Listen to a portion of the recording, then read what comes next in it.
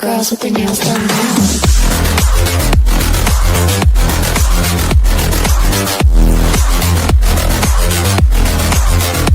Girls with their nails done. Girls with their nails done.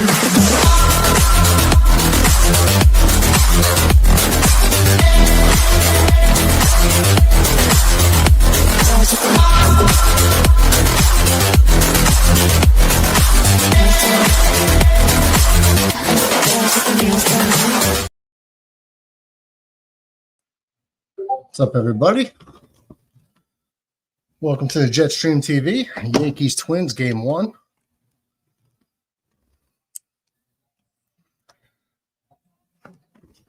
Twins come in at 56 and 61. Yankees are 62 and 56.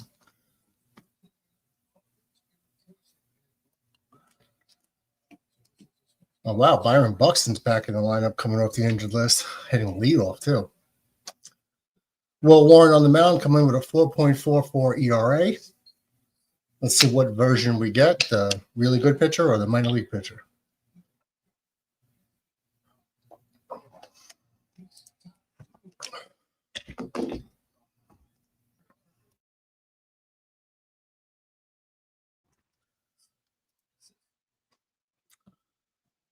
Here's a 1-2 pitch.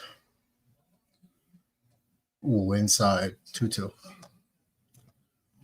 For the Twins, you got Buxton, Clemens, and Jeffers, followed by Keyshaw, Larnach, and Lee. And the bottom of the lineup is Royce Lewis, Julian, and Fitzgerald.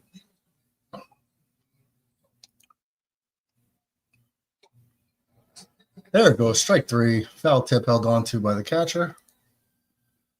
Ben Rice behind the plate today. So one down.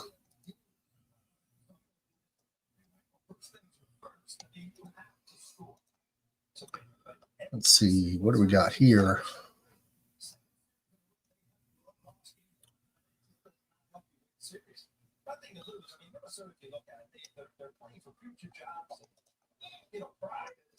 What background do we want to go to today?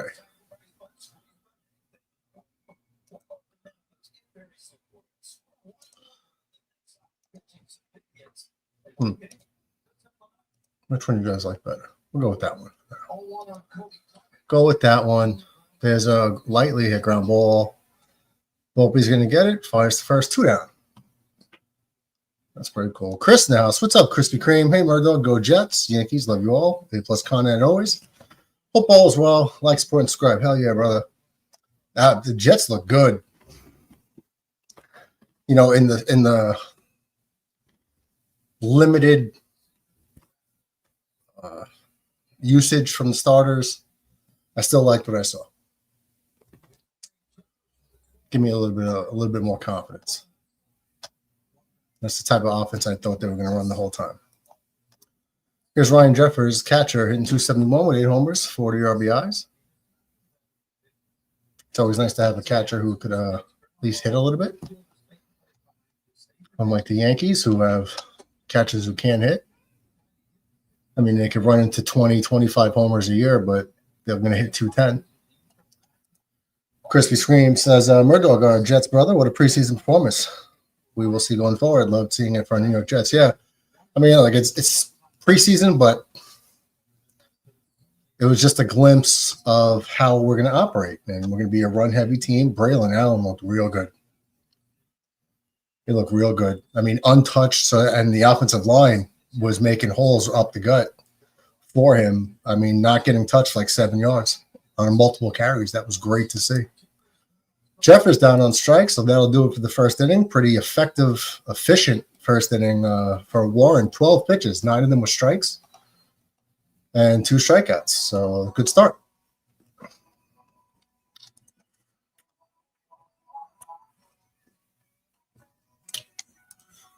Let's see if we get these numbers here up for the Yankees. That'll be okay, so the Yankees come in 6.5 out of the division lead, and they're a half game above, better than the Guardians for the final wild card spot. Crazy how we're in this position. I think we've lost like 30 out of the last 50 games. It's been absurd. We've won 40% of our games the last 50, roughly. No good, man. No good. You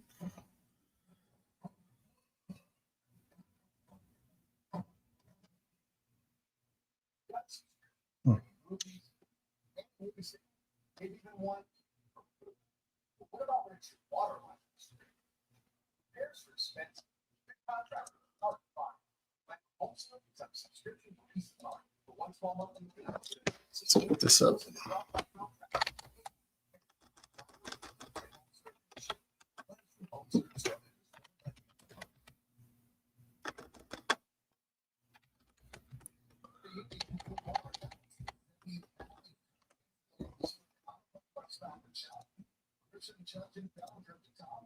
Oh, wrong one.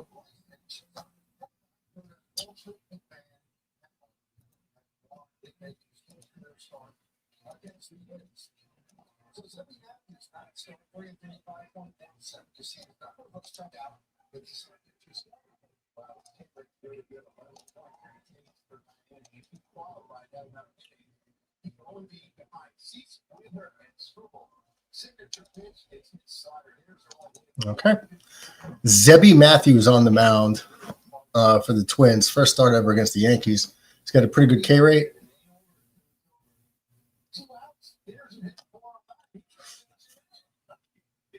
Crazy stat Joe Girardi just threw out. Hitters are hitting 409 against this guy with 2 outs. So he's having a hard time getting out of innings. Here's Trent Grisham leading off for the Yankees, hitting 245, 21 homers, 45 RBIs. Unexpected offensive output from a defensive center fielder who was a throw-in the Soto trade. DB in the house. What's up, DB? What's up, everyone? Time for another Yankees loss. Well, if we're going to start winning, the Minnesota Twins are a good place to start because we have historically owned them. Even when they're good, we just we've bounced them out of the playoffs 4 times in their best seasons.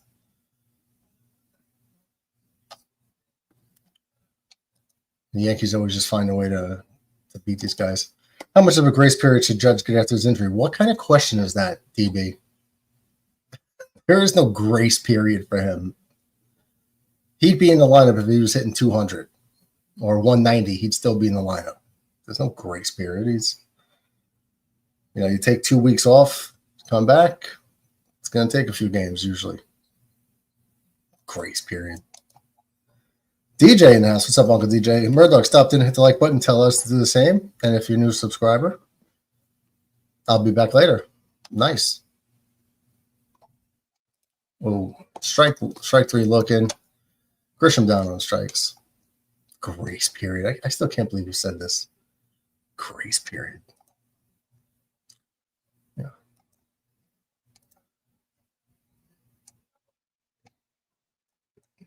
Can't believe it. Daddy, chill. Daddy, chill. I don't remember asking you a goddamn thing.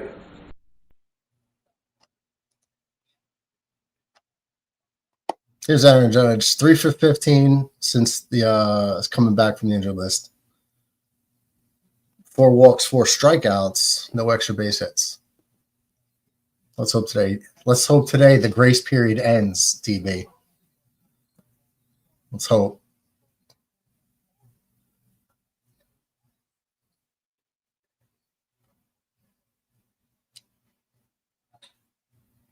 Oh, soft line drive to shortstop, right at him for the first out. Lee was standing right there. So 2 down. It's going to bring up Cody Bellinger. Cody's got his average all the way up to 272. So after about a slow 6 weeks, he's been pretty good. Smokes 1 foul.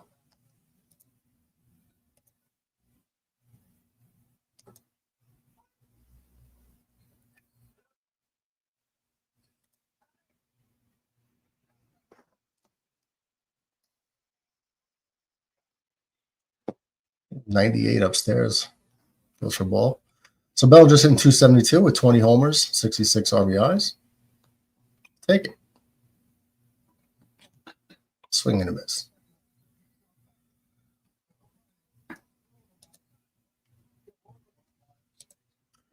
Three hits and 15 at bats is rough. Judge looked like a monster early on. Yeah, it's rough for anybody. It's hitting 200, but you're talking about he's hitting 200 for the week. I mean, this guy was hitting over 400 for the first 2 months of the season. Like, I mean, can the guy not have a rough week?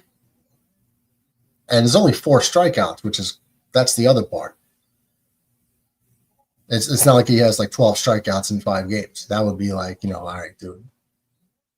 But it's only 4 strikeouts for a guy who was susceptible to striking out.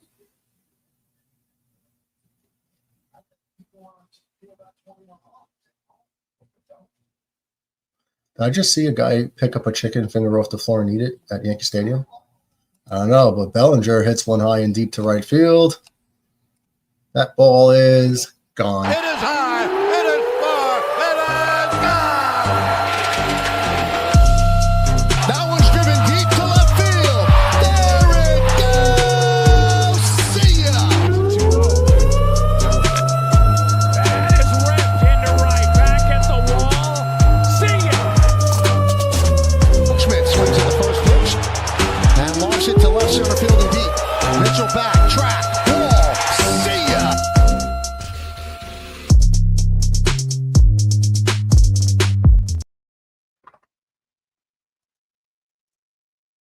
All right. Cody Bellinger goes deep, 2-out home run. And like I said in the beginning of the stream, this guy is giving up a batting average of 409 to opponents when there's 2 outs in the inning. Means he has no problem getting 2 outs, but he has a hard time shutting them down to get the final out. That's just what happened. 2 outs, boom, home run.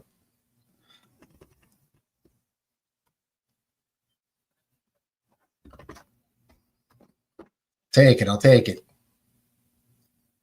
All right, so here's Giancarlo Stanton. Giancarlo's hitting 280 in limited playing time since being injured for most of the year. Smokes one right past the shortstop for another 2-out hit. Hit that hard. 107.3 miles an hour off the bat. Dude is strong. It's going to bring up Ben Rice, catching today, hitting 231.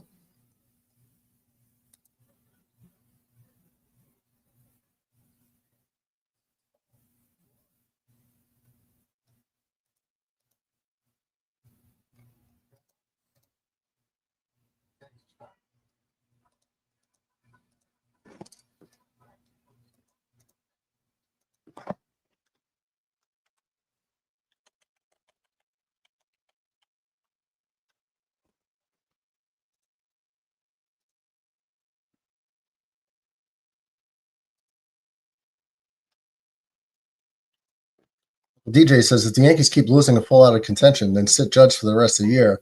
So his injury, kind of like Cole, doesn't get worse. He's probably not going to play the outfield for the series, but he was throwing again today in the outfield before the game. So I wouldn't be surprised if they put him out there in the next series. TV says Zebby Matthews has allowed 38 hits in his last 35 innings pitched. This is a good rebound game. Well, it's a bad team to do it against because you're a Twin and you're pitching against the Yankees, and it's like nightmare.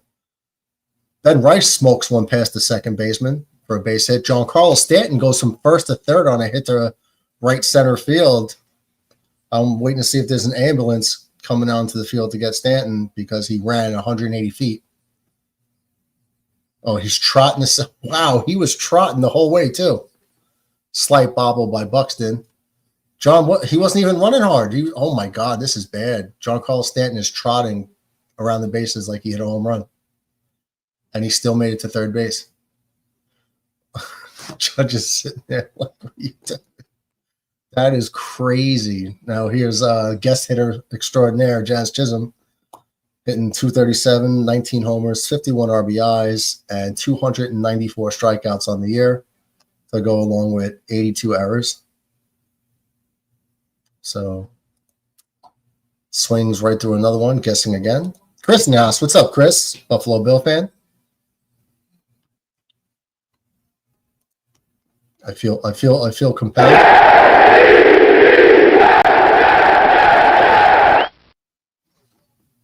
Hell yeah.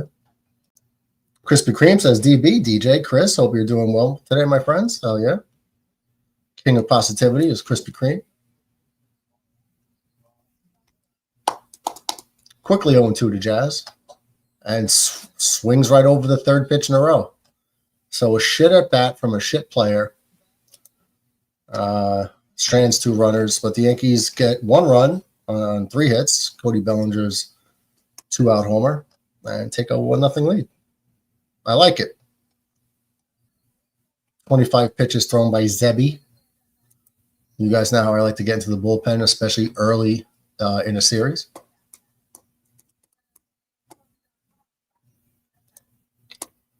Chris says, JETS, Jets, baby. But I respect everyone no matter what, regardless of what NFL team you are a fan of or cheering for. Go Jets, my opinion, but love, respect you always. Oh, yeah. You know, this channel has fans from all sports, all teams. We just bust each other's balls all the time, which is part of the fun. Hey, yo, no diddy. Metaphorically, bust balls. I personally don't handle balls, but metaphorically, I like to bust them. Just in case we weren't clear on that.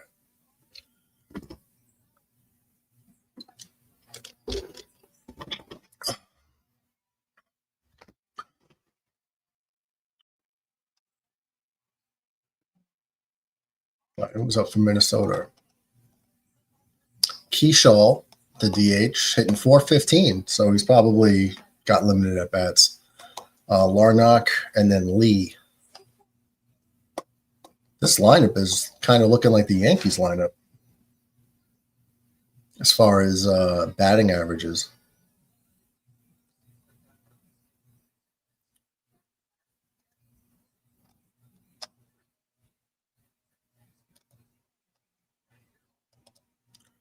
DB says, Crispy, Jets fans are cool. They just like bad football.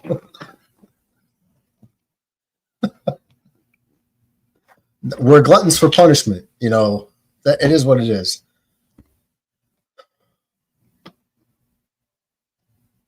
It just is what it is. Well, I could never, like, I don't know. But the Jets have been bad the majority of my lifetime. I still don't have it in me to even consider not rooting for the team. I don't know. It feels dirty to even consider it. I just couldn't do it. So I'm stuck with them. For better or for worse, rich and poor. Petey in the house. What's up, Peter? Good to see you, brother.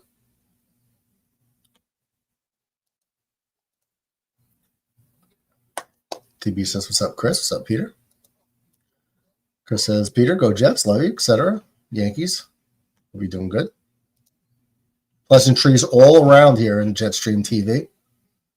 Everyone's saying hello. I'm just the middleman relaying it to everybody.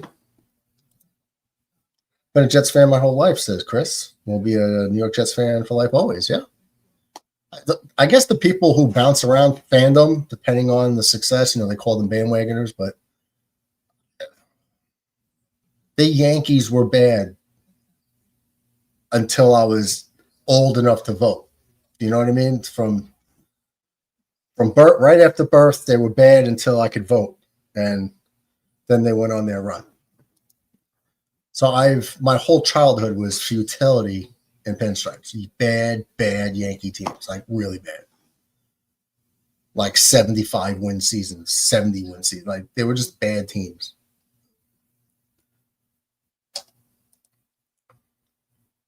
Keishel down on strikes for the first out. That's Warren's third strikeout in 4 batters. It's going to bring up Larnach. I think his name is Trevor. Trevor Larnach. Hitting .243 with 15 home runs, 48 RBIs.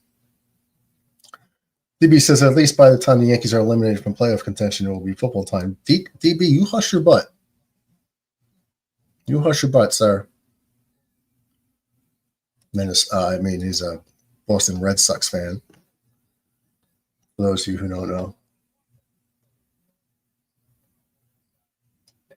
Trying to get DB out here so we could string him up on a flagpole. And, the false pretenses. Brother McAteer in house. What's up, Shawnee Mac? Hoping Mama McAteer had a good birthday. I believe it was yesterday, wasn't it? Or 2 days ago. More pleasantries for Shawnee McAteer. Oh. Pop the link in the chat. If anybody dares join me.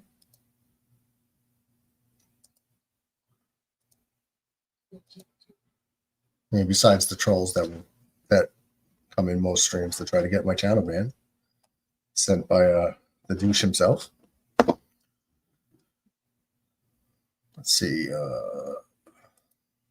Happy belated birthday, McAteer, my brother. It was his mother's birthday, Mama McAteer. But it was also Big Red's birthday, Infrared. Same day.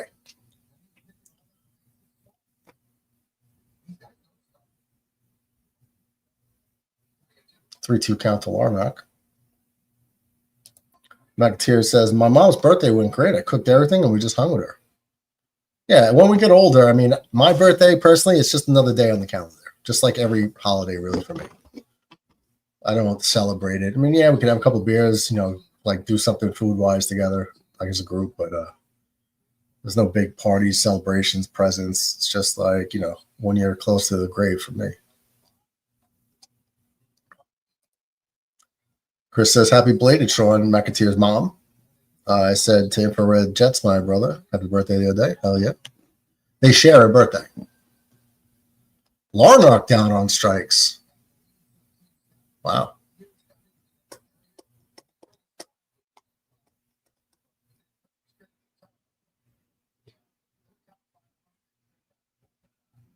Oh, they traded so many people. They traded 8 people at the deadline. The Twins traded 8 dudes at the deadline.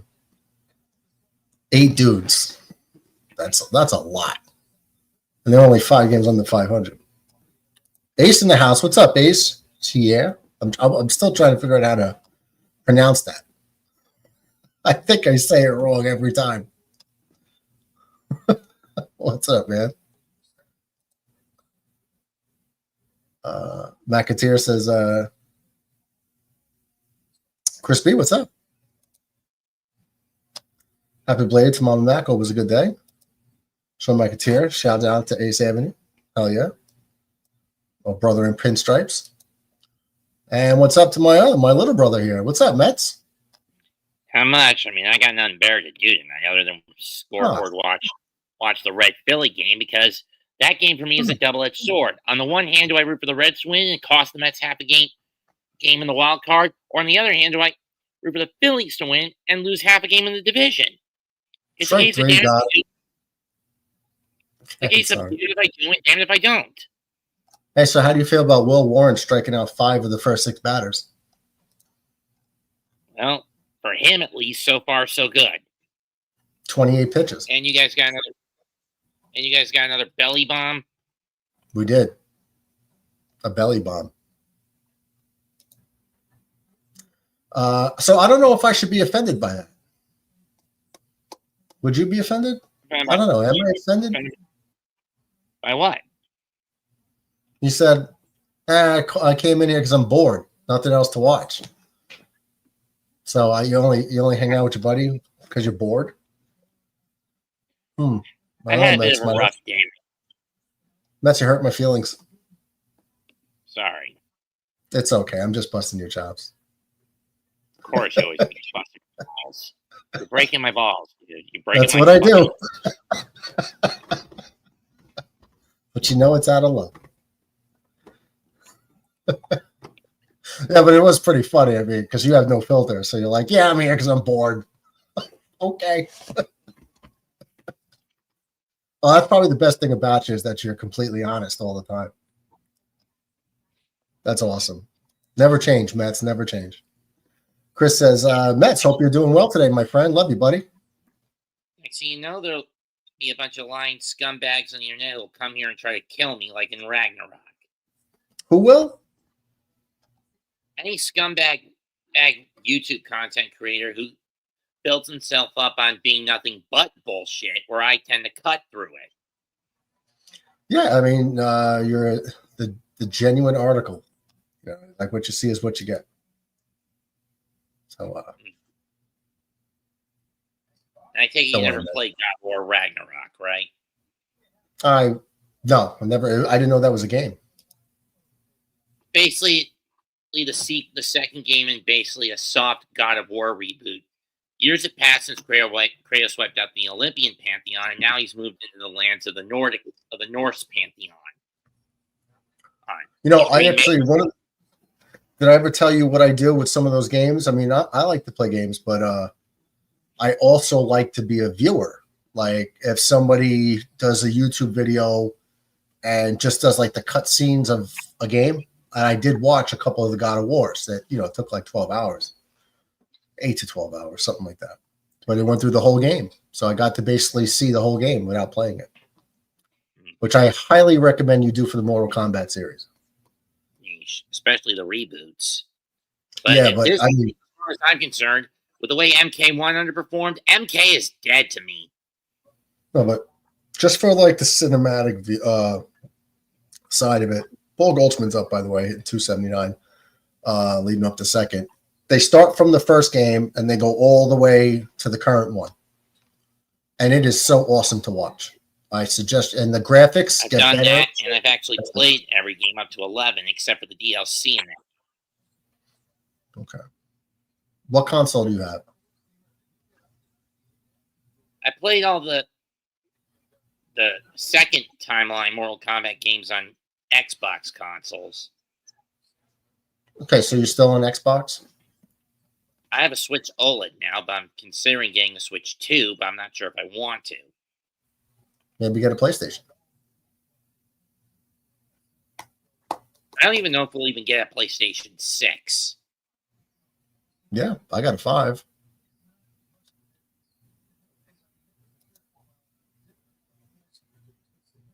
Goldschmidt weak fly ball to center field for the first out. It's going to bring up Ryan McMahon. Hitting 221, 16 homers, 41 RBIs. Bringing over his bad average from Colorado, but better defense. 0-2 count, takes one in the dirt. Count goes to 1-2.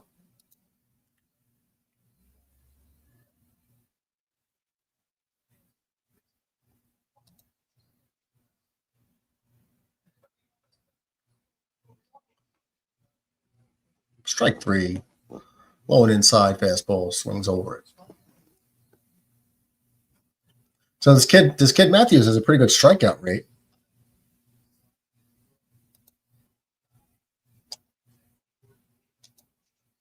Okay. Are you much off tonight? Yep.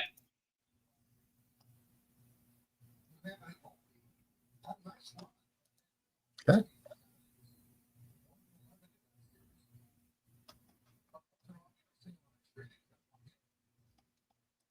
Chris says, which New York Yankee player holds the record for most doubles in a single season by a Yankees player with 53?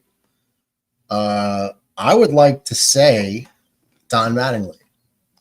I would have said O'Neill. I know Mattingly had the record for a while. I'm just trying to think if like Robinson Cano broke it. But I'm going to go Don Mattingly.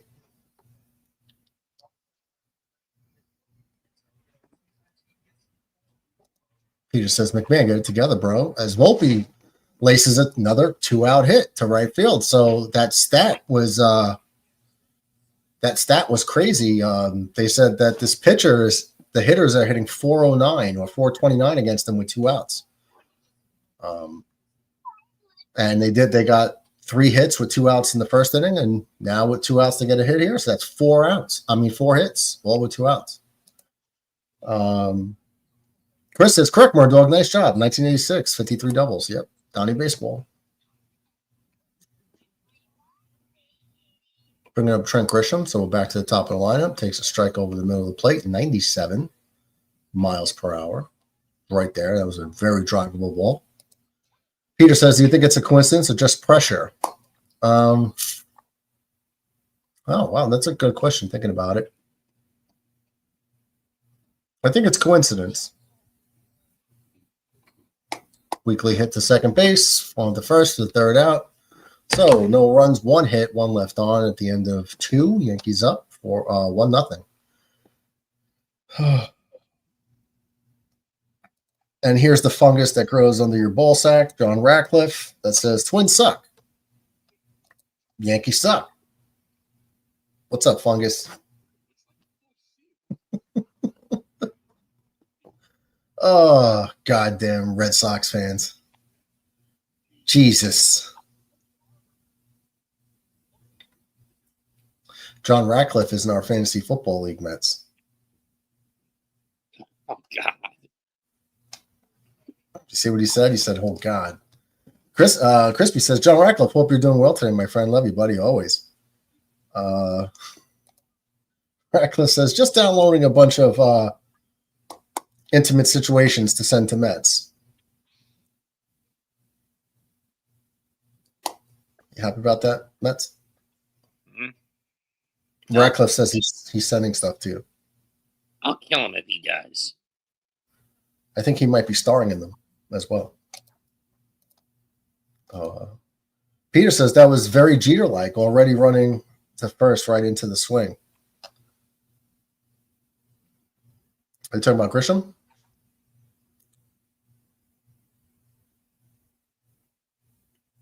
Or Volpe? He needs to do that more. I think you're talking about Volpe. Ratcliffe says, I think he'll like it. He might. I don't know, Mets. I'd rather not see it. Even with arm, Mets, you don't have a chance against me. Yes, Peter was talking about RP. Ratcliffe, you're going to have to explain that a little bit better. McAteer says it started as a coincidence, but once it got in his head, it became pressure, in his opinion. It's hard because when you got a guy with that strikeout rate, like a high strikeout rate, I don't know.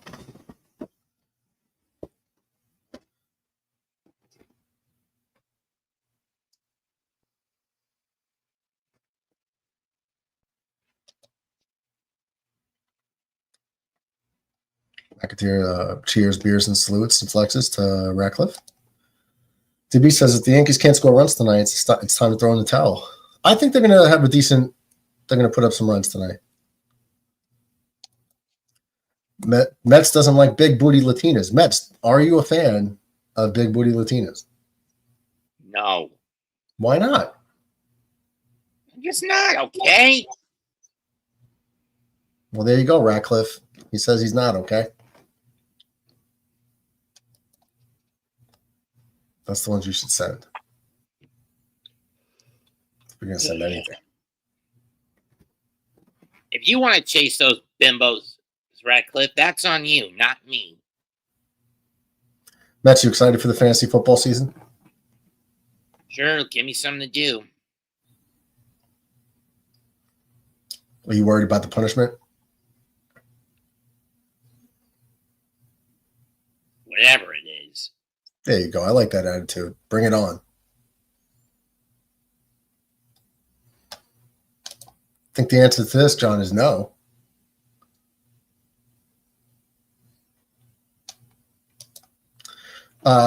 Mess, did you happen to catch Nick's wrestling show last night?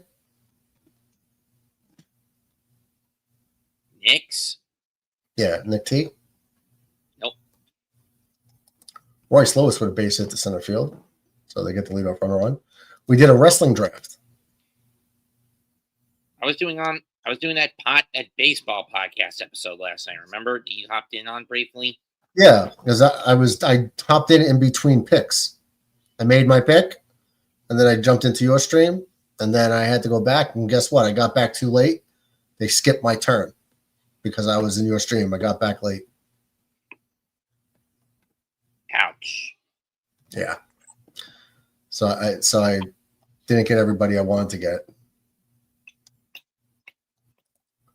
McAteer knows the answer to that. There's no way to know that, John.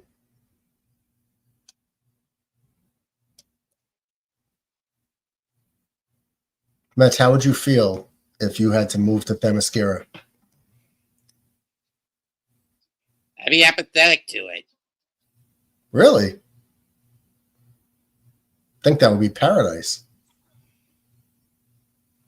Matriarchal season mindset, I'd be reduced to breeding stock. Thanks, but no. Well, not necessarily. And that's at best case. Worst case, I'd be a slave. Yeah, they don't take kindly to males there, so. Or they just probably kill me. Well, not necessarily do that. Julian grounds out to a force out to second base. Royce Lewis does make it. No, it wasn't a force out. I'm sorry. They didn't get him at second. But they do get the out at first. I mean, if you told me I could live in Themyscira, that would just be heaven. I don't mind being a breeding horse. A brute. So you wouldn't mind being a brute. No. Brute fuck. In Themyscira? Yeah. Hell no. Would you like to live in the old Playboy Mansion? Fuck no. Really? Wow, they have great pool. Aren't. They have so much fun there. They have all these good. They have this giant pool, jacuzzis. What are the odds of little kids being there to groom? Probably 0. At the Playboy Mansion, 0.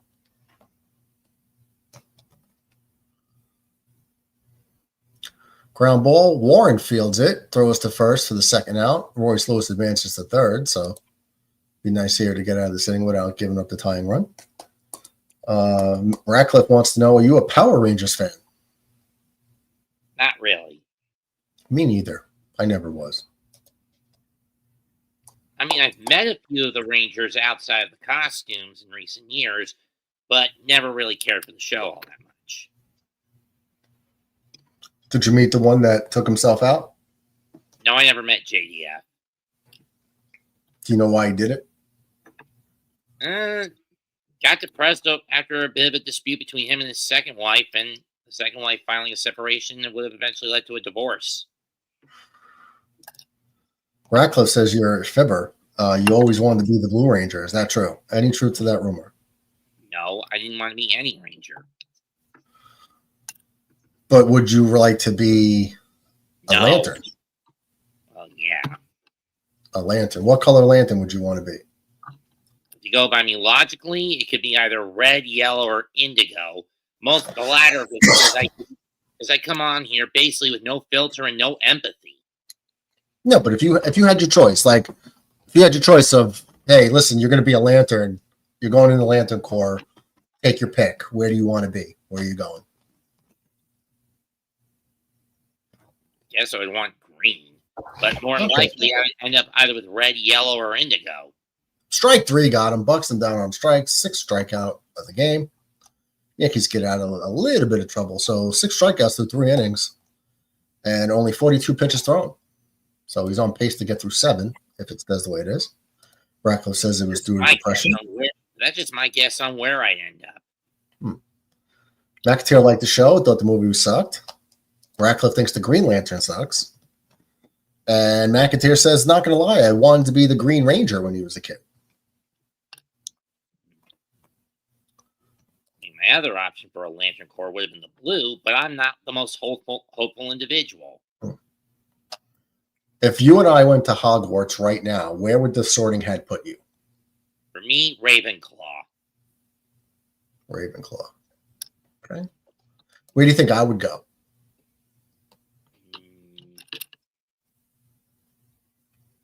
Where do you think I would go, and where do you think I'd like to go? Probably wind up in Hufflepuff, but you'd probably want Slytherin. Wow. Okay, so now you have to explain that. Why would I end up in Hufflepuff?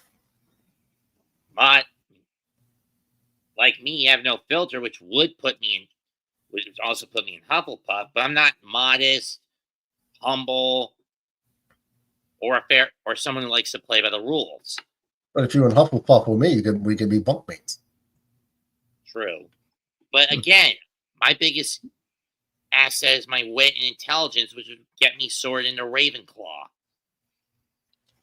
Okay, so why do you think I would get put into Hufflepuff? How much work you do. Do you think if you do a lot of work, you go to Hufflepuff?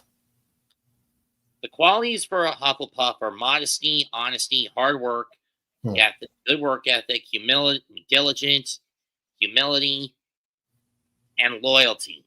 One of the biggest drawbacks is this does lead them to being gullible. Which I'm not. Right. Definitely not gullible.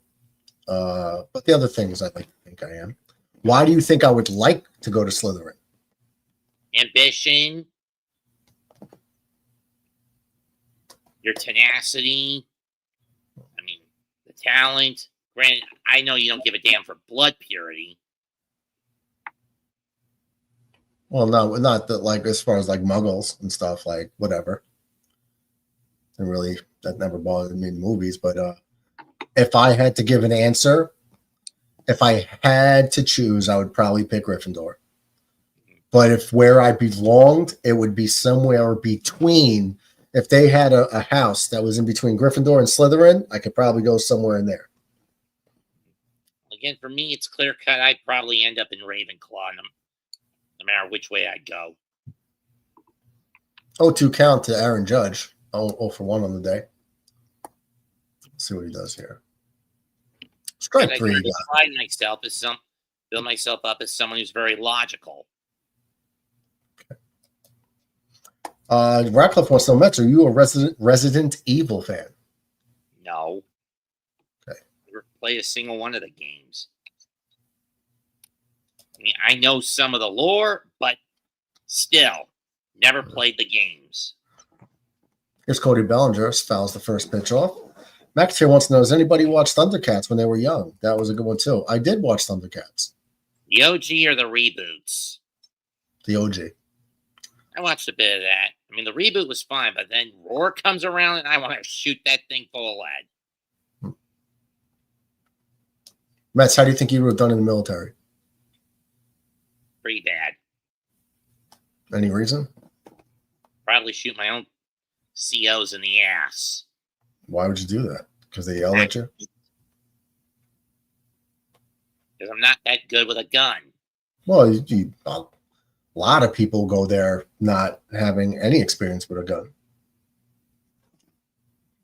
I'm just saying they probably put me on desk duty if I end up shooting my CO in the ass. Oh, I think they do more than that. Bellinger ground ball, second baseman scoops it up. Throws to first, a bit wild, but does get the out. 2 down. It's going to bring up John Carl Stanton. 1 for 1 on the day. I just can't believe it. Continues with the 2-out hits. Let's see if he, for the 3rd inning in a row, if he gets up a 2-out hit. What's that meant? I'm just thinking back to an NCIS episode where Gibbs shoots Burnell in the ass. Oh. You know, just can't believe it. You shot me in the ass. Surface wound. Went through and through. Through the ass. Stanton lifts one high and deep to right center field. That ball is... It is high. See ya. It is far. It is gone. That was driven deep to left field. There it goes. See ya. That is ripped into right. Back at the wall. See ya. Schmidt swings at the first pitch and launches it to left center field and deep. Mitchell back, track, wall. See ya.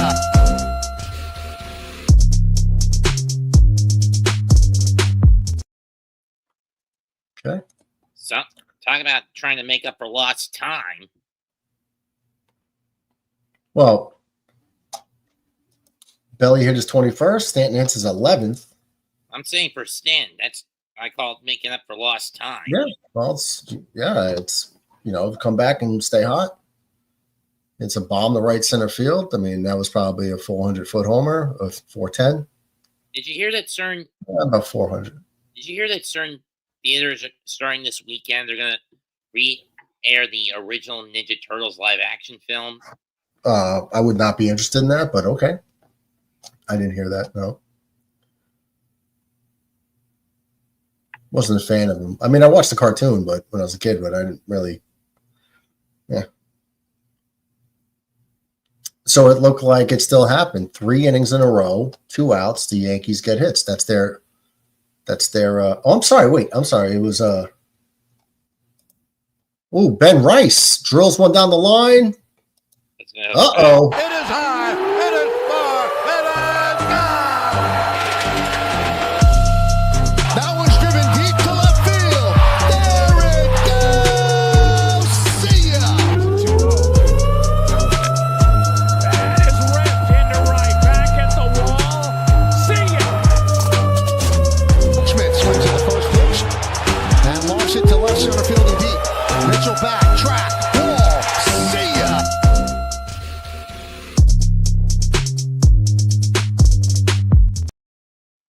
Mom would All never right. let me next near any Ninja Turtle content as a kid. Wow, Didn't really? understand- Didn't understand why.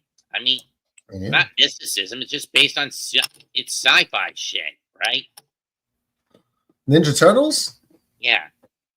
No, it's about they live in the sewer. A rat. Basically, they were turtles. Got flushed down the toilet by someone. I guess like a kid, or I don't know. Somehow they ended up in the sewer, and there was some like radioactive ooze that got into the sewer, and it turned the rat into like a life-size person, like a small life-size person, and the turtles grew up to be like life-size people that could talk and fight and do karate.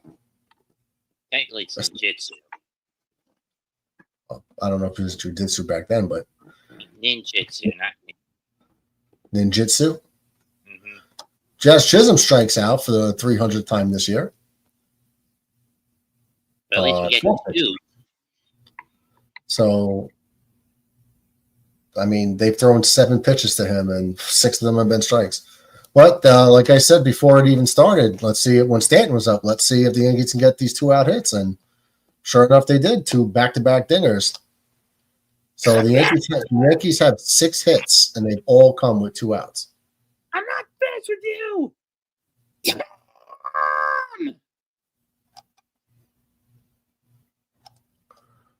That Bryce sucks. 17th. Imagine giving up 3 home runs with 2 outs. That's terrible. Max here says, I've seen them all so far. I got kids, but the new ones are hard to watch. Ninja Turtle movies, that's it. Not wrong. Michael Bay produced movies are crap. The movie that came out 2 years ago, I didn't even bother with it. Yeah, me neither. McAteer says, Garbage Pail Kids movie was a good one when I was young. Watching it now was weird. Not as good. You should I try know watching to the new batch. They used to have like these trading cards, Garbage Pail Kids. I remember those. He should McAteer try watching Gremlins 2, the new batch these days. Movies back then, man, just like the quality. Yeah, that's You know, I absolutely refuse to watch black and white movies. not even It's a Wonderful Life. Acting was so bad back then. So bad. Does this include sitting through Schindler's List? I didn't watch that whole thing. I heard that's Infrared's favorite movie, by the way. And you also know it's a black and white film from 1993, right? Yeah, they made it black and white. Yeah, but I just never. But I'm also talking about the genre, like back in those days. The production was terrible, the acting was terrible, the lines were terrible. I don't know, it just doesn't appeal to me. McAteer says he's scared to try. Ratcliffe says, we unreal. Just like a $7 bill. Voice my opinion regardless of how you feel. Okay, so Ratcliffe is back to putting song lyrics in the chat. Cool. Mets, where do you think you're going to finish in the fantasy football league? I don't know. Do you play often every year? Nope. Are you good? Not great. Pretty bad at it, to be honest. Well, if you end up with the punishment, punishment only goes to the very, very dead last person. So at the end of the regular season, if you're in dead last, that's who gets it. Ratcliffe says, I'll finish 17th. Well, the worst you could do is 8th.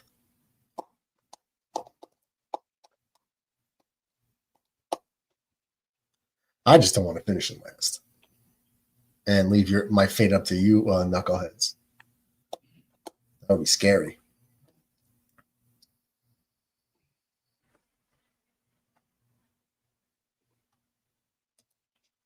Mets is in the league. Mets is in the server, the chat, and in the league. 32nd is where I want the Jets to finish. Yeah, you would want the Jets to be dead last so they can get Cade Klubnik. That's absurd. Finish last, you have to grow your hair out. I can't grow my hair out any further than this. Well, it stops growing? That's not true. I mean, this is as far as it'll go. Cody Clemens, son of Roger Clemens, flies out to Cody Bellinger, and here's Ryan Jeffers. Strike one.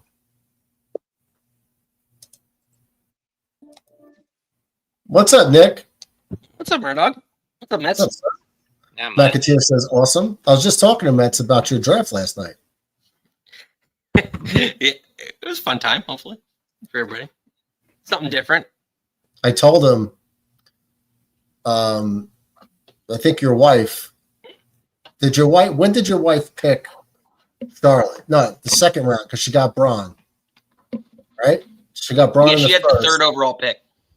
Right. No, but in her second round, she got the tag team, right?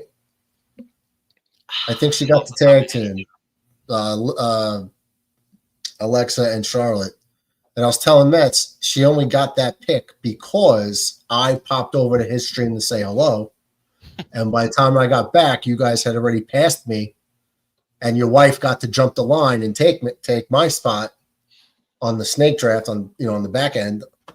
And she took the tag team. Listen, you're like what was it? Was it Minnesota back in was it the 99 draft that they missed their pick? Yeah, I think it happened 2 years in a row too.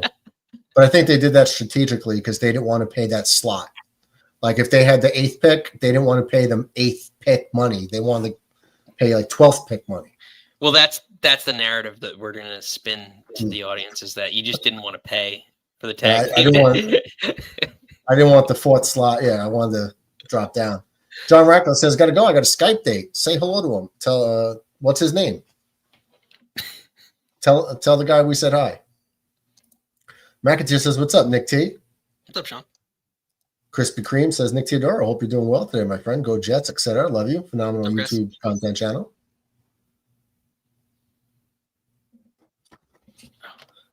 Crap, I meant to drop on Netflix in the background. Crispy is the most complimentary viewer in Jets YouTube. Seriously, If you're having a bad day, talk to Crispy. He'll make you feel better. Crispy lives near me, Does he? relatively. Yeah, Jersey? yeah. He's a Jersey guy. Crispy, I think you're 20 minutes from me. Nice. Yankees. So Yankees 3 solo home runs, have a 3-0 lead. So this guy came into the game, this guy Zebby Matthews. Good strikeout rate, but a high ERA because he has a hard time. Opponents were hitting about 420. Let's just call it somewhere around there. 409, 429, somewhere there. With 2 outs in an inning. He can't get out of the inning. And the Yankees have 6 hits in 3 innings, and they're all with 2 outs. Oh, name that Yankee time. Okay, so he was a pitcher. Sorry. He was a pitcher. I got to pause this so I can read it all. He finished with an 88-79 record, 88-79 career, 4.52 ERA, 1,040 strikeouts. He pitched for the Yankees from 2007 to 2013. Then the Twins from 2014 to 2018, and a Padre to finish 2018, and then he was out of baseball. I am going to say Phil Hughes is that pitcher. I like that. Yeah. Sound good to Phil you? Hughes is great too. Sure, I'll be right back, guys. All right, mate. Cheers. Feeling a little bit Mets. Phil Hughes and Jabba Chamberlain have a very interesting career path. Like, I felt like those two, they split their whole trajectory. Like, I remember, and everything kind of a blur, but like, I remember like they put Hughes in the bullpen or something. Like Hughes in the bullpen, it was like Jabba should have been in the bullpen, and everyone knew Jabba should have been in the bullpen, and Hughes should have been a starter. And like they kept flipping them around at weird stages in their career, like early on. And it's like, why didn't you? Hughes looked so good as a starter for that first couple of years. He was all right. I think he had some injury concerns in the beginning, and then he did okay. And next thing you know, he was just like mid at best. I think he got better with the Twins towards the end of his career. Yeah, Chris B, I go to Union all the time. 22, man. We're right up 22. I'm in Warren. Okay, so Garrett Cole threw 20 pitches today on flat ground. And he's expected to be back halfway through next year. So probably right before the All-Star break. I still don't think starting pitching is worth investing in anymore. Why? Of course it is. Because at the end of the day, to me, it just still seems it's an offense and bullpen-driven league in the sense that, like, most games are not won in the first 5-6 innings. And when you get to the playoffs, how many starters are going into the 7th inning? Even the aces aren't going that deep. And like, when the Mets had all those horses in their run, they didn't even go deep into the games. And they still relied on, like, moving Syndergaard into the closer role because he could throw so much gas. So, like, I don't know. I think today's baseball Actually, it was more of a about setup than a closer back in that run. Yeah, but still, like, point still stands. Like, he wasn't really, like, all the starters really weren't going deep into the games. It was those last 18, 12, 15 outs that you needed to get. And hey, real quick. Oh, yeah. Sorry, I don't want to cut you off. I just want to ask you a quick question before I'm dumb, so I don't want to lose my point. All the draft picks, did you make like a slide, like a graphic? Yeah, I have a slide, yeah. Can you send it to me on Discord? Yeah, I'm trying to clean it up and make it better with, like, Canvas. I just like just who and their roster, and then I'll put it up on this screen. Yeah, that's what I was trying to. That's why, like, this week I put it in Discord because I was like, oh, let's see, like, this way I can throw, like, even this week if you don't really set a lineup per se, like for you, like, you set a lineup, I can tell you at the end of the week, hey, theoretically, Naomi would have gotten X amount of points. Right, no, you can just do a dry run with your scoring system, and I know it's preseason basically. Exactly. Yeah, that's kind so of you can just practice. It's good practice for you. You know what's crazy is that, so I looked because we still have, like, the opening for the one team, and literally Randy Orton and CM Punk weren't picked. Right. Like, literally whoever fills out the list, like, that's a pretty good. You could pick those two guys 1, 2, and still have a stacked roster. It's really just about availability. Like, you want people that are going to be a part of the show. So true. That's how I went. I know Drew's going to be there every week. That's why I took him in round 1 because Braun was gone off the board. So I took him in round 1. Like, Drew's going to be involved. But that's the fun in it, though. It's the same as, like, any other fantasy thing because, like, you don't know if they're going to have it, like, that week. Who's he wrestling? Is he wrestling a jobber that he's going to just completely torch and get 2 claymores in and you get the points, or is he actually going to have a match with somebody and maybe because Cody Rhodes shows up, he loses in a roll up and he doesn't do anything that week, Well, I picked heels, because of the cheating and the jumping people and more likely to use weapons, right? So that's why I tried to go the heel route, but I'm going to give points back on losses. So probably more likely than not, more often than not, they'll lose. They'll win during the weeks, but they'll lose at the PLEs, so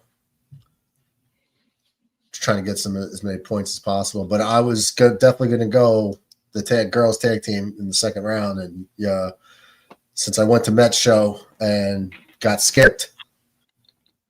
Mets, who would you pick? Your wife's going to win. Who would be your number one pick? Wins, losses, finishers, weapon moves. You get points for all that stuff. Well, that's why I wanted you to send it to me on Discord, and I'll put it on my computer, and I'll put it up on the screen. Oh, all right. Yeah, let me see if I can try it. Doesn't have to be a work of art. It could just be generic, the teams and their roster. I don't know if you have the rules on it as well, the scoring ledger. I can share the Google sheet with you. That probably.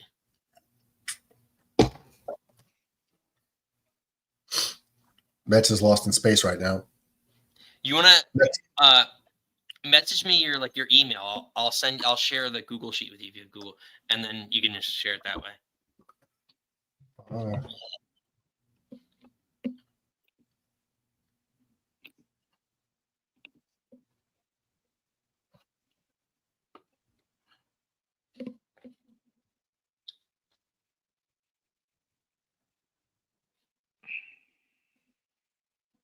There you go. Mets, I tried asking you the other night, who's your favorite wrestler? Don't really have one these days. But in general, like all time. I'd have to say Tanahashi. Really? Of all time? Interesting. I never watched. The ace, huh? Mm-hmm. Okay. So you're big into New Japan, huh?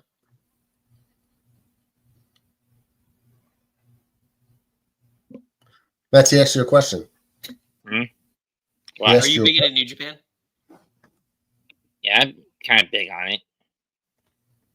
Yeah, if Tanahashi's your favorite wrestler, that's interesting. I never watched any of his New Japan stuff. Oh, God. I had no idea until recently that Brock Lesnar had a run as NJWPW whatever champion. Yeah, he went IWGP. IWGP, yeah, but it's New Japan, right? So I didn't know back in the day that he was over there in between WWE stints. Honestly, IWGP might. Well, is that part of New Japan or all? There's two Japanese promotions. There's New Japan and All Japan. New Japan's the bigger one. I'm not sure. I think New Japan's title is the IWGP. Okay, so it wasn't Japan. And yeah, like he had a decent run there because that was his in between. I don't know if it was right before he wasn't sure if he was going to football and whatnot. No, I think it's after the football, but before he came back to WWE. He might have done. I think he did a match with Angle in Japan too. No, I don't know. I was like, man, that must have been crazy watching him there. I know he was the champion there, but I don't know how long he was there. I would like to see the matches there because it's a different style, Yeah, supposedly, well, you're the bigger Hulk Hogan fan than me. People have been telling me for years, I just can't. It's tough for me to go back and watch that much old wrestling. But Hulk Hogan in Japan, they're you would have a whole different. Dude, he was drop kicks, like athleticism. And he was bigger back then before all of his back surgeries. He was 6'8", a legit 6'8". And, he lost height. Like my dad. My dad lost. My dad used to be taller than me my whole life. Now I'm taller than him. From the back, you get shorter from all the wear and tear on the spine over time. You guys excuse me for a minute. I gotta go off on someone who's gaslighting. I'm trying to think if I should go off on someone who's been gaslighting a couple of friends of mine. You want to talk about it? Okay. There's this kid in California who's the son of illegal immigrants who goes by various Wolfman alii on YouTube. But the thing is, he's a sycophant pedophile who's been constantly deflecting blame, trying to say he's not when he actually did once. I will not describe what. And now he's trying to say I invite him on a future Mega Mets episode when I haven't even posted a new Mega Mets episode since SummerSlam. And I wouldn't even invite this little motherfucker if my life depended on it. He's just doing it to gaslight, and I'm just gone out of my way to ignore it. Just remind fans that it's a PG show. But okay. Sorry, I'm just making a point here. Yeah, I hear it. This is a guy who suffers from severe adagoraphobia. He doesn't like being ignored. I'd let him have it. Nick, what do you think? There's always the block button. Tried it. He keeps making reporting his ass, and he keeps making numerous new accounts. And the YouTube algorithm hasn't gone out of its way to completely block every one of his damn VPN pins. Well, that's the beauty of airplane mode, though, too, to some extent, you know. But I'm just saying, YouTube has done nothing to permanently block him from accessing the site, or putting up new channels. Unfortunately, I mean, anyone can keep creating new accounts. That's the problem with everything. As you know, Murdoch, you and I, you know, there's some people out there just do some crazy shit. Just literally are just out to see the world burn. It's sad. Some people just have too much free time. Malicious intentions. Yeah. I just say you have a cage match with the guy. I would just rather just have him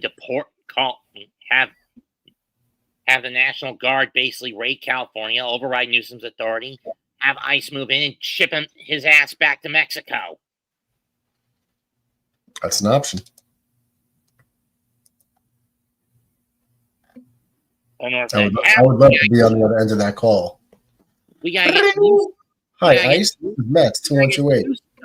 We gotta get new scum out of the governor's mansion in Sacramento.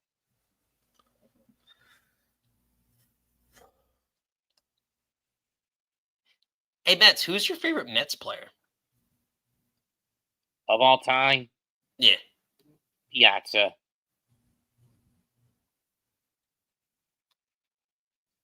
Who's number 2, right? Yeah. Oh. Yeah, I think I'm similar. I can't like, it's tough for me, like, because Wright's homegrown. And honestly, if Wright probably played another like 5 years, he probably. Well, you're both Mets fans, so I can give you a Mets trivia question. No, you ready? Be terrible at this. What player? I'm trying to think of how to phrase this. By the way, I sent you the email. I sent you it on Discord, Nick. Yeah. Let's see. How do I say this? Grisham grounds out to the pitcher for the first out here in the 5th. I'm just trying to think how to phrase it, to not give it away, but to give you a good starting point. Okay, maybe how about this? What all-time great was drafted by the Mets, and due to the Mets refusing to give him an extra $10,000, he did not sign, went back to school, and got drafted by somebody else later on?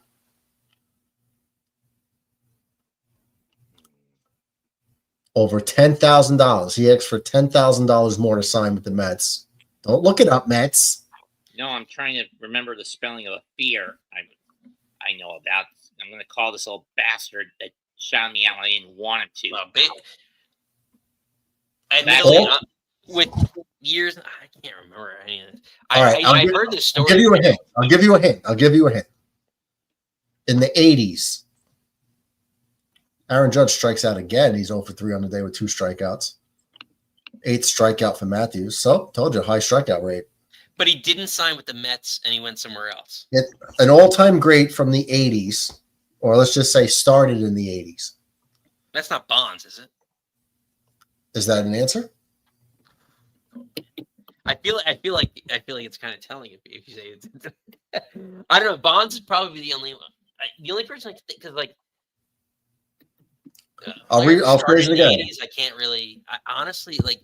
Started in the 80s, an all-time great that started in the 80s, did not sign with the Mets because they refused to give him an extra $10,000. That sounds like a Barry Bonds thing. I mean, I'll go Barry Bonds. I don't know like that many 80s players, but like that seems like. But it was Bonds before, because he was in the 90s. Yeah, it sounds. And his father I was believe, an MLB player, I do believe Bonds was in the 80s as well. Mets, do you have a guess? I'm not feeling too confident. Strawberry? Strawberry was a Met. Yeah, that's why I didn't. Yeah, because like the only other 80s person, I'm like, who the hell was good in the 80s? No, Mets. The Mets could have had him by drafting him. They could have had him, but he didn't sign with them. He didn't, so he never played for the Mets because like of $10,000. Like Canseco, McGuire. I'm thinking of like all those guys. Like, but like, because those are like bigger names that theoretically maybe. But I because you're talking about someone who they had to have been a name. Like again, I have no idea. So because this is not my strong suit, admittedly. But it has to be someone who was a name because the 80s. You're talking about the 80s when started in the 80s, all-time great. Started. Well, that's kind of the fun part about it. Like we were talking 30 years ago, right? And holding out is something that's like kind of what's taboo, right? You are both very familiar with this person.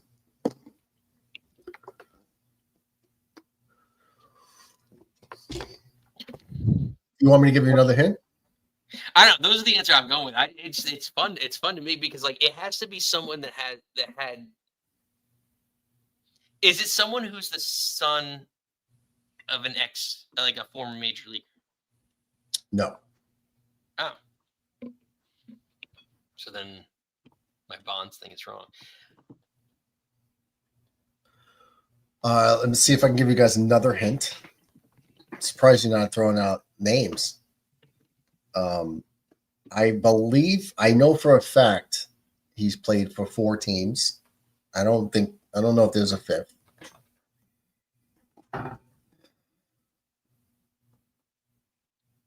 See, when it wasn't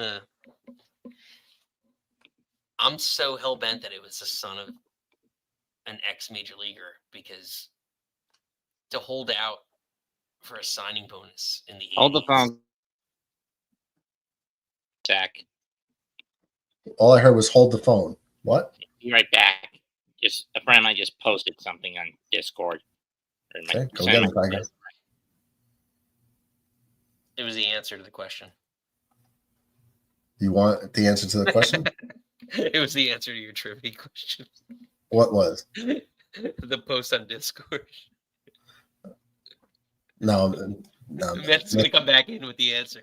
Yeah, straight up Googling it. I hate when people Google the answers. It's no fun. Like, you get it get away.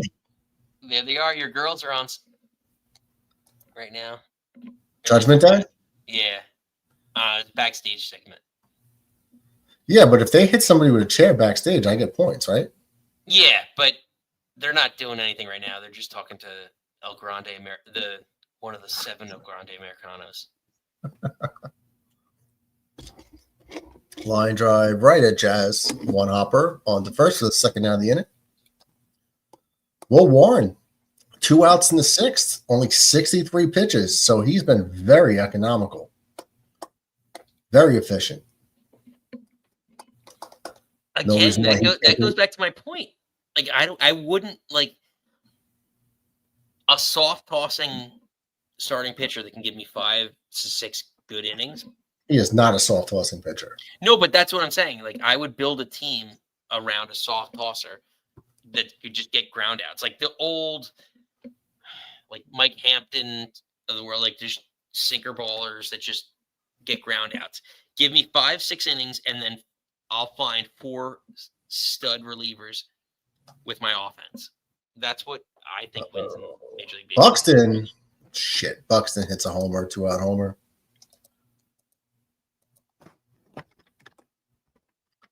Two-out homer. I'm wondering if that's the Twins' first hit. No, it's their second hit. What happened to Joe Mauer? Retired. Yeah, but like, remember he got that big deal, and like he had that like year where he won the batting title, and then he was supposed Won to a couple MVPs. He should not have beaten Derek Jeter for his MVP. They took that from Jeter. That was terrible. They gave it to him because he was a catcher. Oh wow, he played a long time. He played a lot longer than I thought he did. What's up, But man? still, like, Not much. Did you go scorched earth? Kind of, but then I took it down because I just realized it's not worth it. Because this little guy is that's agoraphobic asshole who fails to realize no one wants to talk to him. So he's now going the troll route to get attention. Well, I guess the worst thing you could do to him is not give it to him. I'm still waiting on the answer, though. I don't know. Doc? No guesses? Doc played for the Mets. This guy never played for the Mets. No guess. Over $10,000. No guess. No guess in the 80s. He's played into the 2000s. He was. I'm stuck on somebody being a son of all-time great. All-time great. I mean, I don't want to give too many hints, but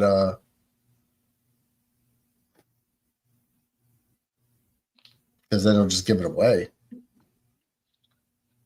I mean, something that's going to anger us all, probably. No, it's not Nolan Ryan. Nolan Ryan was like the 70s, wasn't he? Nolan Ryan started in the 60s. Strike 3, you got him. He started in the 60s, really? Yes. Just spell the answer, Sean. Who is it? I'll give you one more hint.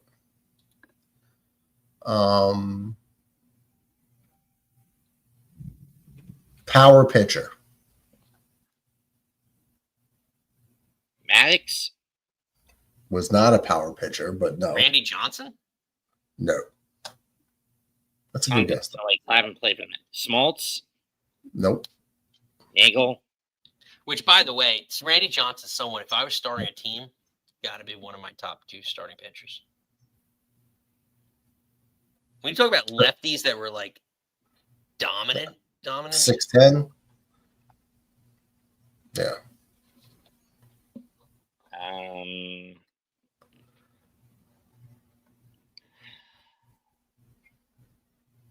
I can give you other hints, but it's like every hint I give you, get you closer to the answer. I'm about to give up. I give up. Mets fans hate him. Rocker? Nope. In the 80s? He did not start in the 80s. John Rocker is Chipper not. Jones? Nope. He was not a power pitcher. Chipper Jones. Oh, pitcher, sorry. Oh, Clemens. Roger Clemens. Could you imagine if the Mets gave him $10,000 and you had to deal with Dwight Gooden and Roger Clemens in the mid-'80s, the late 80s? Yeah. At least Rocky would have been able to keep the boys off the cocaine. We would have had a dynasty in the 80s. But if you had like 2 Cy Young, like dominant pitchers at that time. Come on, Nick. I'm not wrong. The reason No, you're not wrong. Was due to the damn cocaine addictions. But I wonder what Clemens would have gotten. Well, I guess just probably steroids, right? But Well, I think what happened with Clemens was he was great for a while, and then as he started teetering off, like, getting older, he was kind of mediocre to where the Red Sox got rid of him. and then shipped him out He to was just- he Toronto, wasn't where he got skilled. worse, and then they ship him out to the Yankees. Well, no, he got good with Toronto because I think that's when he started using stuff. When they got rid of him, he got on something and then became an ace in Toronto. Yeah, that was that And then- crazy deal that Wells for Wells, Clemens deal. right. Yeah. Wells for Clemens. I remember that. It was so bizarre. It was just like, why? Like, why would you give up Wells? World Series, 98 perfect, a great season, perfect game. And then you get another one a year later with Cone. No, we had Cone already. We had Cone since 95, I believe. But you're talking about perfect games. Yeah. It was just unnecessary. Like, David Wells was good enough, but I guess they just figured that, David Wells, you never know what you're going to get with his drinking and stuff. So, You know who really like Wells was someone who's kind of like fascinating to watch, right? Like, because he threw hard, and I know it's dumb and like flash in the pan, but like, Hideki Irabu was for like those hot like 2-3 months that he was decent. Didn't he commit suicide? Did he? I don't know. But John Carl Stanton goes down on Maybe it strikes. was cancer. Maybe it was cancer. But like that year, like, do you remember like the craziness of like anyone throwing? He hung himself.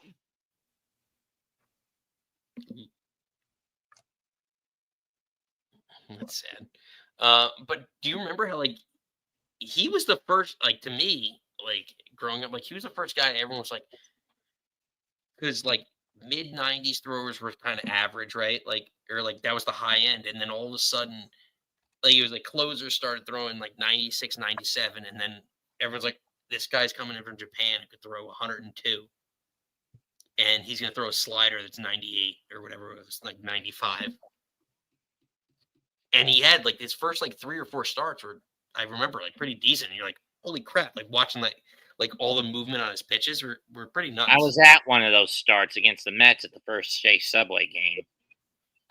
Yeah, right. Like, it's pretty great. Like he, to me, like he was one of the first like crazy like hard throwers that just like, I guess, brought about that whole like flame out like idea. Like, hey, just throw hard for like 2-3 years and see what happens. But yeah, it was fun to watch that. But then long term, it led to the downside of the knife. Yeah, but that's the thing though, right? Like with every sport nowadays, like there's things everyone's trying out that no one really knows what the downside is to the risk that. Which people is are why taking I for- think they should pivot back to the styles of like Maddox or Greinke, where you trade in velocity for control of the nets. Well, kind of my point. Where like I would pick a guy like a Hampton type who could just throw a 92 mile an hour sinker ball or just get me ground ball outs for 6 innings. Just give me 6 innings, and then I'll find 4 relievers that'll get me through the last 9 outs. Red Rocket, Red Rocket.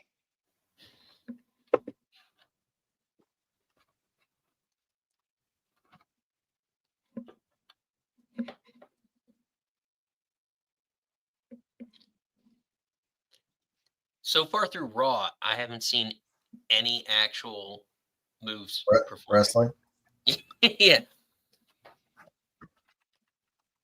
Unless I missed a match. Well, no, AJ Styles just came out, who's not drafted by anybody. Another great wrestler that wasn't drafted.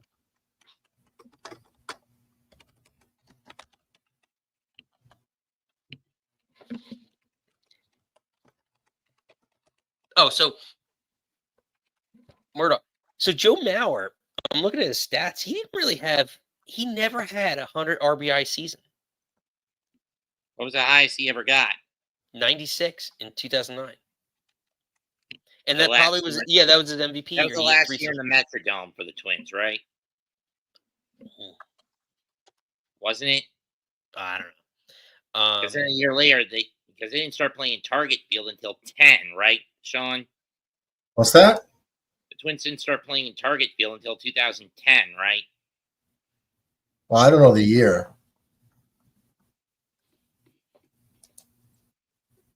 But like, he was a great hitter, like for average. Like he had great averages, but like he never drove in 100 runs. He never hit his MVP year, his first MVP year, he hit 28.96. He never hit 20 home runs ever again. Yeah, well, it's because he was a catcher.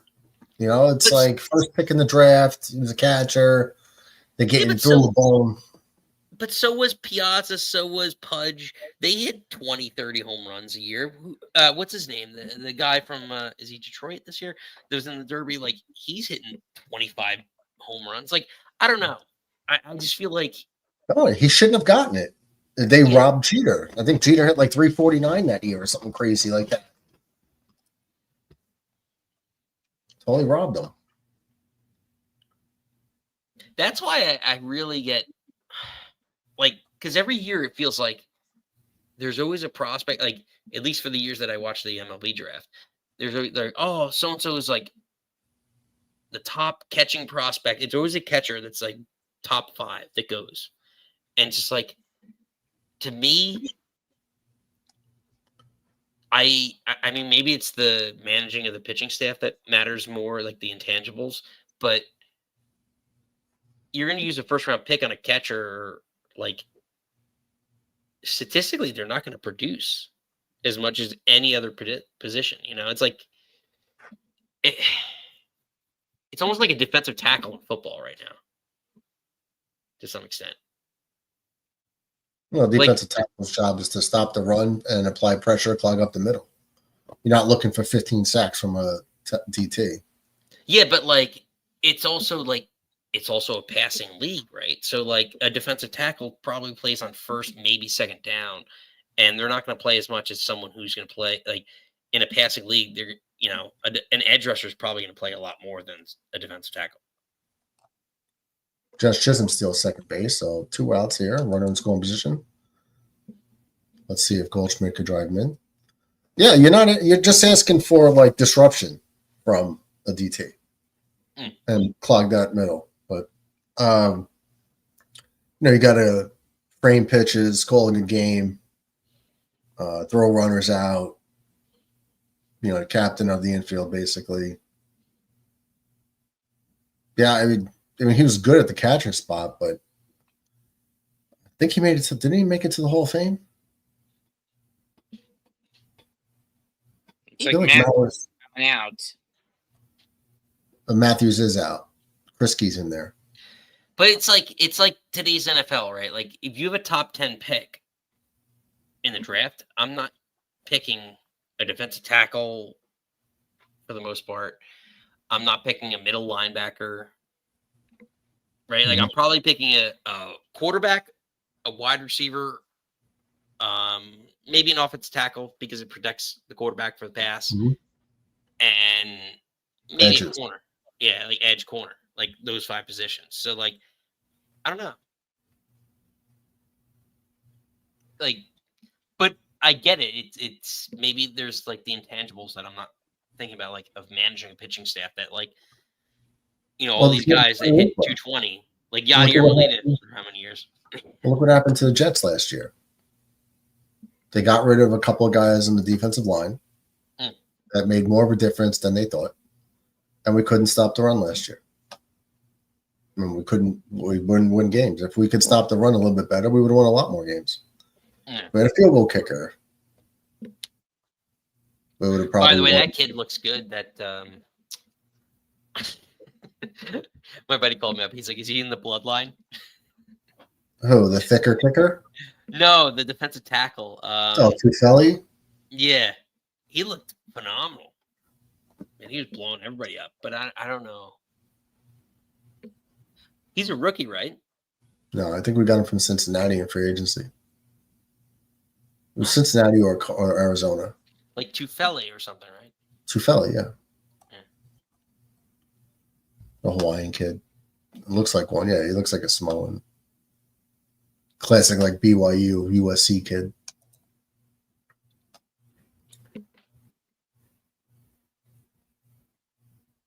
Yeah, he was a 4th-round pick of Jacksonville.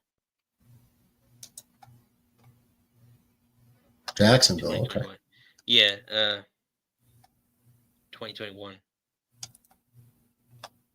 This game is flying by, Nick. We're an hour and a half into the game, and we're in the 7th inning. McAteer's back, says cuts are coming. Hopefully Clemens is one of them. Guys still getting penalties. Yeah. I think the whole fan base is like, all right, enough with this guy. I want to see the other people play anyway. I want to see LT3 get more reps for sure. I mean, Clemens is like a guy, looks like Tarzan, plays like Jane. You know, like guy that big and strong should be more effective, and his refusal to not get penalties, you know, is. He's going to be a culture-setting cut. And he should be. Yeah, like it's. By the way, just everything. I don't know about you, but like everything I saw was what I expected from Glenn. Just like adjustments. Aaron Glenn. Oh yeah. Like adjustments involved in every facet of the game. He just knows his stuff. Like I'm super excited for what this team's going to do under him. You know, I tried to tell everybody, like when I don't know if you remember when I predicted Aaron Glenn to the Jets back in October. Do you remember that? Maybe. Anyway, back in October, I predicted Aaron Glenn to the Jets as the next head coach. And there was a video on it that we have. I don't play it anymore because there's a douche in it, so I don't play it. Anyway, I knew that it would be a culture change. Like this guy, hard nose, will coming from like Saleh and Ulbrich to where it's like the inmates around the asylum trying to be their best friends. Just Glenn's presence of being like a new coach, you gotta like nobody's spot was guaranteed outside of like the core. But you're gonna have a lot of guys fighting for their roster spots and fighting for snaps, fighting for future contracts. So they're gonna have to bring it or they're gone. Aaron Glenn owes them nothing. He has no prior relationship, and that was it. And that was gonna be a kick in the ass that everybody on the roster needs. And he's not gonna take the nonsense. Like last year, I would watch someone like a Michael Clemens, or who was the guy that we got? Kinley, or I'm forgetting his name. Javon Kinley, yeah. Kinlaw, right. Or one of those guys, and there'd be like 3rd and 9, and we get the stop. But, oh, no, roughing the passer. What? Or some bullshit penalty. And keep the drive alive, and they go and score. And they wouldn't – if they usually didn't even take him out of the game. But when he did, they would just go to the sideline. Coaches really wouldn't say nothing to him. And then 2 plays later, they're back out there again, still being idiots. No discipline, no accountability. And I said, Aaron Glenn's going to bring that. Because that's his personality. And the fact that he's like the new guy. He's going to want to gain control. So, and it's played out exactly how I said it was going to play out back in October. McAteer agrees 100%. McAteer says, yelling at the guys when they mess up, AG is great for us. Yeah, he's what you need. And that's a W I'll take to forever. Uh-oh, brother Bomber in the house. Jets Pilots, what's goody? What's up, Bomber? Where the hell have you been? Bomber takes the summers off, forgets his buddies. Well, I'm glad to see you're okay, brother. Shout out to the guys in chat, says Brother Bomber. Bomber's like has like a modeling career going now, so like he's too cool for us. Blue Steel? Brother I've Bomber? been waiting for but I've been hearing about Blue Steel. Well, he has his Brother Bomber has his own like Blue Steel. I don't know if you'd call it. I don't know if you'd call it Blue Steel. Can he answer in the chat whether you can turn to the left or not? Is this a Blue Steel from Bomber?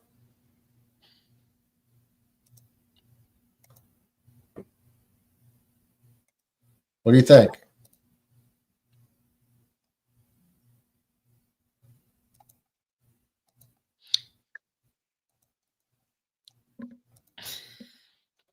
Is that his blue steel? You gotta flip it. There it is. That's it. That's like a sideways blue steel? Yeah. And we also, what else we got? Bomber's modeling career. There we go. Got the floor blue steel. Always chill.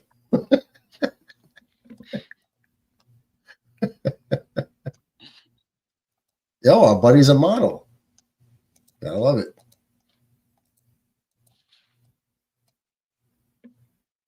I give you a lot of credit for that too, because Flying around in my jet. I did that once. Modeling? No, yeah, like a photo shoot once when I was in a band like 20 years ago. And it was just like, oh yeah, like turn to the left and like put your jaw straight and like straighter. Straighter. Yeah, it's like this is how my jaw works. Like I don't know how to make my jaw any straighter. Max says if JJ gets healthy, McDonald's going to feast. Man. 3-2 pitch, 2 outs, ripped into the second deck. That's a homer. 3-2. Jesus. All 5 runs have been on solo home runs in this game. Well, it is a home run league, though. McAteer says, what up, the Bomber? Good to see you, bro. Well, that was a 3-2 pitch, 2 outs, just broke right over the plate. That's annoying, man. You're 1 strike away from getting out of the inning.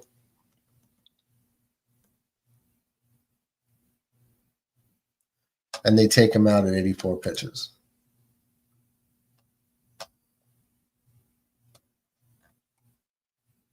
$85 pitches. Damn it. Bomber says, I don't model. I just model his clothing, but I'm trying to be an actor. I went to Brooklyn at Greenpoint Films, watched some short films. Producers did good. Producers did good. Met some people, gave me information. Nice. On these acting classes. Yeah, I wanted to do that myself. I got a waiver. I did a couple commercials and extra roles in 2 movies. I'm upset. I missed the boat on Happy Gilmore too. How? They were doing casting for extras in Jersey, and like I got the invite, and I was like, it was like a Tuesday or Wednesday, like a weekday, and I was like, I could take off work, but I don't really want to take off work to try. But like I like being in the wheelchair, I probably could have pushed my way to the front of the line and maybe made an appearance on a scene or two. Yeah. Get my SAG card. Well, I was trying. You needed 3 waivers. I got 1. And then the other stuff, they weren't doing it. It was also on a comedy thing in Times Square. Kevin Nealon was hosting it. It was like it was like an America's Funniest Home Videos type thing. Mm. So I did 2 movies. I did that. And I did like an internet commercial.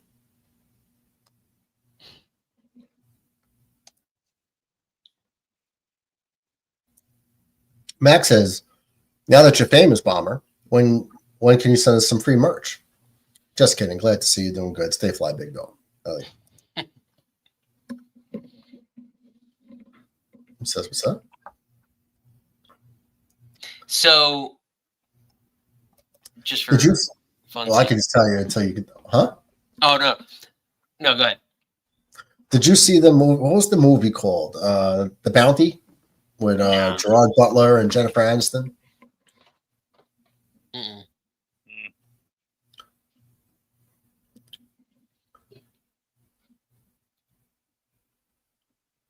So the shot that I'm in for that movie is like the very beginning, and we're in a parade. And they asked me because they knew I was military, so they said they wanted military people. So I was like, "Yeah, I'll do it." And so I actually wore my real military uniform, and we're walking down. And I was in the front. And we have to walk all slow and rigid. So in the parade, and you see my outline. You don't really get to see like my face, but you can see it's me. And let me see if I can find it. I'm just gonna shot in the dark here. I'm probably not gonna find it.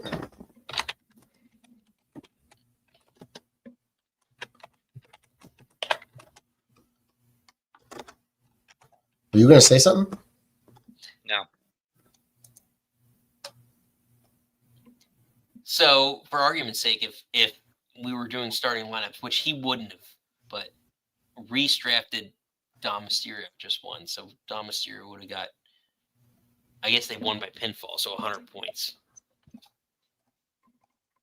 So he would have got 100 points. If again, like same thing with like fantasy, like if he started Dom this week, which I don't think he would have, because I can't remember who Reese drafted somebody else that was pretty good. He drafted 2 women though. He drafted Rhea and Becky Lynch, which was really good. But like, I can't remember whose other was Jacob Fatu. No, you have Jacob Fatu, I think. I got Jacob. That's a good one. Honestly, Jacob Fatu is probably going to get you. If you start him every week, he probably could get you really far. If I started who? Jacob Fatu every week, he probably. Yeah, I will. Yeah, I plan on it. Because he might hit like 6 moonsaws like over the course of, like he might lose a match, but like hit 6 moonsaws over that whole faction. Yeah, but I'm also hoping like him and Jimmy Uso like come out and attack them, and he just moonsaults them to death. You know. So every moonsault I get points.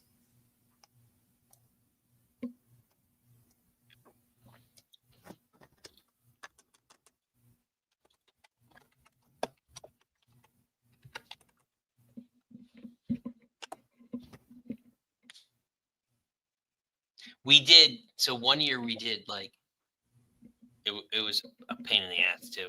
We did finisher reversals. And like we got to the end of the season and we're like, oh shit, we didn't count finisher reversals. And it was like every match there's a finisher reversal, right? So like there's like someone goes for like the AA, or John Cena goes for the AA, and then he gets countered into like the RKO, which gets countered again. And like that's like it ended up like that year we did like it was like a 40-point swing. So like people got like crazy amounts of points for like pay-per-view matches and stuff.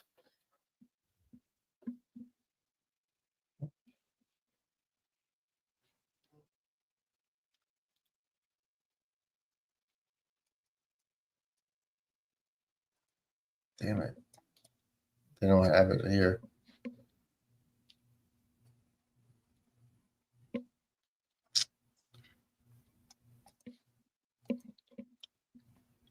I'm actually really curious what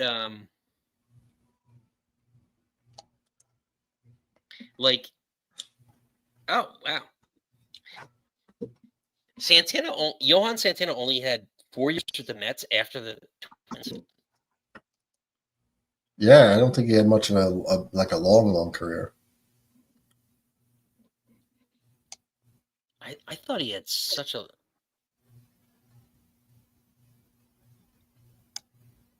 And he only pitched until he was 33. Wow, really? Didn't he start having arm problems? Yeah. Let's could tell you more about that.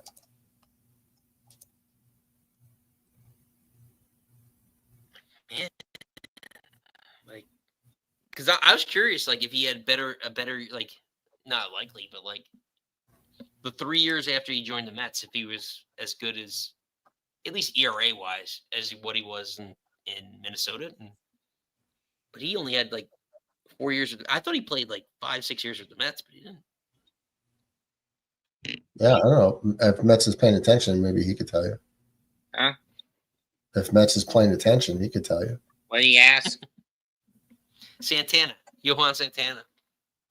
8, 9, 10, he sat 11 did the surgery, 12. I think he only played 4 before he got shipped out. Yeah, but like, did he start having like really bad? What was his arm issue? can't remember. It was so. I think it was 2012. arm issue. It was like in either 2010 or 11. He was forced to sit it out due to going under the knife. And we were forced to rely on Mike Pelfrey as the ace for the 11th season, if I remember correctly. The Yips. Yep. He had like, oh, that's another rant. Oh man, like Pelfrey. Did he pitch for anyone after the Mets? He had I think to, it's right? been a year or two in Minnesota. He went back to Minnesota.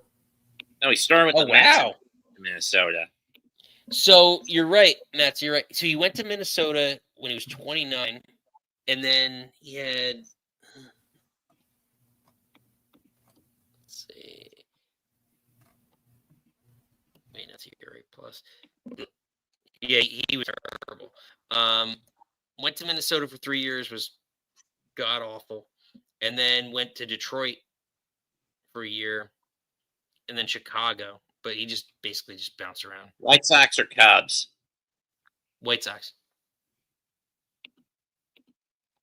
Like, who doesn't go to the White Sox at the end of their career?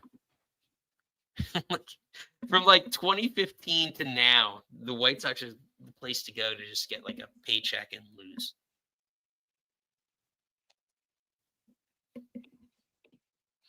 What a shame. I actually was a White Sox fan before I was a Met fan. Really? Why? I loved Frank Thomas. Makes sense. I was upset. Yeah, like as like a fat kid growing up, watching Frank Thomas just crush the ball, I was like, McMahon hits a sharp line to right. It's going to go over the head of Larnach and off the wall. McMahon's on second with a double. Nice. They didn't even throw the pitch yet on my screen. You got the game on, or there it is. Ripped. Okay. Nice. Or maybe it was a down the line double. I don't know. Yeah, it was a line drive base hit. Like, it was a classic double. DB posted something. Wow. Hold up.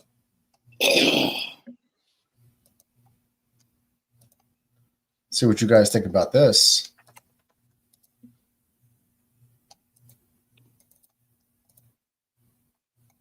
Think about this. The Nevada Supreme Court has ruled in favor of John Gruden in his appeal against the NFL. He will now get discovery and his day in court, alleging that Commissioner Roger Goodell in the NFL that improperly leaked his emails, linked to his firing as coach of the Las Vegas Raiders. Whatever. it's such a Oh, pass ball. Wild pitch. Wild pitch. Sorry, yeah. Gets back there. McMahon gets third base. So Yankees, runner on third, nobody out. Let's see if they can bring him in. Back to what we were saying. Wow. 2 in this situation tonight. I don't know if they've had a runner on third and nobody out. But what do you do if the commissioner of the league orchestrated leaking of an email to get you fired? Pump the commissioner full of lead. I don't think murder is going to be on the table, but I mean, a big giant lawsuit. All the earnings. How does he? He's going to get a lot of. If this goes and they find them culpable, just think he'd be like, I'd still be coaching all of these years and making 10 million plus a year coaching the team. He's Blah, blah, blah, blah, blah. And then this would force the owners to have no choice but to oust Goodell. Which would be great. Yeah, because I've been calling for that bastard to be thrown into an acid bath for years. Yeah, but I don't think there's anybody in position of power in sports that you don't want evaporated. Is there anybody you like in positions of power as far as coaching or management? There's commissions. Gary Bettman. That's the only one I like, but you want them all like abducted by aliens and probed. I just want them removed from their positions. Or given the or at minimum, given the Fred the Fish treatment. The fish treatment? Fred the Fish, SpongeBob running gag character. The one who always gets caught up in the collateral damage crossfire and does the soundbite of my leg. I don't know, but I do know that Trent Grisham just rips a base hit to right field, and that's going to score a run. First run of the game by either team that did not result in a solo home run. I'll take it. And you still have runners on the corners. And we still have runners on the corners. That was after a Volpe walk. My Go leg! ahead. I was never a SpongeBob guy. Me either. I mean, you've heard the joke with the whole my leg bit, right? I pull my finger. I actually did that with when I had the little guy here a couple weeks ago. It was like, pull my fingers. And I was like, Brant. Worked out well because he's never heard that one before. Hey, Murdoch, the ad just came on. What's your thoughts on the Savannah Bananas? It's fun. I mean, it's like Harlem Globetrotters of baseball, right? So, I mean, is it legit? Meaning, like, is it scripted? Do they help each other out, pull stuff off? Like, do they run hard? Because they do all these trick plays. Like, are they trying to beat the ball out? You know what I mean? It's still hard to do. Like, catching the ball the way they catch it. It's still hard, the tricks they do. Yeah, like it's the same thing. Like I feel the same way. It's like I'm watching the Harlem Globetrotters. It's like I appreciate what you do, but I don't. It's like you're good, but why aren't you in the pros? Well, you're not that good. I mean, Just like they're not. Aaron Judge gets a base hit on a drawn-in infield. So luckily the infield was in, and Aaron Judge gets to capitalize and get an RBI single. Otherwise, that if the infield was playing at normal depth, that could have been a double play. But since they were drawn in, he hit it hard enough, gets inside on him, has to pull his hands in, so he couldn't drive the ball, but he hit it hard enough to get it past the drawn-in infield. And I'm sure 3 for 18 at the moment. I'm sure he'll take the base hit and the RBI. 5-2 Yanks. And I don't know if you heard, Nick. Well, in the beginning of the show, I said this is the get-right team for the Yankees if there ever is one. The Yankees own the Twins for a long time. This is I call it the Money in the Bank team franchise. Yeah, this is the gimme. And they traded 8 people at the deadline, so they're not the Twins of a month ago. Actually, the Twins, one of their starting pitchers is actually a indirect friend of mine. My family friend. My grandparents' neighbor is actually the uncle of David Festa, or Steven Festa, I think, the pitcher for the Twins.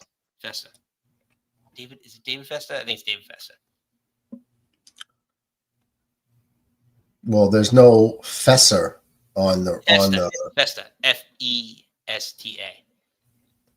Yeah, there's no Festa on their roster. Wait. Is he in the minor leagues? They might have sent it down. No, David Festa. Well, I'm just saying I could see the roster here, and he's not on it. Erasmo Ramirez comes on, he gives up, and after the Judge single, he pitched a few times this season. He might have been optioned back down. If this was the shot in the ass the Yankees need, they're getting it tonight. Well, you're just going to need, you want to pick up at least 3 wins. Like you want to. Yeah, that's what you're looking for. He's pitched 6 times this year. He's 3-4 with a 5.4 ERA. Not great. So Cody Bellinger's up 1 for 3 on the night, first and second, nobody out. See, the Yankees are not going to bunt him over. It's the seventh inning, and you got a 3-run lead. I would consider bunting in the second and third. Then they could walk Stanton. Then you'd have the bases loaded for Ben Rice. Righty against lefty. Lefty hitter against a righty. Then again, Boone is a psychopath when it comes to over-analyzing shit. Yeah, now Bellinger could easily hit a 3-run homer here or a double, but with nobody out, you want to put 2 guys in scoring position. You got a 3-run lead, try to make it a 4 or 5-run lead. Especially when they're not the fastest runners on the bases. And the bullpen. Instead whips at a high cut. Strike out. Strikes him out. So, I mean, I understand Belly's a good hitter, but you got to – anybody not named Aaron Judge should be bunting in this situation. Well, Stanton, I doubt can bunt. But everybody else should lay it down. And they don't. So now a double play and you're out of the inning. I mean, you got you see what I mean? On the other hand, you got the 2 runs you gave up back. And speak of the devil, Stanton pops it up. Yeah, I mean, every time I talk about it, it comes true. So it's like, can I just be the damn manager already? And we would have the best record in baseball if I was managing. Want to deal with those kinds of headaches? Do I want to deal with the headache? Yeah. Or the deal with the headache that you want to punch Cashman and the kids? No, I would just say, if I'm running the team, I'm in charge of on the field, like the game, and that's I'm just saying, with the brats that are running the team, spare not the rod. And I mean the Steinbrenner brats. Listen, all right, so if the Yankees are currently 62 and 56, if I had this team at like 80 and 40, or let's just say I got 12 more wins, 13. So if I had this team at 75 and 42, 43, I don't think whatever it is. I don't think anyone's going to be complaining if I had this team 30 games over 500. And no one would complain if I could keep the Mets at least 25 over 500 after I ousted Mendoza or Stearns. The latter of them because he's such a penny pincher.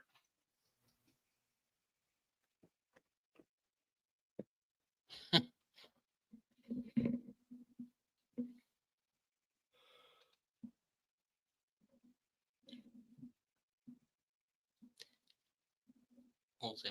Anyway, fellas, I'm going to head out.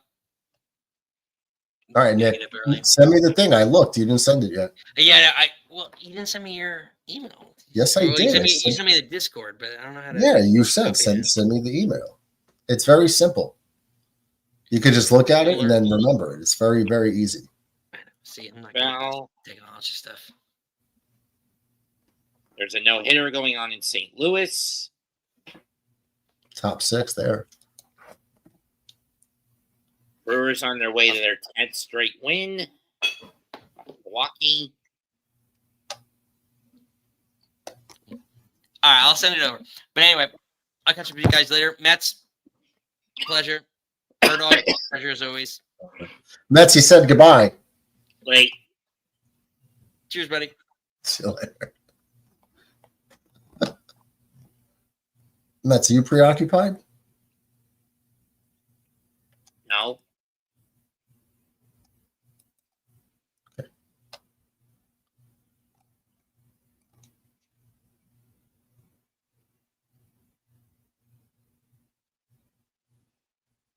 Swing and a miss. 2 strikeouts and a pop-up and strand them. Twins only get away with giving up 2.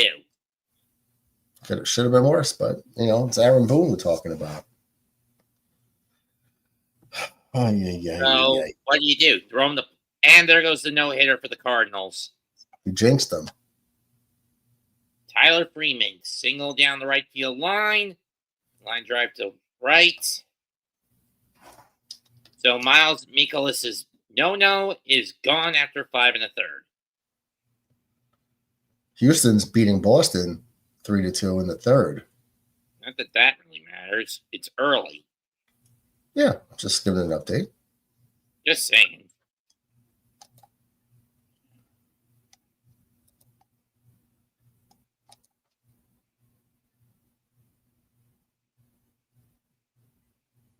Diamondbacks are killing Eovaldi. 5-1 Arizona. That series loss to Philadelphia, maybe something the Rangers never recover from. Wait, what?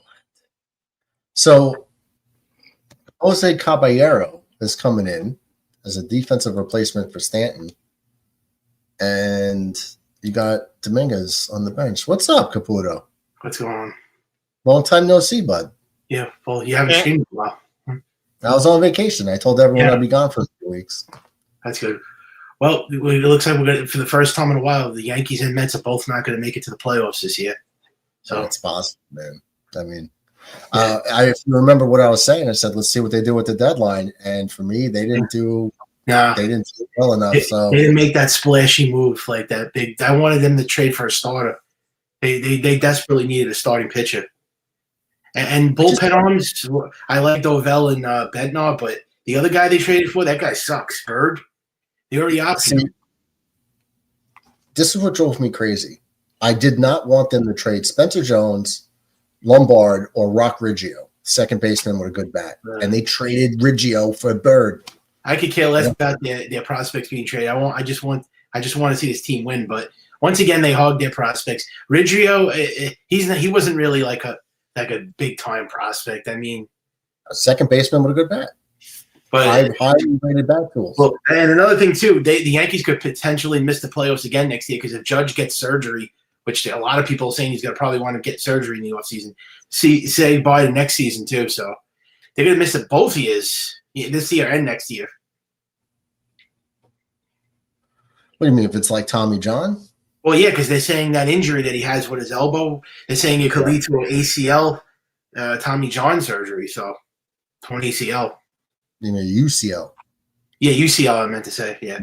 They're saying it could lead to like a Tommy John because those elbow injuries. Look what happened to Garrett Cole. You thought he was going to be okay, and then. Well, spring training, too. And you know, once again, I don't expect him to do anything in the offseason. The only thing I could see happening is they might fire Aaron Boone. I think he's going to get fired, but I don't think Brian Cashman's going to get fired.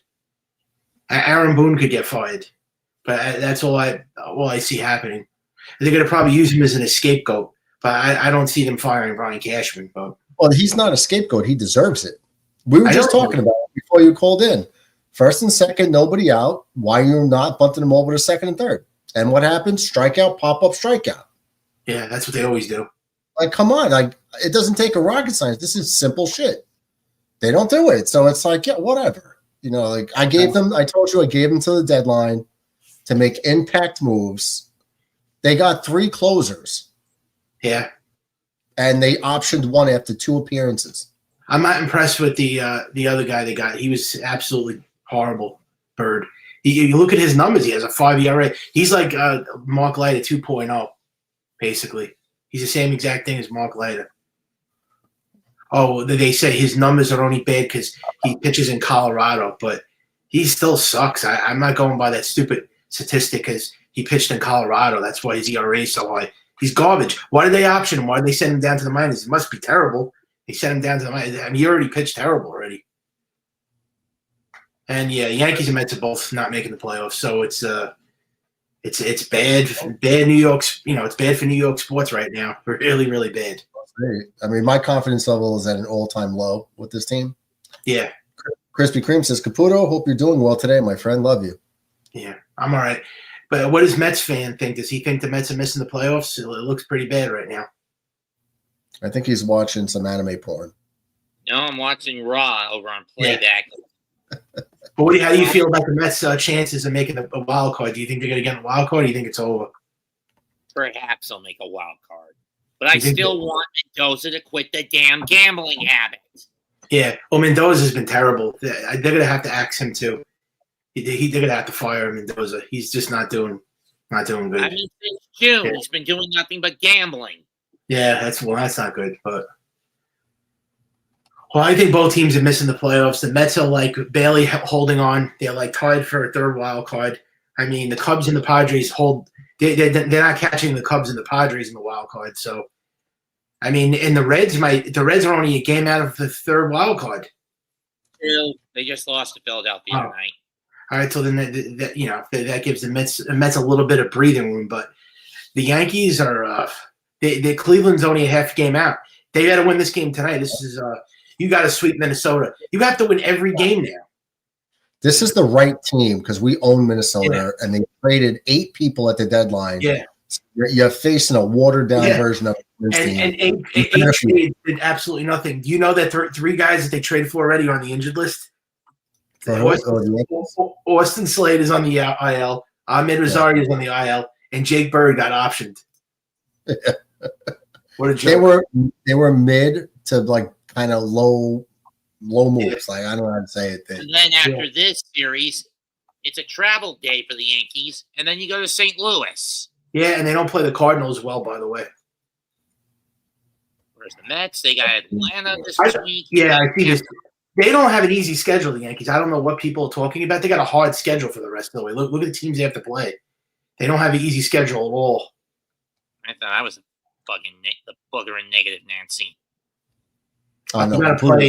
Okay, Minnesota is easy. St. Louis, they never. I don't know. They always struggle. They never play well against. They get Tampa. Boston, Washington sucks.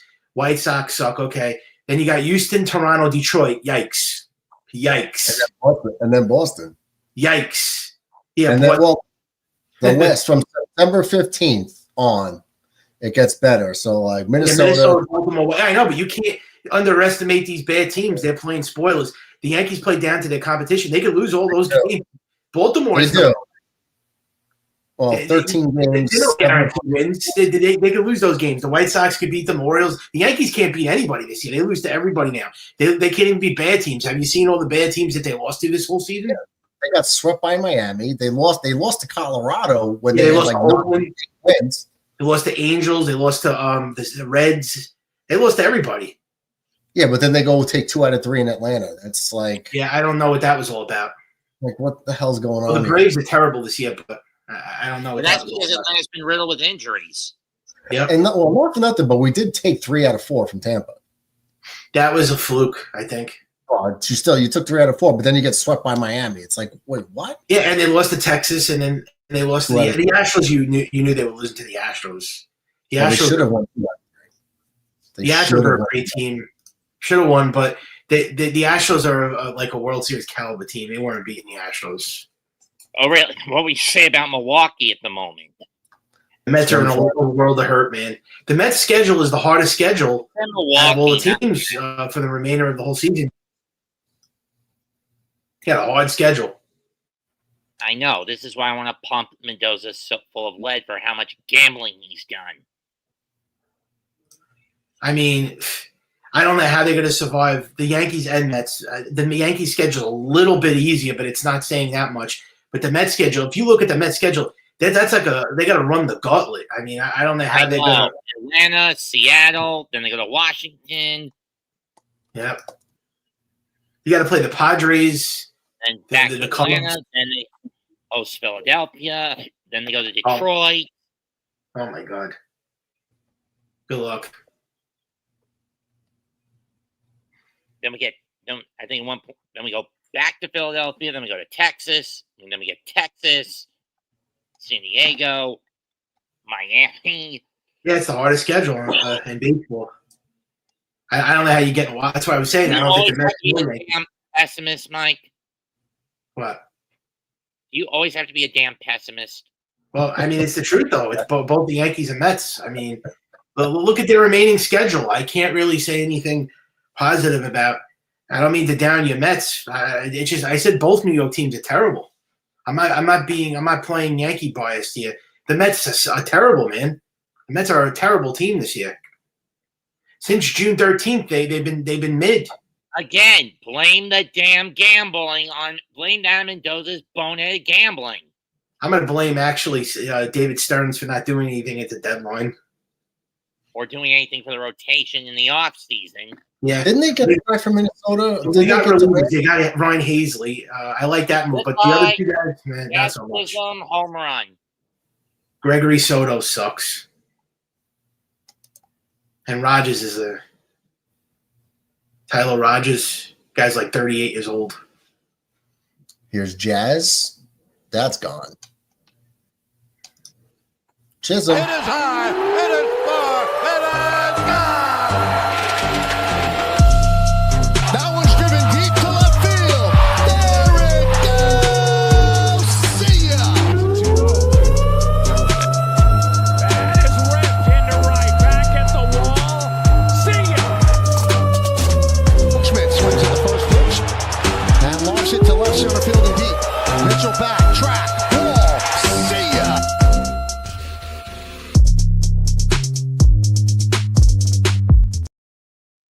Bro. Yeah, this is the perfect team to feast on. That's the only team they could beat up on is Minnesota. I actually thought they were going to lose this series too because the way this team plays, they can't beat anybody right now. But I guess, It's the right team at the right They time. also feed on Washington. they play Washington, I think, next week. Yankees got 4 solo home runs today. That's all they do is hit solo home runs, though. Home runs. You know what they call Juan Soto? No, they're calling him Juan Solo because all he does is hit solo home runs and he doesn't hit a bet on base this year. McAteer says Well, it's a minus. yeah, Sorry. Have a batting coach who's nothing but a damn put-down artist. So you're just blaming this on Mendoza, and the team itself is not playing well, though. No, I said no. Batting coach is Chavez. Oh, yeah, Chavez. Oh, they should have fired Eric Chavez, the hitting coach. He should have been gone. The Yankees hired him, and then Put-down Yeah. artist. Why I else remember have that, Beatty, yeah. Mauricio, and Vientos suffered, and Alvarez all suffered under him this year? Yeah.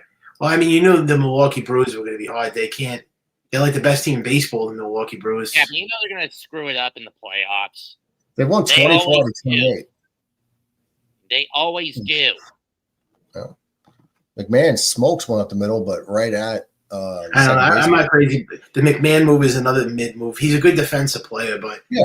You've seen the defense already, but he's no different at the plate. It's like he's still a 210 hitter, but yeah, the defense has shown up. I don't like his bat.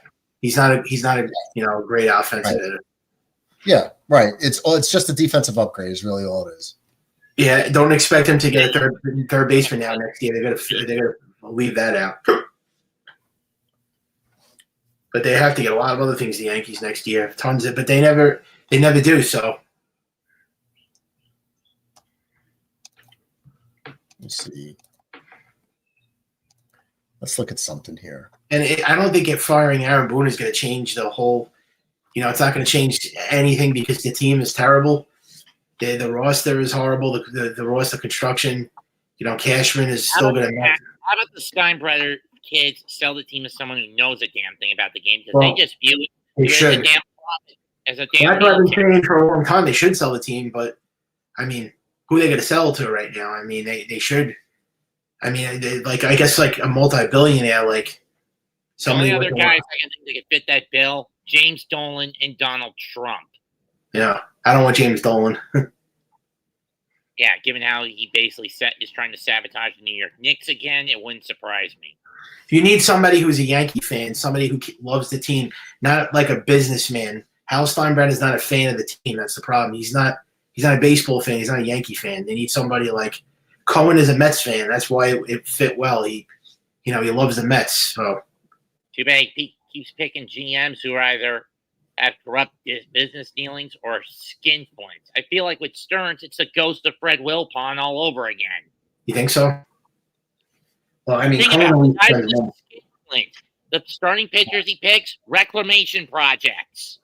Well, yeah, Stearns has been a disappointment with. After getting Juan Soto, I thought they were going to do more. They didn't really do a lot at the deadline. Neither team's got picked up a starter. That was the big shock. I thought the Yankees and Mets were both going to get like starters. I don't know what they were doing. They just went full bullpen mode. Jules in the house. What's up, Jules? Murdoch, what's up, brother? Good to see you. Gentlemen, good to see you all. Let's go Yankees. Hell yeah. It's the same crap with the Yankees. I just can't anymore. At this point, I'm just getting. I mean, think about it, Michael. When Stearns was in Milwaukee, what was his game plan with structuring the roster? Cost efficiency and penny pinching. True or false? Yeah, no, he was. And that gives me Wilpon PTSD. Yeah, he did build a great team though with Milwaukee. Though I don't how are they such a great team? The teams he constructed never got to the damn World Series. You know, this team might make it to where the Milwaukee's like, how are they? I can't believe they have like a. If you look at their roster, the Brewers, would you think they would have 73 wins right now? I mean, it's about to be 74 if they beat the Pirates. But yeah, I don't know how they're doing it. They literally have one great starting pitcher in their rotation. If you look at the rest of their rotation, I mean, who do they really have? Brendan Woodruff? I mean, they really don't have anybody great. Got him back from Tommy John's, that Mizorowski kid. Yeah. And offensively, who is? I mean, I don't really know too much about their offense. They have Kristen Yelich. They have that young kid that got hurt. He's supposed to be like a phenom, but he's hurt now. They've got Billy. Yeah, Yoya Contreras. They have. I don't really know their whole lineup, but let's take a look at this. Joey Ortiz. Oh yeah, Joey Ortiz. I forgot about him. Andrew Vaughn. They could do that without having to buy a team, and they're a great baseball team. Isaac Collins, Bryce Charang. Let's take a look at that. Like, let's just look at some free agents from next year. JT Realmuto probably ain't going nowhere.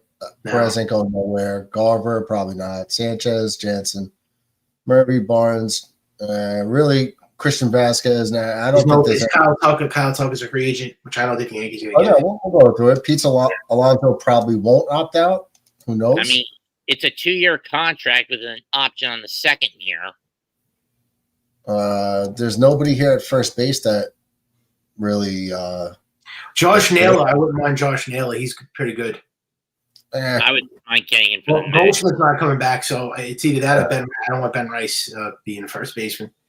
Ben Rice might be a catcher. Josh Naylor's actually a pretty good hitter. He was a bad thing. Him and the Yankees. Well, I know that. Louis Arise, Ozzie Albies. This is the guy I said in spring training. I begged them to get this guy because he's on an expiring contract. Arias? Yeah, but now they got Jazz. They're going to make the excuse that they have Jazz Chisholm. They won't get it their second baseman now. They have Jazz Chisholm. You need Arias, and he could be a perfect leadoff hitter. He would be a great leadoff hitter. They need a leadoff hitter. Wizard of Eyes. What about getting the old Wizard of Eyes? Arias won like 3 batting titles. He gets on base. That's who you need. He would be a perfect leadoff hitter, but I don't. Once again, third base. What about Ozzie? Ozzie Albies? No, I don't think we're getting him. No, he's got a club option, so it's not up to him. I think he's staying with the Braves. It's a club option, so it's not his option. And by the way, Luis Arias can't play defense, so just take that under consideration. I need guys to get on base in front of our big boys. I know. You don't want another bad defensive player. I mean, Jazz isn't great as it is. Jazz makes tons of errors himself. So they're terrible. They're the worst defensive team in baseball, though. I mean, yeah. So I mean, if you're both going to not be good with the glove, at least give me a guy that can win a batting title, get on base. Polanco has a vesting option. That's interesting. Bregman could opt out. Suarez is going to be a free agent, which is why I think they might not have traded for him because I think they maybe just said we'll just pay him. How are we going to get Bregman? We have Ryan McMahon now. Unless you trade Ryan McMahon, you can get Bregman. You're not keeping McMahon. McMahon's like a 1 year or a half a year rental. Oh, he's got 1 year left at 26, and then I think he's a free agent. It's okay. What about you're not going to hold up, man.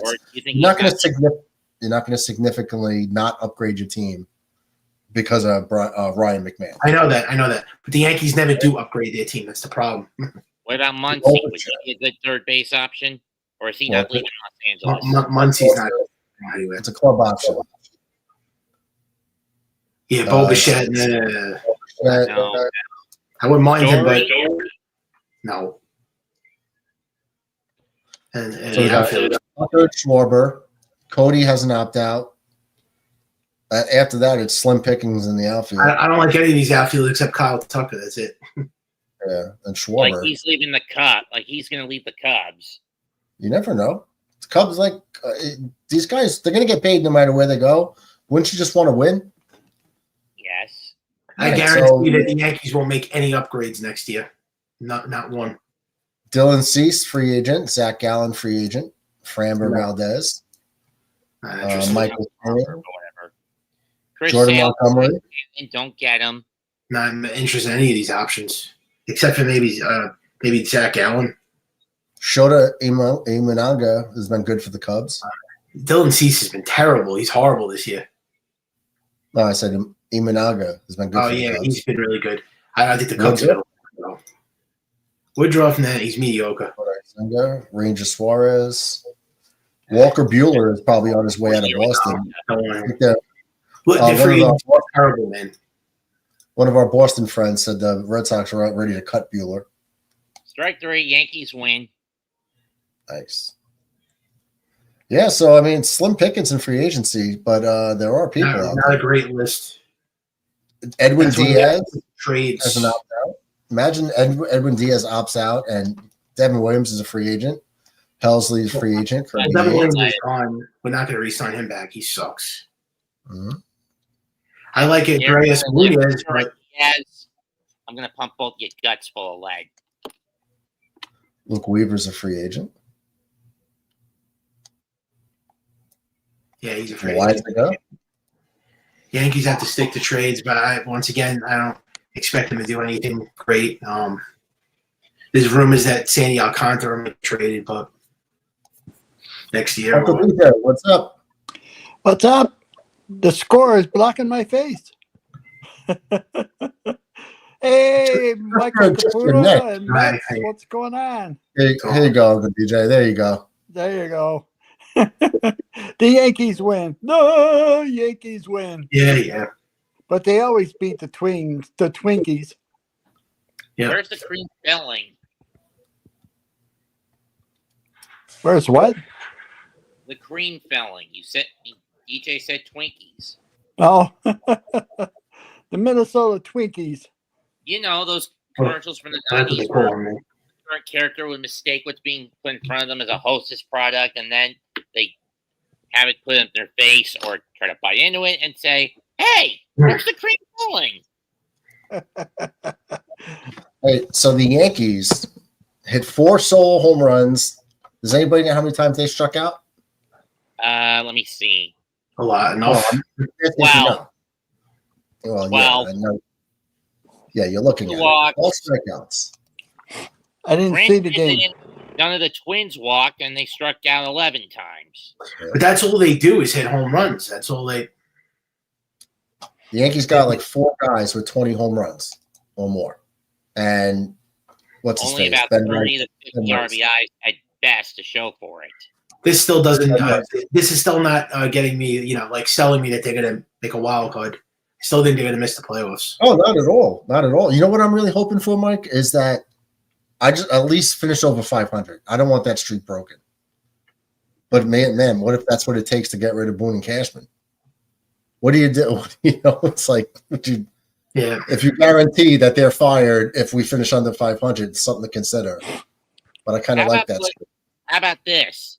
After the season, if the Yankees fail to make the playoffs, you put them both in the cage. Loser gets fired. No, they both got to go. But if anyone's going to go, it's going to be Boone. They both have to go. Yeah. They both have to Cashman fired first. Joyce says Paul Skeens won't be a free agent until 2029, Skubal in 2026. Yeah, like the Tigers are going to let Skubal walk. Well, if he's a free agent, I mean, he could. That's up to him. Well, they're a good team right now, so. I'm just saying that even Yankees ain't getting either one. There's rumors about the just going to take whatever deal the Tigers are going to give them. Yankees ain't getting either one.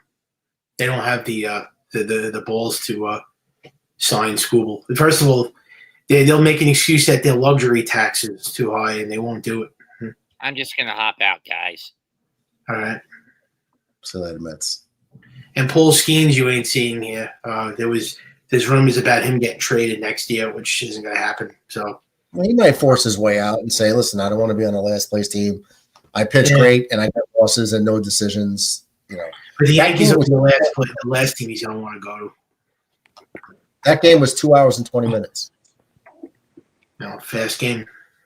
That's what happens when you have 23 strikeouts in a game and only how many walks? 2 walks. 2 walks, 23 strikeouts. And 4 homers. Well, Minnesota hit a couple themselves. They hit 2 themselves.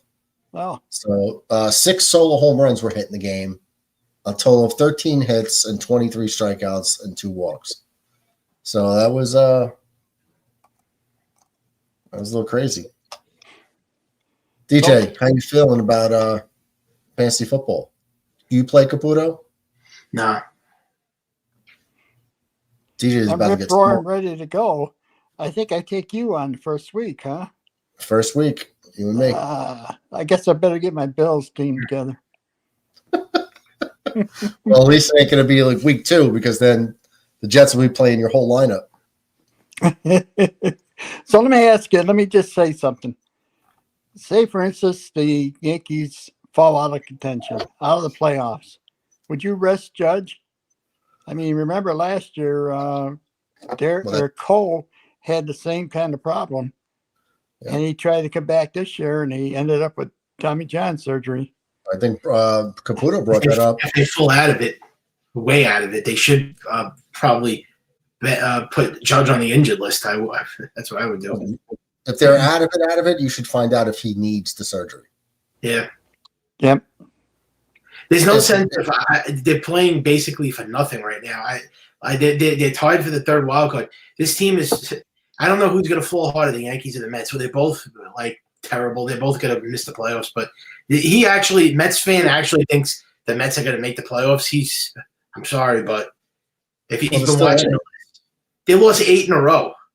Yeah, but they're still in the wild card. They're on the wild. They're barely in the wild card. They have a bigger lead than we do. They have a 2-game lead.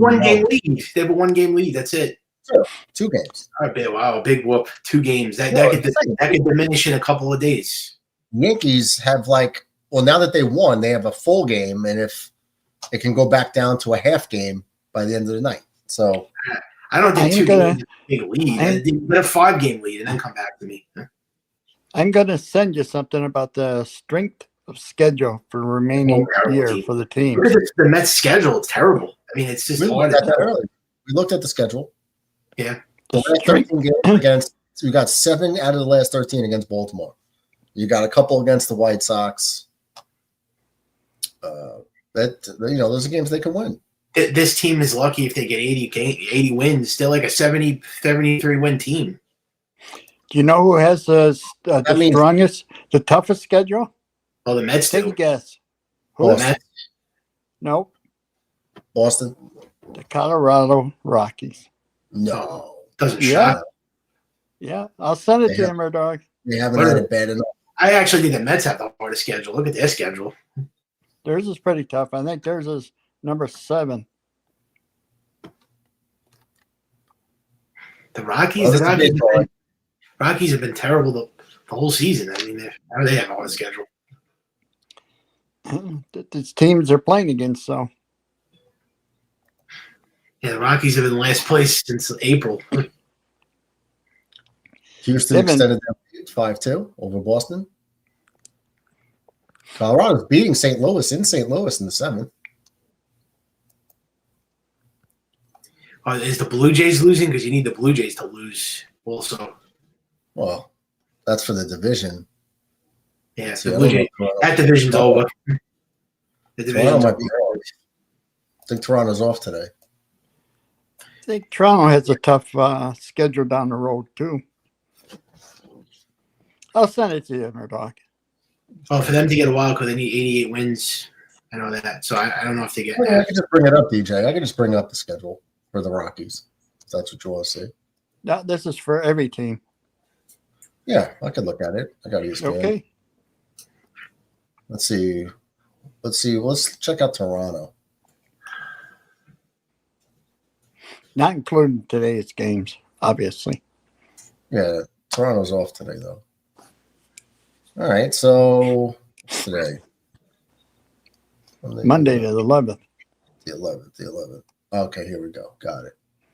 Okay, so they go to Chicago for 3. I'm sorry, at home for Chicago and Texas. Then they go to Pittsburgh, Miami. Then they got the Twins. They got 3 against the Brewers, 3 in Cincinnati, 3 against the Yankees, 3 against Houston, 3 against Baltimore, 4 against Tampa Bay, 3 against Kansas City, Then they wrap up 3 with Boston and 3 with Tampa. Do you think the Yankees are going to catch Seattle, Boston in the wild card? Well, they're close. I don't think they're going to catch them. They're close, but still, I mean. This is based on winning percentage of the teams they have to play. They're only 3 games out from Seattle and 2 from Boston, and they got a full game on Cleveland right now. And is Cleveland playing today? Cleveland might be off as well. Yeah, Cleveland's off today. So even if they do somehow by a miracle get into the wild card, they're going to get knocked out like fast. They're going to get knocked out of the first round, the wild card. So what's the whole point of like getting excited? They're not going to go far this year. Did they change it, or is it still a 1-game playoff? It's 2 games. Yeah. So it's best out of 3. Yeah. Yes. Okay. Yeah. But I think they're playing the games all in one park. So whoever has the best record, their best 2 out of 3, they're just staying. Yeah, if they do get in as a wild card, I think they're going to get swept. We shall see. I mean, you'll have Fried and probably Rodon going. Yeah, Fried's been horrible. I have no confidence in him. Like, he's been terrible. His last 7 starts, I don't know what. So you really have you feel confident about Fried pitching game 1? He's been terrible. Him and Rodon are like, pick your poison. It's the best shot. I do have confidence in them, but it's our best shot, right? And then I don't know if Gill would be, if Luis Gill could be back at top form, which is a stretch. I don't have confidence in Rodon. He's terrible, Rodon. And Fried, there's something wrong with Fried. Ever since that blister, he hasn't been the same. That's been his MO, right? He's always got a blister problem. Yeah. Who pitched tonight? I missed the whole game. How did he do? He did great. He struck out 5 of the first 6 batters. Yeah, he gave up a home run on a 3-2 pitch in like the 6th inning, and they took him out. And the Yankees were up 3-2. But he was only at 85 pitches, so I thought he could have possibly got through the 7th inning, but they took him out. And but he gets the win. He had a good game. He let me see what did he do here. Warren went 6 2/3. So he 6 2/3. So he could have possibly got through the 8th inning. He only gave up 3 hits, 2 solo home runs, no walks, 7 strikeouts. So through 85 pitches. And I see, what was it? Bendar closed the game? Weaver came in for 4 outs, and then Bednar closed it out. Yeah, he doesn't get the save though. Yankees won by 4. They're saying that he's like going to be their closer now or something. Williams he should have got traded. That guy. I don't know how he's still on this team. He should have been traded at the deadline. Well, he's going to be a free agent, so I think there's almost a 0% chance. 0% chance. No way. Didn't he miss a lot of last year or something? He was hurt. Yeah. He had a back injury. He was out for like most of the whole season. Oh, look, he was one of the best relievers in the National League for a couple of years. Yeah. He was. Then he gives up a big home run to Pete Alonso in the playoffs. He was never the same after that. Well, this year, because it happened last year, and it's like he carried it over. From last year. He carried year. it over to the offseason, and he was just a shit show from day one with the Yankees. Well, I think it's he can't pitch in New York, and he's playing with an injury. I think he's injured too. He originally wanted to go to the Dodgers. That's the team that he said he thought he was going to get traded to. I don't think he could handle the pressure in New York either. Well, a lot of people are like that. Sonny Gray was like that. Unless this guy's just completely cooked and his career is over, and it doesn't matter where he pitches, he'll suck. I mean, well, he pitches himself into trouble every chance he gets. Yeah, he's not a strikeout pitcher either. He's like a ground ball pitcher, type control pitcher. He's not a power pitcher, Williams. No, it's a lot of breaking. He got a lot of movement, but he's highly inaccurate. He'll throw a random pitch, sweeping, but in the dirt. It's like, what was that? Yeah, just awful. I don't know how this guy had the career he's had, but the way he throws pitches, he's worse than Clay Holmes. I mean, he's worse than Clay Holmes when Clay Holmes was with the Yankees last year. He has 17. You know how many blown saves this guy has? He only has a couple. 13 blown saves. Yes, that's a lot. Devin Williams? Yeah. No, I believe he only has a couple, but he's been like teetering on the line and not getting the blown save. Let me look it up because I thought it was going to be a lot more than it was. To tell you the truth. You're telling me that he only has a cut? Look at his ERA though. He's got a 5-something point ERA. He's just, you know how many? I know Clay Holmes had like 14, 15 blown saves last year. I'm looking to see if we have blown save stats up here. He has a lot of blown saves. There's no way that this guy only has 3 or 4 blown saves. That's ridiculous. He was horrible for the last 6, 7 times he came in a game. He blew every single save. No, I don't think it. These metrics don't show it. I thought they would show blown saves. I don't think he's the main reason why the Yankees are terrible. They're just a terrible team, but he's part of a downfall, yeah. Their bullpen just sucks. Getting these relievers didn't do a damn thing. They still make the same mistakes. Well, look at his ERA. Look at his ERA since 2020. 5.44. No. He's at 5.6 this year, but let's look at him from 2020, right? Yeah. Well, he started in 2019, 3.95, but then it was 0.33. Yeah, exactly. And in a full season, 2.50. Yeah, his career was great until he came to the Yankees. Yeah. He had 3 years in a row with an under a 2 ERA, 1.93, 1.53, 1.25. He was one of the best relievers in baseball. One of the best. But didn't he miss a year then? Yeah. And then this year, it's up over 4 runs. 4 runs. The airbender. 5.6.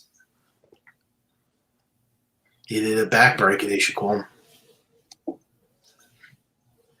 Let's see. That guy's garbage.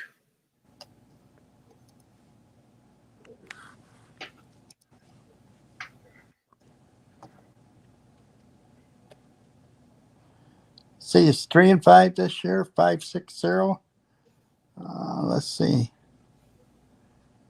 Just a horrible year. There's no way he's going to come in a big game, and if they get to the playoffs, he's not coming out of the bullpen in a big situation. No way.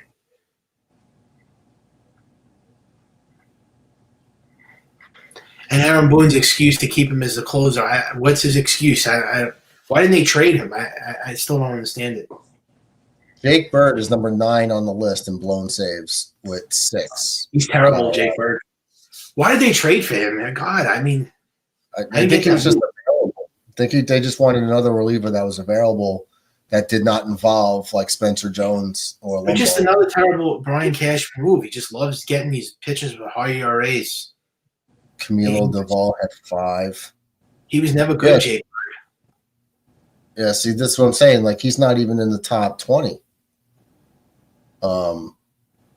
The Yankees traded for 2 guys in the top 20, but he's not. Yeah, Duvall and Bednar, they're okay. Devin Williams has escaped like the blown save. That's the crazy thing. He still sucks.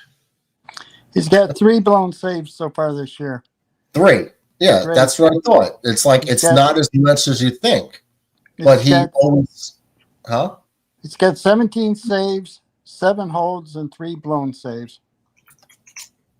Hard to believe it's great, but he had more. In his career, he has 85 saves, and wait a minute. His career, he has 85 saves and 13 blown saves. Last year, Devin Williams, Loizaga, and Luke Weaver all have 3 blown saves. If I'm reading this right. Yeah. Go ahead. What were you gonna say, Mike? I said last year Clay Holmes had 13 blown saves. That's crazy. I thought Devin Williams had twice as many blown saves. No, like he gets there. You know, like he'll give up runs.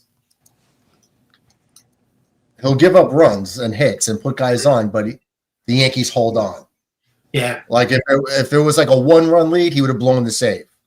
But they had a 2-run lead, and he gave up 1 run and then held on. Well, but he had blown saves where they lost too, though. They have lost when he was. Yeah, well, he has 3. He has 3 blown saves. But I'm saying he has like escaped with a blown save, like without getting the blown save. He put us right on the brink so many times. Yeah. And possibility he gave up the lead, but yet the Yankees come back to get the win. Right. So that doesn't count as a blown save. Or, well, no, you could blow the save. You could blow the save and still win the game. Yeah. But he's like finish the season with a low ERA. That's for sure. It's going to stay probably 5-4. Well, like if he comes in with a 3-run lead and they score 2 on him, he doesn't get the blown save. But he still gave up 2 runs. He's been the king of that. That's why it only looked great. Especially in 1 inning, that just counts as like a 9 ERA, of course, added on top to the total.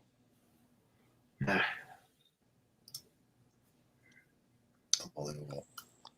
He's like kind of downhill too now, kind of like Bellinger. He hasn't been hitting as good. He was like red hot. Now it seems like he's cooled off. I mean, he was 1 for 4 tonight with a dinger. He got his average up to 272. Remember when he was hitting like 190 in May? So he went to like 270, 280. Now it's back to 273 or 274 or something. Yeah, 272.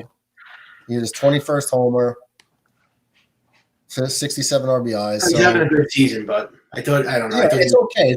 It's an acceptable season. Kind of MVP season. If he finishes like with 27 homers, 28, 85 RBIs, like if that's possible, like something like that, it's like okay. Yeah. Hell, if he hits 280, I mean, how many players nowadays do that? He wasn't the second leading hitter.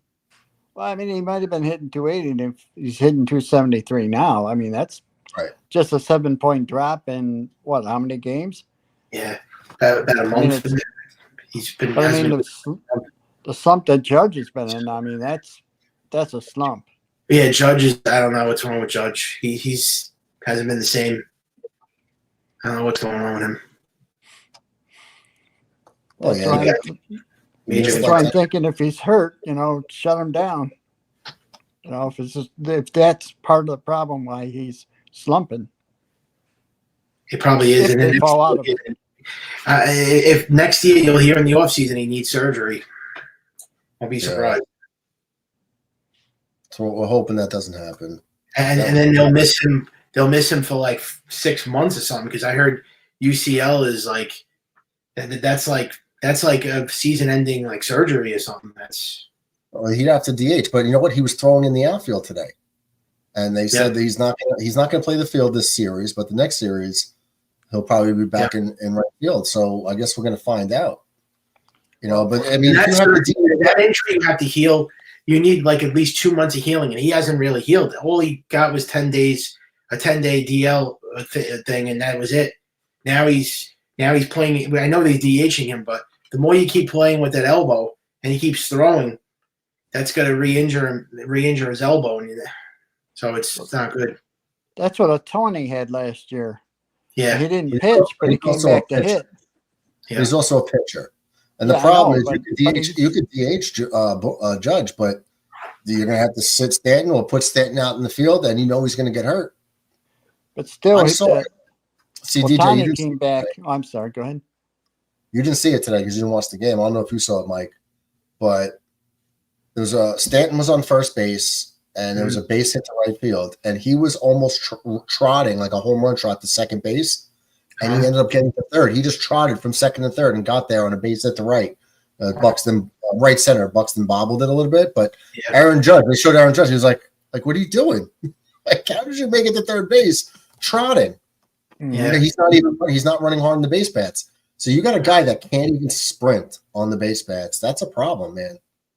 Yeah. And then what are they doing? In the 7th inning, they take out Stanton, and they put Caballero in right field or wherever he was playing left field. But Dominguez is sitting on the bench again. What is that about? Well, I guess because the defense, they trust Caballero. Everyone knew that Judge was going to. Everyone knew when Judge came back, he was going to be injured. This was obvious. Everyone saw it coming. But Otani had his UCL taken care of, Tommy John last year, so he didn't pitch for a year and a half, but yet he still come back and hit. And look what his hitting has done. I mean, he's hit 50 home runs so far.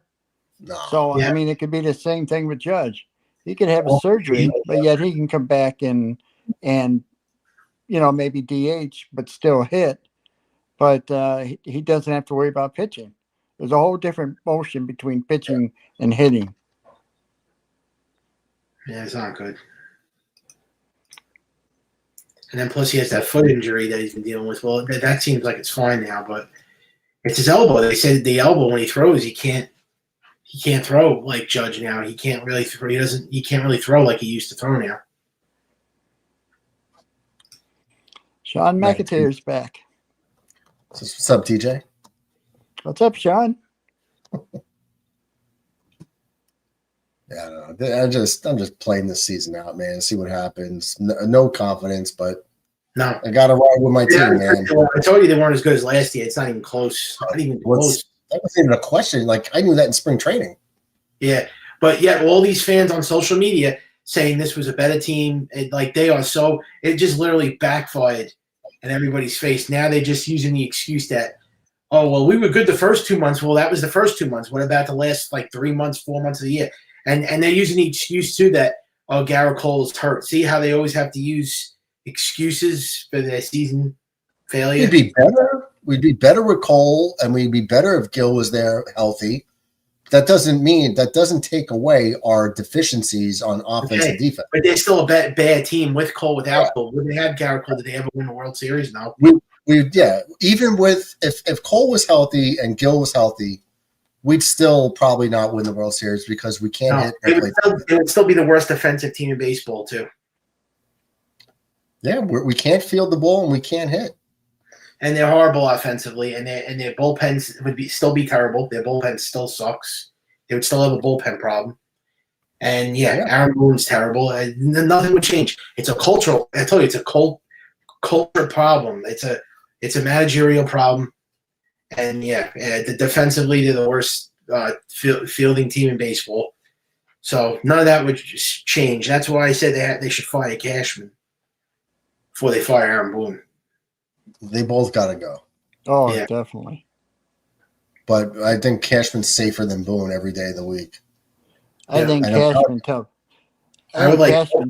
Boone to follow the analytics, and Boone says yes. Yeah,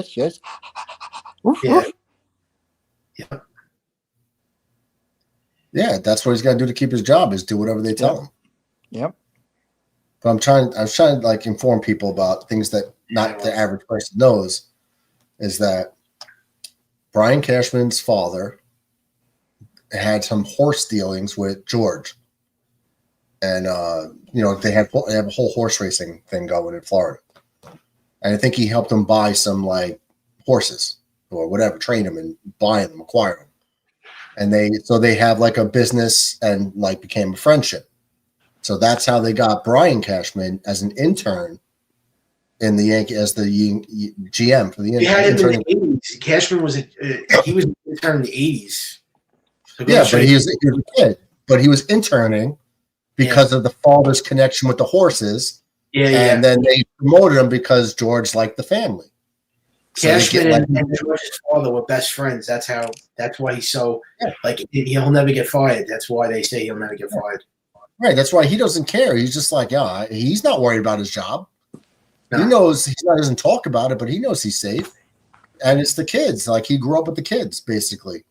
And, I think Cashman should be fired because he's responsible for this team. He's the one that puts the team together. You got to fire him, and you got to fire Aaron Boone. Getting a great manager, getting a new manager won't do a damn thing. I guarantee you right now, let's say they fired Boone right now in the middle of the season, or the end of the year, and they brought in, let's say, Mike Scioscia, I still think they would suck because the team is horrible. I don't think so. Nah. I think it would. I'm with you halfway on that. If they had someone like Scioscia, they'd have 80 wins right now, but they'd still have the warts. They still would have the bullpen problem. Getting a better manager is not going to change the dynamic of the team. You need the players. In 2009, they won because they had a great team, not because of Girardi. Girardi wasn't a great manager.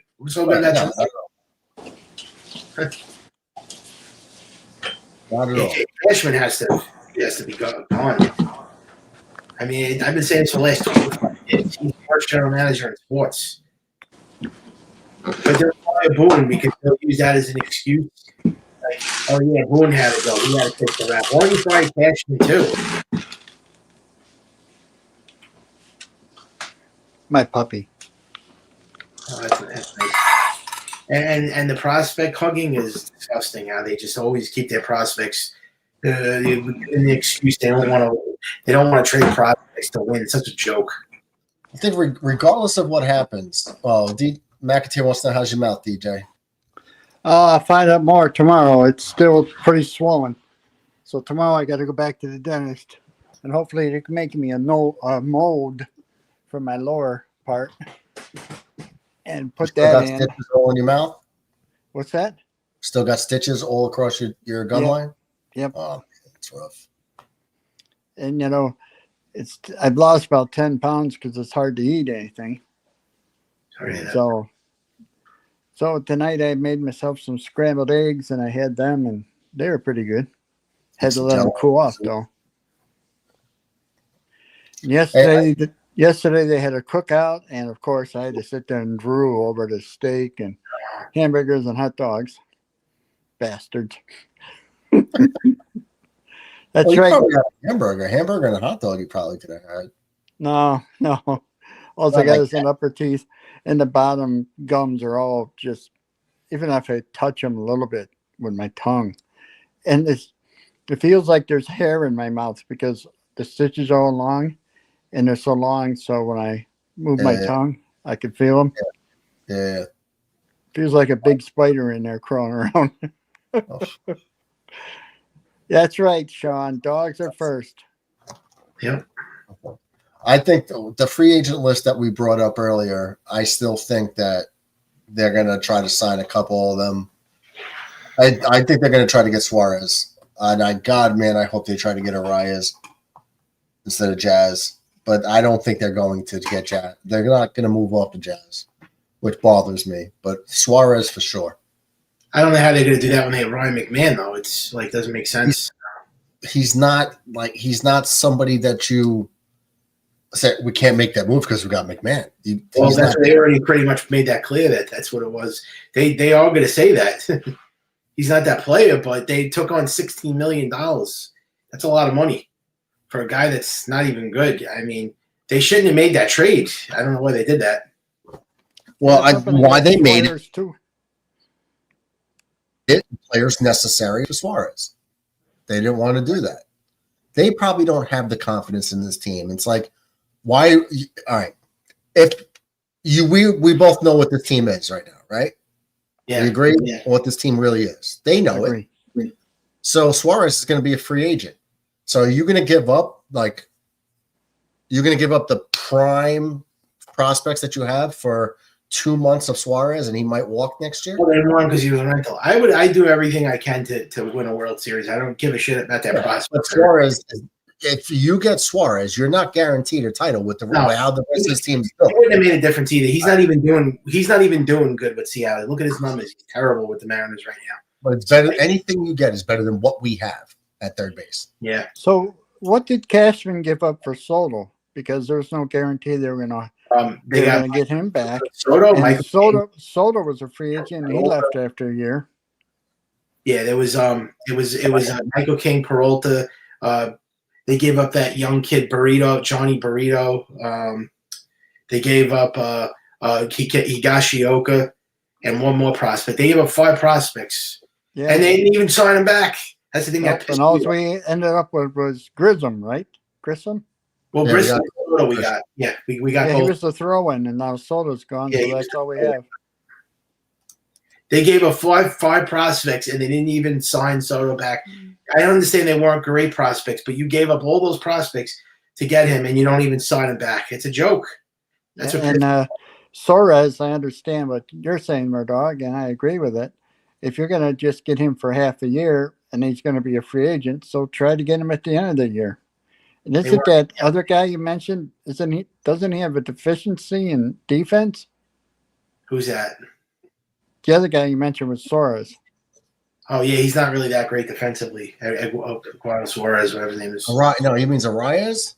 Yeah. Oh yeah, he's not great defensively. Yes. Yeah, but neither is Chisholm. Yeah. Well, That's the thing. true. It's not like you're giving up like, oh, Chisholm's a Gold Glover. He's a Oh, 230 hitter with 20 homers, but he's a Gold Glover too. It's not the case. He makes No. bonehead plays. Arias is a good hitter, right? Yeah, he can hit, but he can't play defense. He's not going to play much worse than Chisholm. I just need guys that are going to set the table for Judge, Stanton, Bellinger, whoever we got there. That's what I need. Brother Infrared in house, Brother Obama, the Yankees stink. Yeah, Suarez has been he's been some pickup for the Mariners. He's hitting 105. Well, see, that's somebody you can get at the end of the year since he's a free agent. Yeah, but he's still dangerous, man. He's still dangerous. Yeah. So sign him at the end of the year as a free I've agent. wanted him. Difference maker. Suarez is okay. He's not a difference maker. Come on, he's not a great player. Listen, you got a guy that's going to hit you 40-plus home runs a year at third base. Like, He's also 36 years old, man. I'm not compared, but yeah, we're not asking him to be the cornerstone for 10 years. But if you got, like, Judge is 33 years old. You got to start putting guys around him that can help. I know. He's not he's not like a Soto. We're not getting a game changer like a No, I get it. I understand. But you're also not giving him $700 million either. No. And what do you think to sign him to a 2-year deal? That's all I'm giving him, too. He's 36. I'm not giving him a 4-year, 5-year deal. No. I'd give him a couple-year deal and see if we can get a young prospect or if we have one coming up just to hold the fort down that's going to hit you 40 homers plus, especially in Yankee Stadium. That home run total can go up, to be hit 45 a year.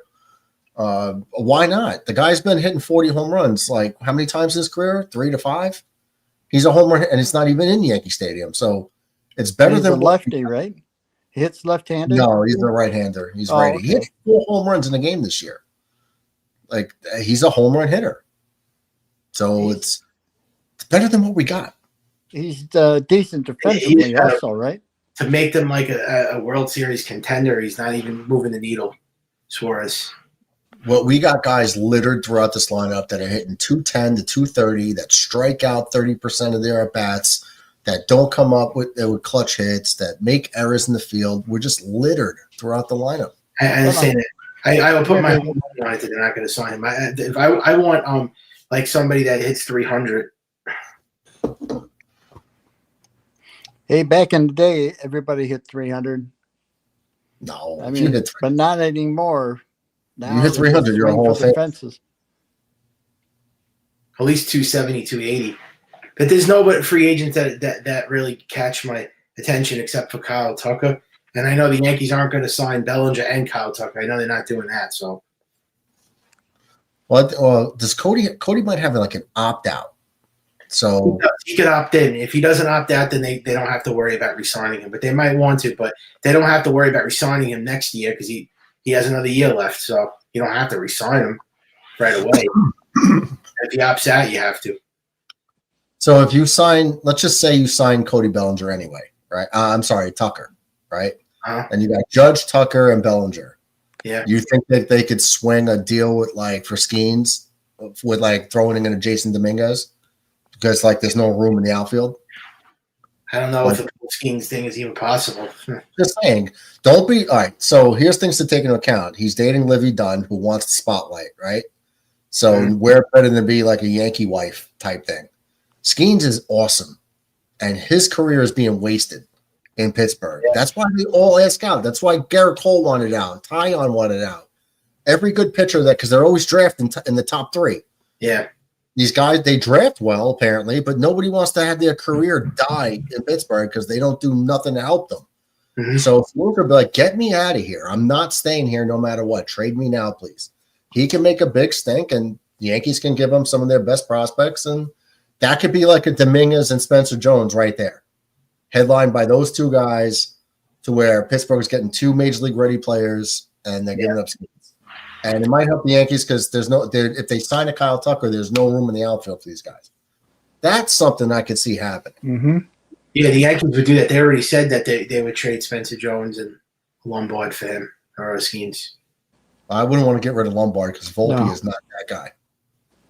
Yeah, well, don't get your hopes up with him either because they hype up every single prospect. And I get it, bro. I get it. I'm not saying Lombard is going to be the shit. I'm not saying he is, but I already know Volpe isn't. So I'd rather see Lombard get a shot. Yeah, and that's another problem. The Yankees need a shortstop. That's another issue they're going to go into the season with. They're going to really bring Volpe back again. I want Volpe gone. I want a pure shortstop and a catcher. Weston Wells also sucks. Yeah, he's terrible. That's another downfall. I'd rather see Ben Rice catch every game. I'd rather Ben Rice hit than watch Weston Wells. Oh, definitely. Ben Rice is not a good catcher. I know, but I'd rather see the bat in his hands than Austin Wells any day of the week. Yeah, I'd like to see Dominguez, Jones, and probably a top pitcher to Pittsburgh for. If you sign Bellinger and Tucker, you fix their infield immediately, but you still have a problem in the infield. The outfield is set, but the infield is still a problem. You still have all those terrible fielders. Volpe, Jazz, Ryan McMahon is probably the only good defensive player in the infield. And then who's your first baseman? It's going to be another problem. Well, it's going to be Ben Rice. They're going to let him take over unless they sign Josh Naylor. Yeah. See how many holes they have? They have tons of holes again. They do. And a lot of it could be upgraded in free agency. I wish they would have signed Pete in the offseason. Alonso. Yeah, I wish they would have signed him. That's an opt-out. Yeah, I don't want Pete Alonso. No thanks. No, I would have had. I wish they would have. He's not he's not a winning player. Well, he plays for the Mets. Yeah, but he's not even having a good season. The Mets don't even want him now. They're saying that they regret signing him back. Who said that? The Mets fans hate him. They say the fans said that. Okay. And they hate Soto, by the way. You know, they hate Soto, the Mets fans too. Well, Soto doesn't do anything to make the fans love him as far as his attitude. And I played that when I got into the debate with the Mets fans that called in, and I played them the video of when it happened because I dropped the video of Soto throwing Pete Alonso under the bus. Yeah. And, of course, they came running to his defense because he's a Met. Mm-hmm. I was like, look, he's done this before. No, he hasn't. Well, yeah, that one guy came in arguing with me saying, oh, what do you mean that he won because of his mother? That one guy that got mad came on video that started going after me saying, where did you hear that he signed with the Mets because of his mother? It was a big reason why, because he listened to his family's decision. I heard originally he wanted to come back to the Yankees, but his mother loved Steve Cohen's wife. He wanted a close relationship with the owner, right? Soto wanted to be in a close relationship with Steve Cohen. That's why he also chose the Mets. He didn't feel that relationship with Hal Steinbrenner. So that's another reason. Well, it's a business. What, DJ? I said there's a red flag to me when you got a player playing on his fourth team at age 26. Yeah. Mm-hmm. Well, the Nationals wanted to lock him up with like a 10 to 15-year deal for like $500 million. He was like, no. So when they knew that he wasn't going to resign for what they wanted to pay, they shipped him to San Diego. Now he's in the I know that. He's with the Padres. And it's crazy because they're all Spanish guys. And now Machado, Tatis, and they said Bogarts did not get along with Soto in the clubhouse. So he threw them under the bus because he was doing well and they were struggling. And then I played it for the Met fans that were complaining and I was like, look, they're interviewing him in the locker room, and he's saying when they're saying, no, you guys are struggling. He was like, well, you got to talk to those guys about that because he was actually doing good personally. Yeah. So it's like, wait, so you're like, what do you mean? Because we're sucking right now, so you don't do that. He did that problem with the Padres, and even with the Nationals, they were saying there was a problem with him and Trey Turner or something. So I don't know. Then maybe this is a pattern. Well, why did he get along with Aaron Judge? They're saying when he was at the Yankees, he loved playing with Judge. There was no problems there, right? Well, Judge is a good guy, Judge is like just all business and like cool with everybody. Judge might like in Judge's head, he might be like, this guy's such a dick. But outwardly, Judge is probably like very, what's the word I'm looking for? He's humble. He's definitely humble, but he's definitely like cool and endearing. Yeah. And, but I'm sure in his brain, Judge is probably like, this guy's an asshole, Yeah. Like, so they worked well together on the field. And pretty soon, the Mets are going to find out the same thing. It's the same thing as the Jets found out about Aaron Yeah, Rodgers. the Mets are not gonna. It's the Mets are the Mets at the end of the day. They're a losing franchise. It's not looking good for it. If they don't get a starting pitcher next year, the Mets, they're in a lot of trouble. Losing franchise. Well, they are. The Mets are. No, I know. Like they've only what? How many titles they have? 3? Two. No, they didn't. 69. No, just two. They didn't win in 73. No, 69, 86. That's it. Okay, 86. Okay, so then they lost 3. They lost to the Yankees. They lost to the Royals, and they lost to what? The A's maybe in 73. Yeah, I think so. Okay, so they're 2-3 in the World Series. Yeah, I guess you're right. Losing franchise. You've been to 5 World Series since what? 62. Yeah, whatever it was. They don't have a history. I can't even really sum it up because the history is bad. McIntyre, stop it. Let's move on to the Met fan. Man, a Met fan and a Jet fan. Wow. We got to ask Mets to come back on. He'll let us know. Mets was in a bad mood today since he called it. All I said was that they're not going to make the playoffs too. I said both teams. I'm not trying to put the Yankees on a pedestal. I said both teams are not making it, and he's like, "Why do you have to be so pessimistic?" He's in a bad mood all day long. Full stream. He's in a bad mood. Mike, why are you going to bring up bullshit? One thing I have to say about Soto is he has 28 home runs, so the guy hits bombs though, right? But look at the numbers.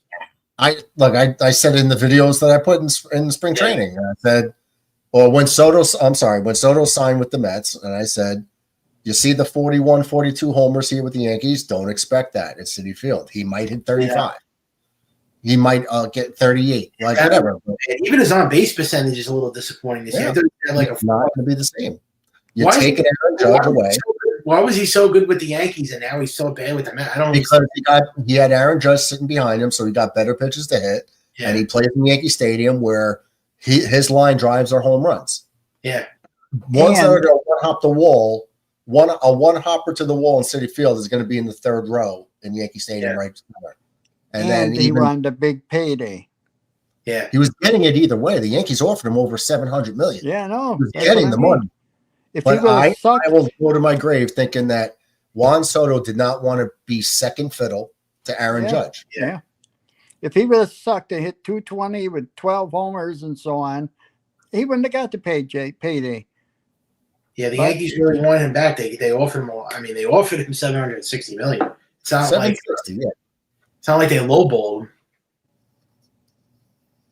They were putting everything on the line. The Yankees. They were basically putting their eggs in one basket, giving this one player all that money. And look what the Mets did now. They spent all that money on one guy, and now you can't really do anything. Now you're handcuffed. Yeah, and if the team hates him and he hates the team and the fans and he hates the fans and they hate him, look, if he starts playing well and the Mets are winning, it's going to be all forgotten. They'll just love him. Yeah, it's the first year though. You got to see what happens in the second year, the third year. If they have to make more moves, the Mets. I can't judge off of one season, but I could judge off of 3 or 4 years. Remember, he has an opt out in 5 years. So yeah, he might ask to be traded before that. But then his leverage is going to be down because he'll be 30, 31 years old. Yeah. And he'll be looking for another 10-year deal at that point. And people might be like, well, you're not getting the AAV that the Mets gave you. You got that AAV because you're 25, 26. That's why you got that much. But once you're now in your 30s, you ain't getting that $70 million a year roughly, you know what I mean? Or whatever the hell it ends up being. Yeah. And then plus if you're a problem, why do I need – if the Mets could do it all over again, you think they would? For a guy with how many games are left? No, I don't think he's going to retire. I don't think he's going to last 15 years with the Mets anyways. I don't think he's going to stay his entire career with the Mets. I don't think that contract is going to work the whole 15 years. No way. Well, no, I'm thinking okay, so let's just do this for shits and giggles. Let me get to it. Give me a second. He's probably struggling because of a contract too. That's probably has something to do with it. And he signed a big deal. I tell you, he wanted it. That's his contract. That's what he wanted. Yeah. All right. So let's see. Where is this guy? Okay. Wow. Jesus. Just like I said, he's hitting 242 at home with 13 home runs and 37 RBIs, and his on-base percentage is 367 at home. Juan Soto. It's that City Field makes a difference. It does. I tried to tell the Met fans that you're not getting 2024 Juan Soto. You're And not also, getting. when he played with the Padres, Petco Park was also a bad stadium for him. He had a horrible season with the Padres. I don't know if you remember. He had 236 with the Padres. Yankee Stadium was perfect for him. It was perfect because it's a left field bandbox. But did he hit Yankee Stadium? It's a right field bandbox, and he can go oppo there. Yeah, and he did. And the left field push, it's great for lefty hitters. Well, down the line, it's reachable. Yeah. But it left center. It goes to 399 in left center, so it can get a little deep, very deep in left center. But if he goes the other way to like down the line, left field, and a little bit to left center, it's easy. And in City Field, it's not easy all around. So he's hitting 251. His on-base percentage is still good, 383. I mean, that's not bad at all. But he's hitting 251, which is not good. He struck out 98 times. He's got 18 stolen bases. Wow, the Astros blew a 7-3 lead. Now it's 7-6. Wow, they suck. They couldn't hold a 7-3 lead. Wow, so Boston scored 2 more. Okay. 28 homers, only 67 RBIs. He scored 3 more, actually. Do you know what he hit in Yankee Stadium last year? Soto? Well, he hit 288. I know he hit 288. 41 homers, 109 RBIs. You can make a case if Judge didn't win that MVP. He would have been second. He was like second in the MVP runnings. Soto. No, Bobby Witt was, I think. Yeah. Kansas City. Yeah, well, Soto had a great season. Yeah, Bobby Witt finished second. Yeah, he walked 129 times, 109 RBIs, 41 homers, 31 doubles, 41 dingers, on base percentage of 419. Yeah. He slugged 569. He's only slugging 493. It's a big drop off. His on base percentage is 30. It's 36 points lower. Mm-hmm. I told the Met fans this was the drop off I told them they were going to get. So really, 37 homers. So the only good thing about him this year is really the home runs. Look at his RBIs. He's got 67 RBIs. 67. That's what a solo home run king. Yeah. And he had a lot more RBIs last year, even batting behind Judge. Yep. I mean, he hit in front of Judge. Didn't he? He hit in front of Judge. I'm sorry. Yeah, in front of Judge. He got pitches to hit, and that's when he threw under. That's why I said he threw Pete Alonso on the bus, because during the interview he was like, last year playing in New York, I had the best hitter in baseball hitting behind me. I got pitches to hit. That's his way of saying I got Pete Alonso, and they're not scared of Pete, so they're not giving me shit to hit, and so they can pitch to him. Yep. So that's why I was like, he's throwing this guy under the bus, and pointed out that Judge's presence gave him everything to hit, and that's why I tried to tell the fans this is the dip that you're going to see across the board, and it's exactly what's happened. So, well, what I'm very surprised in though is his stolen bases. He has 18 stolen bases. I thought this guy was a horrible base runner. Well, he might not be the smartest base runner, but he's not slow. Yeah. Well, I know he can't throw anybody out, but they said he was horrible defensively and he couldn't run the bases. But he's got 18 stolen bases, so he's not that bad. Yeah, he's only been caught once too. Yep. He got caught once. So really, what's so good about him this year besides the home runs? There's nothing really that comes at you, right? No, he's got 28 home runs. That's like it's not great. It's like it's good, but it's not great. No, what is he on? Let's see. What is he on pace for? I'm talking about everything else: average on base, OPS, WAR. It's not really good. It's a drop from last year for sure. Yeah, average across the board except for stolen bases. So why are people saying that? Oh, Soto, like they're trying. No, well, most fans are pissed off with Soto this year, but why is some fans like trying to cover it up like Salicata? Oh, Soto's fine. Like he always sticks up for Soto. No, he is fine. He's fine, but you're just not getting the 2024 version. It's just not going to happen. On the team he's on, in the field he plays at, this is a no-brainer. It's not rocket science. Yeah. It is. Oh, he's great to play. Like, wait. If Aaron Judge played at Comerica Park, he would not be hitting 50, 55, 60 home runs. No, he wouldn't. He'd probably hit 48, Yeah. if he played in Comerica Park, because he hits a lot of opposite field home runs in the short porch. Yes. Probably about eight a year. It adds up. Yeah, Yankees and Mets both are terrible this year, period. They're both not making the Here playoffs comes the fella there. many times. And I turned that What's down. great about Soto is he's great in the playoffs and he has a championship. So, see, that's what makes up. Here. That's the only way you could argue with the whole narrative with Soto being like a winning player. He's great in the postseason. He's clutch as hell, and he's he has a championship, the one with the Nationals. So, Judge won has a World Series.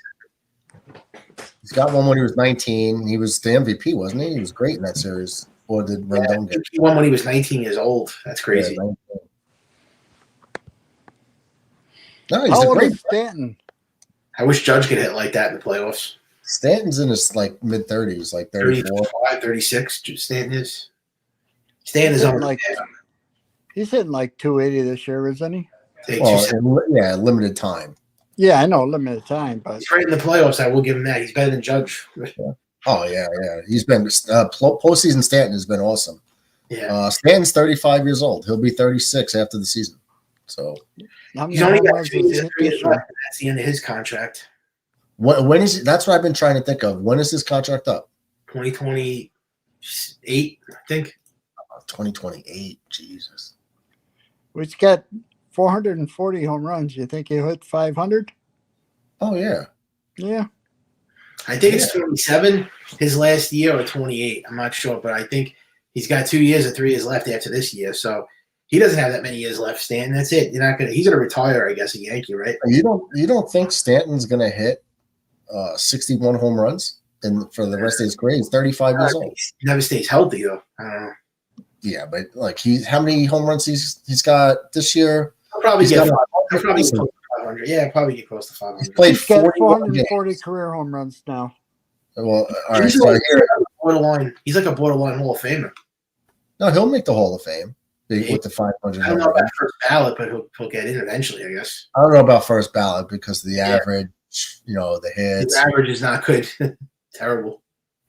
And he doesn't play the field much anymore. No, that's the problem. He's not a great defensive player. But David Ortiz is in the Hall of Fame too, and he didn't play defense either. I don't even know if he has a high on base percentage, Stanton, for his career. It's not really that. I mean, not that high of a on base. Well, let me see. He he won the MVP that one season. That was it. 346. That's okay, I guess.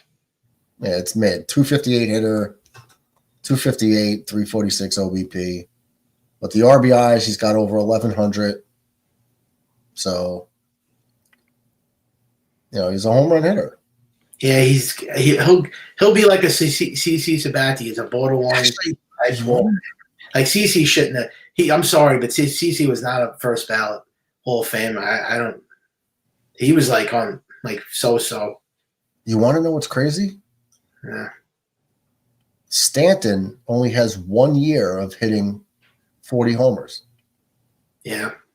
1 year when he hit 59. The year before he got to us. Yeah. He's never, besides that 1 year that he hit 59, he's never hit more than 38. And that was his first year as a Yankee. Yeah. Now you can attribute a lot of that to like missing time. Well, injuries because he got hurt a lot with the Marlins. So Marlins seem to rip us off a lot. Jeter wanted to get rid of that contract so badly. Well, all right. Look at his games played since. Well, I'll go from 2011. 2010. I don't know if he was got brought up. He's been playing baseball for a long time. I didn't realize 2010 was his first year. Yeah, first year. So 100 games, 150. Then 123, 116, 145, 74, 119, 159. That's the year he won the MVP and hit 59 home runs. He almost played every game. Then 158 the next year with the Yankees.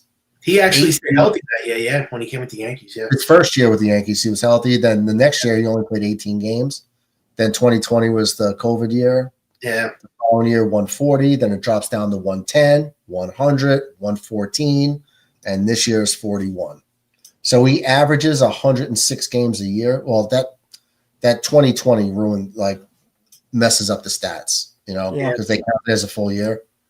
So it would be different if they just remove all that shit. And remind you, when in 2018, when he was healthy that year, he was playing with an injury too. He was playing with a hamstring injury the whole season, and he still played 158 games.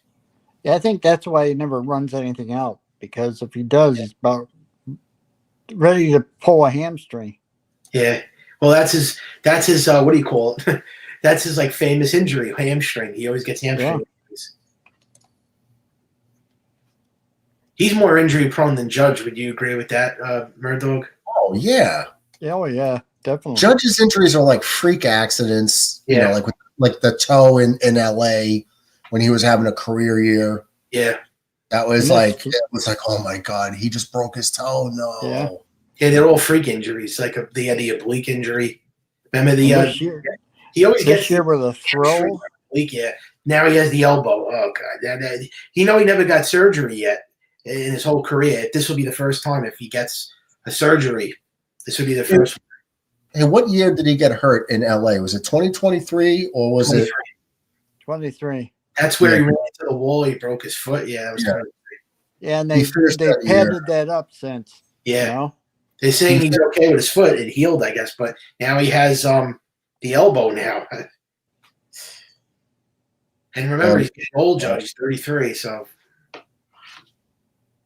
Oh, and also he had he broke a rib too. I don't know if you know that. It was like a collapsed lung or rib. He had a rib fracture, but that healed. So.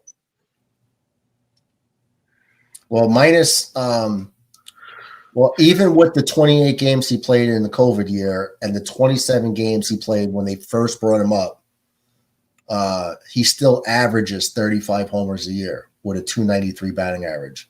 If you take those 2 years out, Judge, if you take those 2 years out, he's averaging well over 40 homers a year with an above 300 batting average for sure. Yeah. Yeah, he always hits for average. Do you still think he's going to win MVP or what? Now I don't know. It might be Cal Riley. Yeah, but look at his numbers, Riley. They go by average, big time. He's a catcher. He's a catcher on a team that's in the playoffs as we speak, and he's got 45 home runs. There's no reason why he's not going to eclipse 50. Yeah, but Judge still has a 340 average and on base. He's got but I mean, if there's a year where they're going to not give it to Judge, right now they have the most ammunition. You know what I mean? If they don't make the playoffs, they still give MVPs out if you miss the playoffs. But if they don't even get to the playoffs, then I think Cal Riley's going to win the MVP. No, what I'm trying to say is, last year, everyone there was people that were pounding the table for Bobby Witt, right? Young face of the franchise, young kid, shortstop, great player. Yeah, Judge's stats were just so overwhelming, you couldn't give it to Witt. Yeah, even though they wanted to, they couldn't justify it. This year, there's enough things that they could say to justify Judge not getting it. And we'll see how the rest of the season goes. We still got 6 weeks to go? Yeah. So we'll see. Now, Judge can go on a tear. He could. And then they could be like, look, Judge got him back in the playoffs. Judge ended up with 49 dingers or, who knows what he'll end up with. He might end up with 43. We don't know. He might end up 115 RBIs, whatever, hitting 330, 320. We don't know, but Riley's 45. He's got 45 right now. So I don't know. It's not a slam dunk for Judge by any stretch. The problem with Judge is too, he's such a big guy. I guess it's hard for a guy 6'7", 6'8", whatever he is, over 300 pounds, to have a career like that. His whole career, he's 6'7", 282. Yeah. That's a good question, Red. McAteer, choose one. Mets win a World Series or the Jets win a Super Bowl? Neither. To me, that's a no-brainer. It's a no-brainer. You're not a Jet fan. I agree with you, Michael. 0. I don't think either team's going to win. Neither of them. Mike, have you decided what team you're going to root for once you stop being a Yankee fan? I think you have a better chance of hitting the lottery 2 times than the Mets and Jets have winning the championship. Come on. This is our year. Yeah, The right. Jersey Jets. Not even New York, and the Giants are not New York either. They're Jersey. Jeez, this is our year.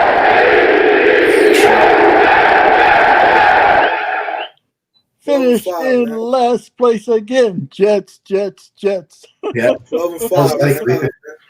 12-5, man. Pretty soon the Mets. We're the freaking New York Jets, and we're built for this shit.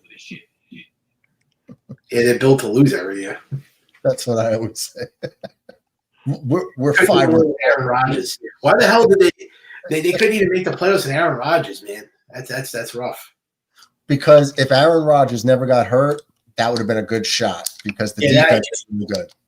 The second defense is bad no more. Yeah. The year after, the defensive line took a big hit. But that's how you know the Jets are cursed. Aaron Rodgers blows out his Achilles. You knew they did. That's what happened to Vinny Testaverde. Remember? Yep, 99. Yeah. You're 1/2 away. You're winning at halftime in the AFC title game. Yeah. On the road, you're winning, and then you got fumbles at the goal line. Yeah, that was the NFC Championship, right? With 99, right? They were like, weren't they close to going to the Super Bowl? The Jets, they lost to Denver in the AFC title game in '98. They should have won that. That was horrible.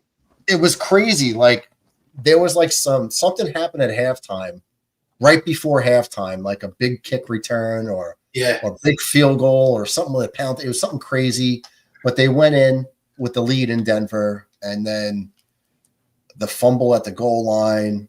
I think that was 98. I think I remember that. 98. It was 98, and it was like we were solid. We were solid everywhere. And you guys weren't they like a couple of minutes away? It was like the last second, right? The Jets were.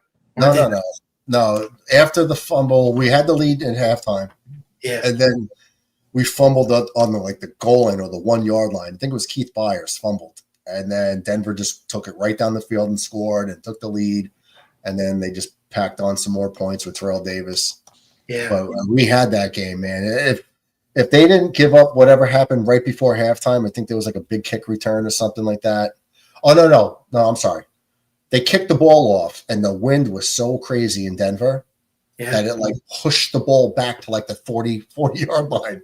Oh my God. And they got this great field position in return, and then they scored before halftime. What was the lead, though? What was the Jets' lead in the game? I don't know. It might have been like 6-0 at half or something, or 6-3 or 10. Oh, no. I mean, it was like 10-3 or 10-6. Yeah.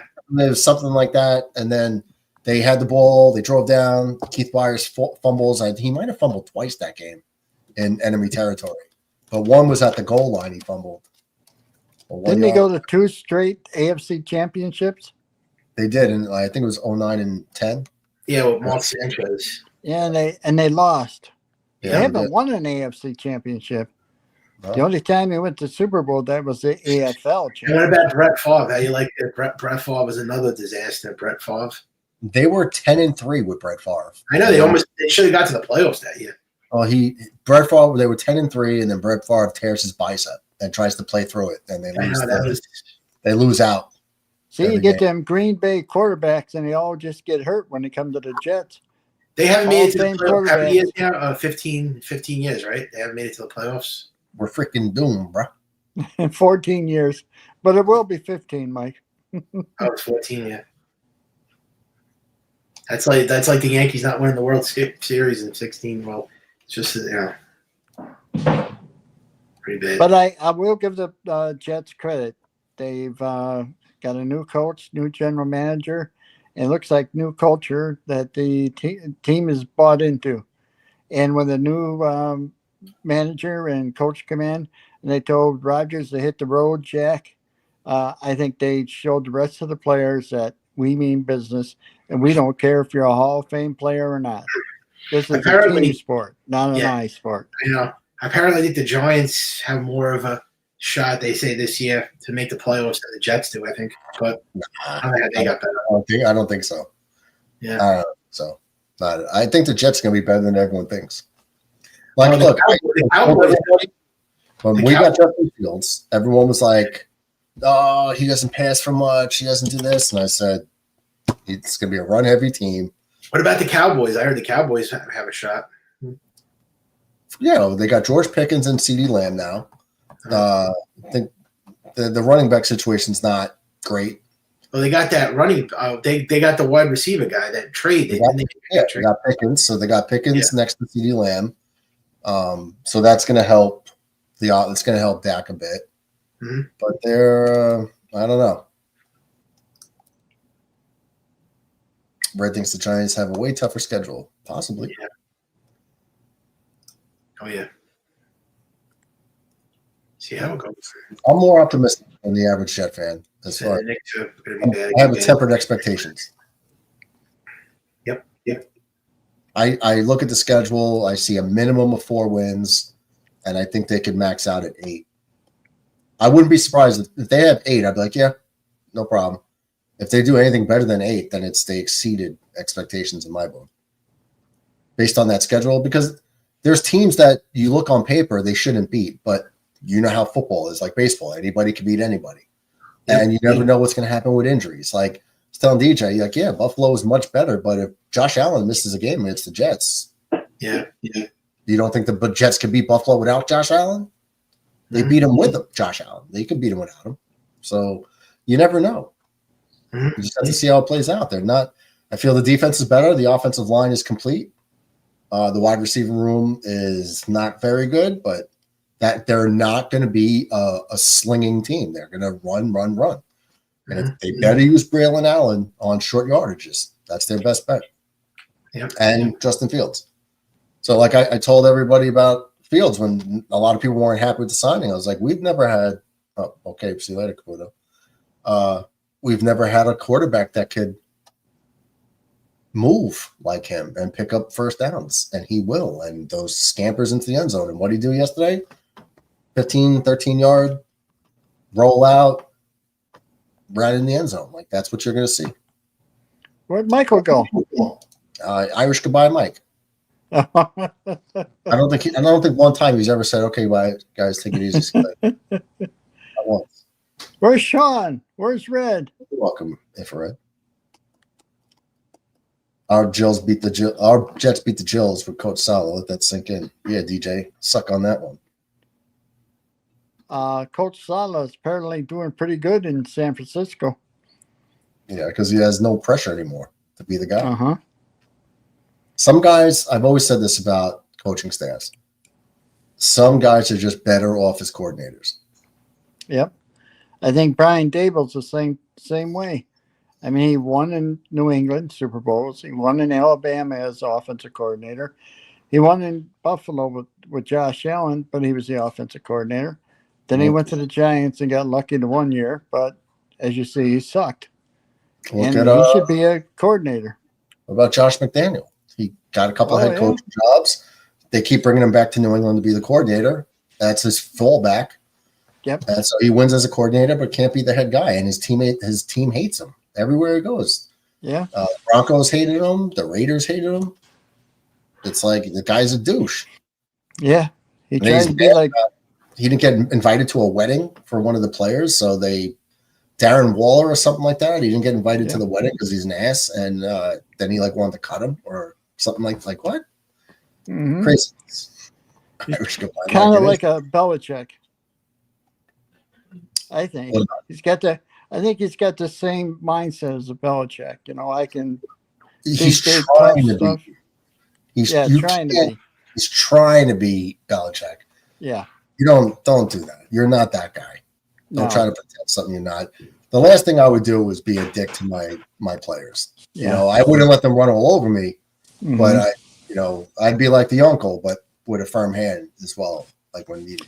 Yep, it's a whole different ball game nowadays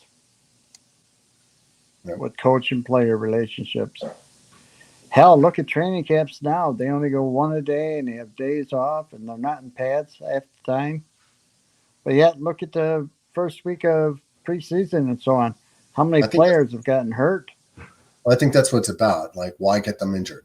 Yeah. Just 2 days. Like, you're just asking for more injuries, and no need. Like, and they've always said that you have all these preseason games, like the 4, so the owners can make money.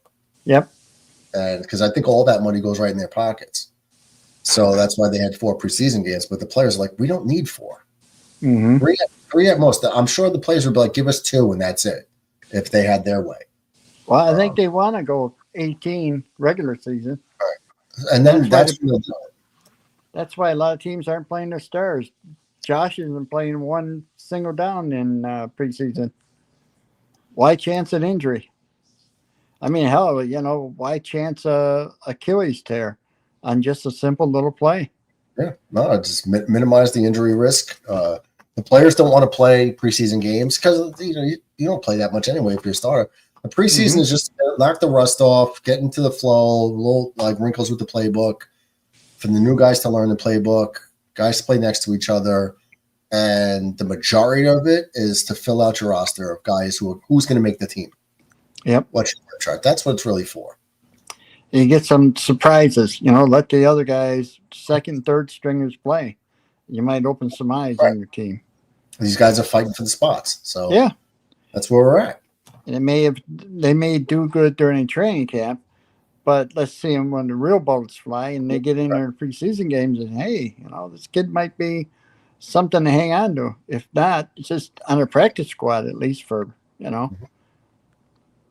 Yeah, depth pieces because the guys get hurt in football. You get hurt all the time. Yeah, so you got to wait and see. So who's behind them. Yep, definitely. I wonder how Murdoch finished. He's on vacation. Not Murdoch, I'm sorry. Red. Red's on vacation. He had a birthday too? Yesterday.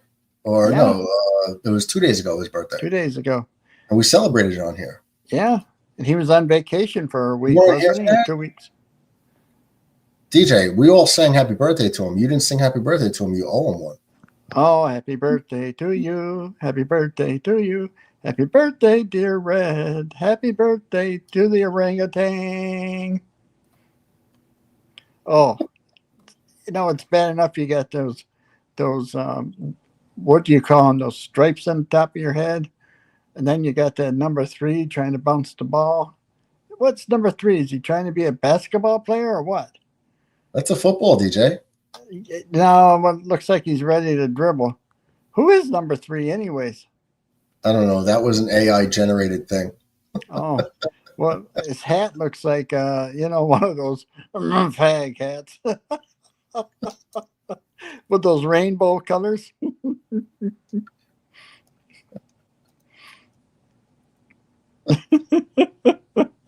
Red. No, come on, man. Well, first he said, I'm still on vacation, brothers. Okay. We used to have starters play 2 quarters in preseason the past 3 years with Salah. This is a different regime. Yeah, they know what they want to do. I'm happy, man, and I'm happy with what I saw. My expectations are tempered, but I liked what I saw, so it gives me hope because I'm watching how the offense is playing.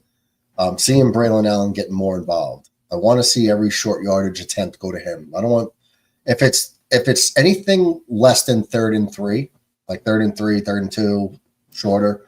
I don't want Breece Hall carrying the ball. I want him to just take the ball, pitch it out, go outside, off tackle, anything in between the tackles, let it be Braylon Allen. And I wouldn't be surprised if Breece Hall gets traded. Well, I wouldn't be surprised if Cook didn't get traded. He's been doing a sit-in, not practicing, but now pads on everything. And then he suited up for the game against the Giants, but he refused to go in. Well, did he get paid? Well, yeah, he got paid. Well, if he refused to go in, he shouldn't get paid. Well, he was in the uniform, so he was ready. But they can say we told him to go in the game. He said no. He shouldn't get his game check. That's what they should do. They'd have to suspend him to do that. So be it. You got to teach these players a lesson. Like, you have a contract. Honor it. Yep. That's it. You signed a contract.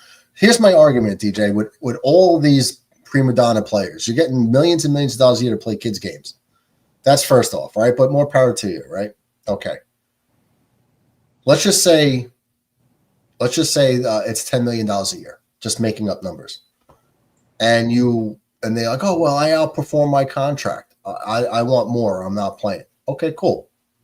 What happens when you underperform? Mm-hmm. Do you give the money back? Let's say you didn't play well enough to make your $10 million a year. Do you give back $7 million? No. I agree. Don't give it back. So then you shouldn't get more.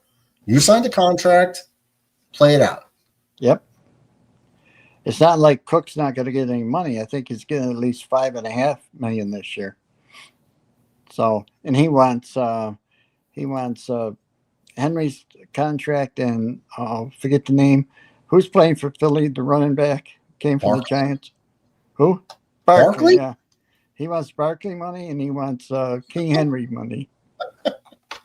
But he hasn't earned it on the field. No, and he only plays less than 50% of the offensive plays.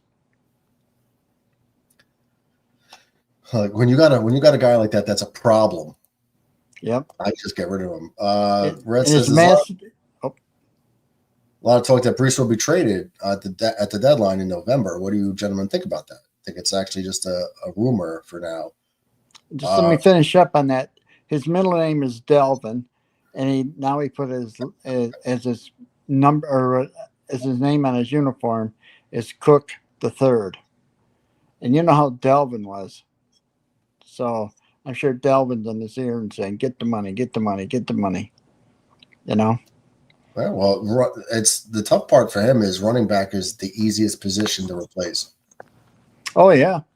So you want to be a dick?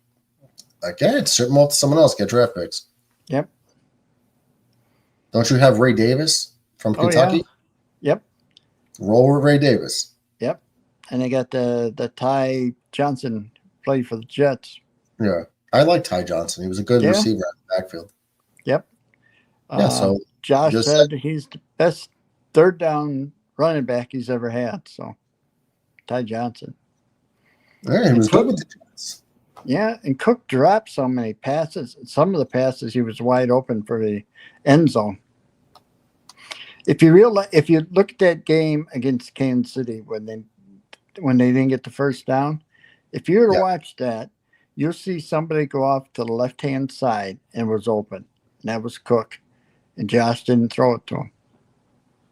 Because you didn't trust him? Yeah.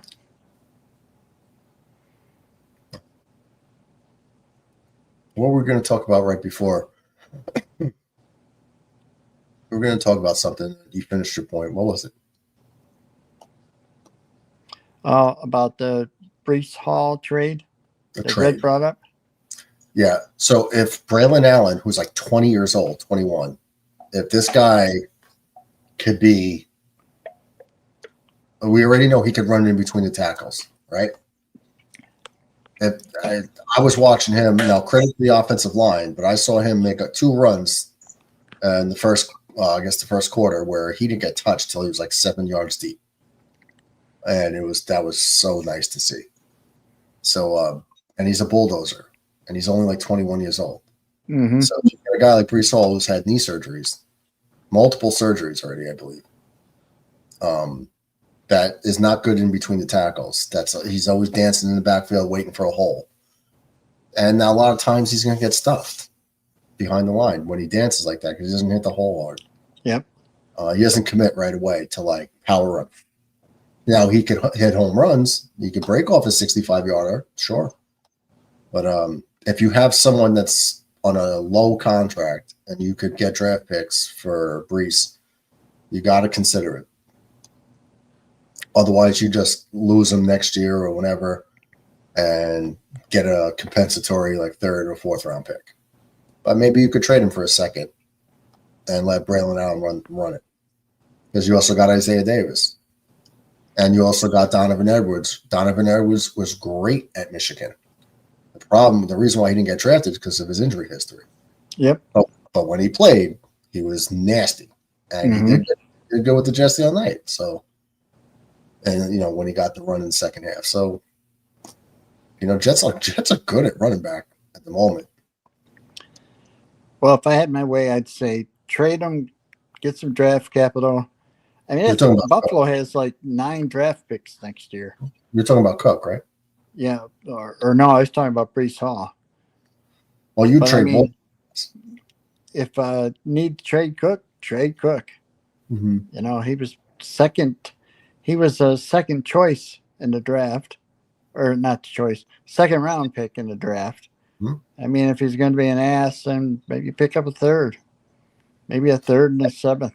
Get something back. They already have 9 draft choices for next Yeah, year. but it doesn't matter. You could take 3 of those draft picks and move up like 3 rounds. Yeah, mm-hmm. You know, that's what I mean. You don't have to use all 9 draft selections. Mm-hmm. Well, that's what I mean. You just added more ammunition to use to move up. Well, you weren't watching my mock drafts, but well, I saw it move down, make trades and move down. No, but we were doing it like in the mock drafts. We were doing it, and we were seeing moving up and seeing, okay, if we're packaging these picks, we move up to here, and we're getting X, Y, and Z, and then trade back down. Like we were just moving up and down the board with precision, and the rosters I was coming away with.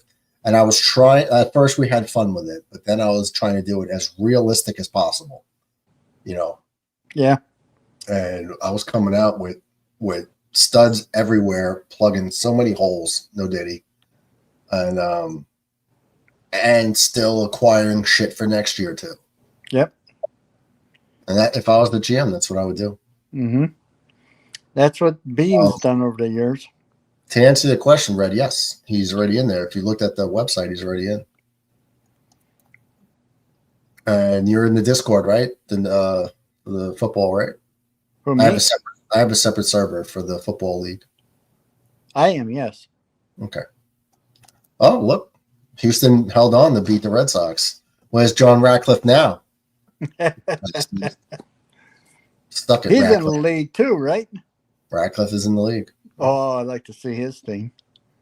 Emperor says we have a few problems, and he's not one of them. Brees is staying this year. No, he might. He might. Depends how the team's going. I mean, if they're doing good with the committee, like if Brees is doing good in his role and Braylon Allen's doing good in his role, there's no reason to mess with it. But if Braylon Allen is like a monster, then you got to get something for Brees. They'll see what the offers are. You know what I mean? So, would you trade for Cook? Me? As a Jet? Yeah. No. Mm-hmm. Well, no. The last position the Jets need to worry about is running back right now. I know. That's I agree. So, no. Mm-hmm. And why do I want your headache? I got enough headaches. I don't need your headache. Maybe they'll trade him to Dallas for Michael Parsons. Yeah, okay.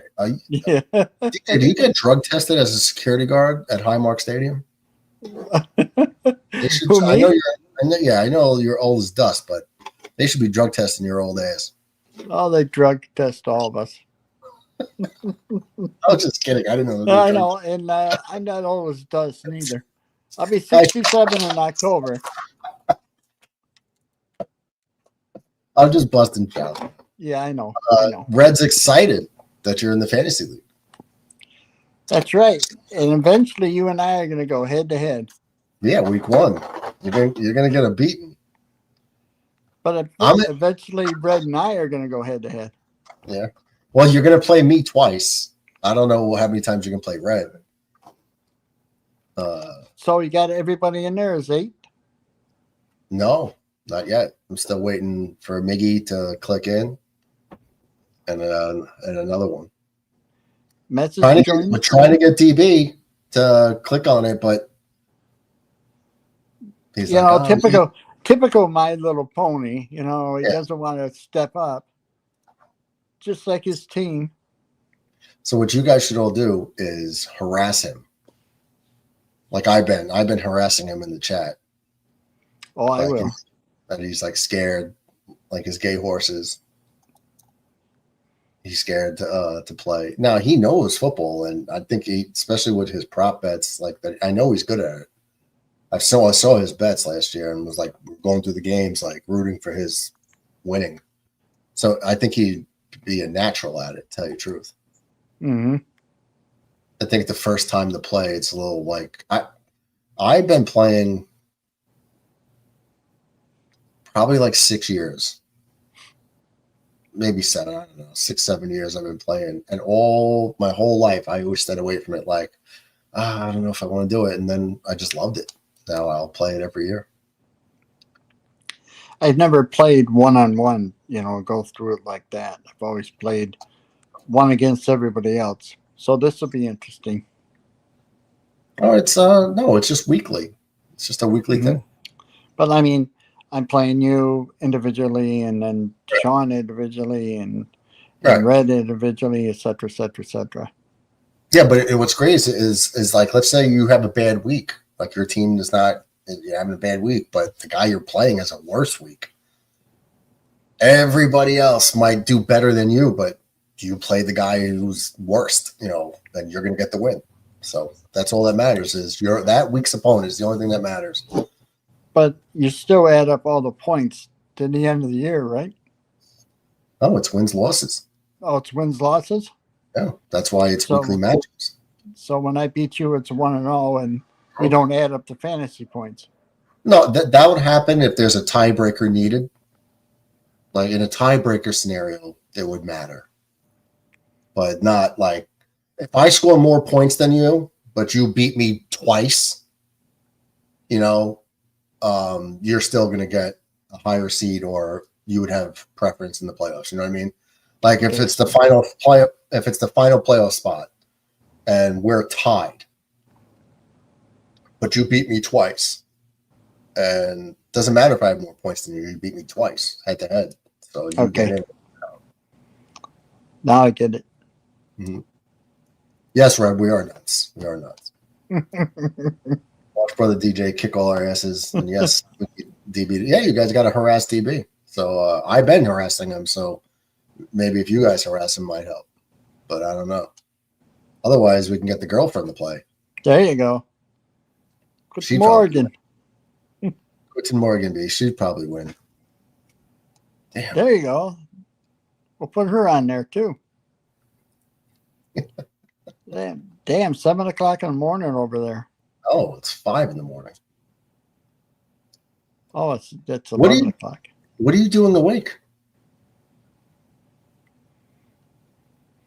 Doesn't she have to work? Yeah, but at 5 a.m.? Well, maybe she wants to get up to see you. Maybe. That's a good point, DJ. Yep. And McAteer says, Red, I had to go back to Sean McAteer as my name, but I had as defined Chunkles. Yeah, and Ratcliffe had his name as Damn Sexy Tyrannosaurus. He's like, listen, because what I want to do is put him up here. So how everybody knows everybody in the chat. That's how I want to be able to, so that everyone knows who's who. So I have to go in and look at that and see. I'll just use my name, DJ. That's what it is. It's just DJ, yeah. That's how I have it. McAteer, cheers, beers, and flexes for Bealy. Pound the like button. Hell yeah. Brother McAteer laughs. Stay fly, Red. I guess I'll wrap it up. Okay. See you later, Red. See everybody. We got to let Murdoch go so he can communicate with his girlfriend. You have anything you want to? Well, I don't know. Maybe, you know what? Let's do at least 6 minutes. Let's hit the 4-hour mark. Okay.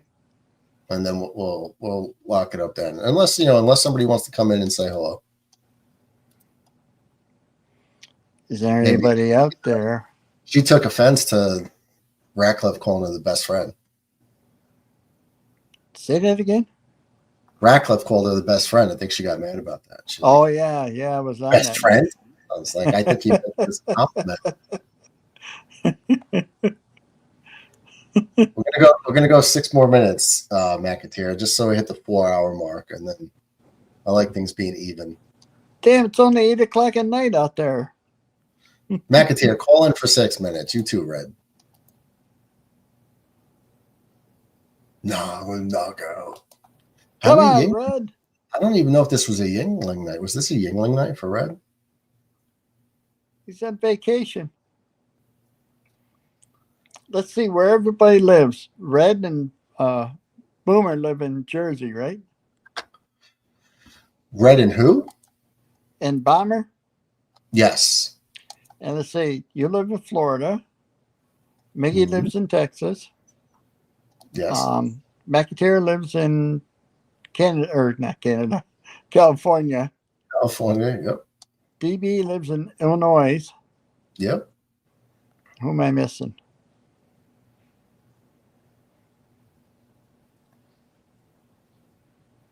Metz lives in North Carolina.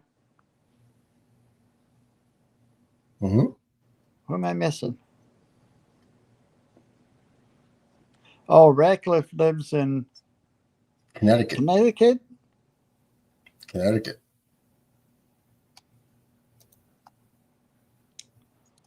Can't remember of anybody else. All over the United States. We got to get McIntyre to move back towards the East Coast. And your girlfriend lives in Germany. Almost said West Germany. Uh-oh, there he is. What up? What up, Mac? What up? Just living the dream, man. Another day. Oh, Red's got cool. to drop the kids off at school. Oh, that's right. Uh-oh. Browns are going to the Super Bowl. Red's got to go take a shit. That must be a Yingling shit. Was this the Yingling? He's painting the walls with that one then. Paint the walls, wash them off. Well, take an iPad in there so we can watch your grunt. Is that what do they call that? Cat scratch fever? So what's going on out there in the Big West? Not much, man. The weather it's a little warm during the day, but not too bad during the night. And I don't know, work is work. You know what I mean? Everybody complain about their job, but I don't know. Who's listening? My wife and I were watching, I think it's called Survivor Mode or something like that. We taped it, and they're talking about the Monticello mud slides. That was on the show, and they showed people who actually went through it and so on. And they showed all the mud slides. This is in 2018, I think, when everything was all scorched earth out there, and they got a heavy rain. That happens regularly. I mean, whether it's a scorched earth, we've had mudslides and stuff like that for sure. I've seen that. Nothing near where I'm at. Yeah, okay. I'm in the middle of nowhere. Nothing happens here.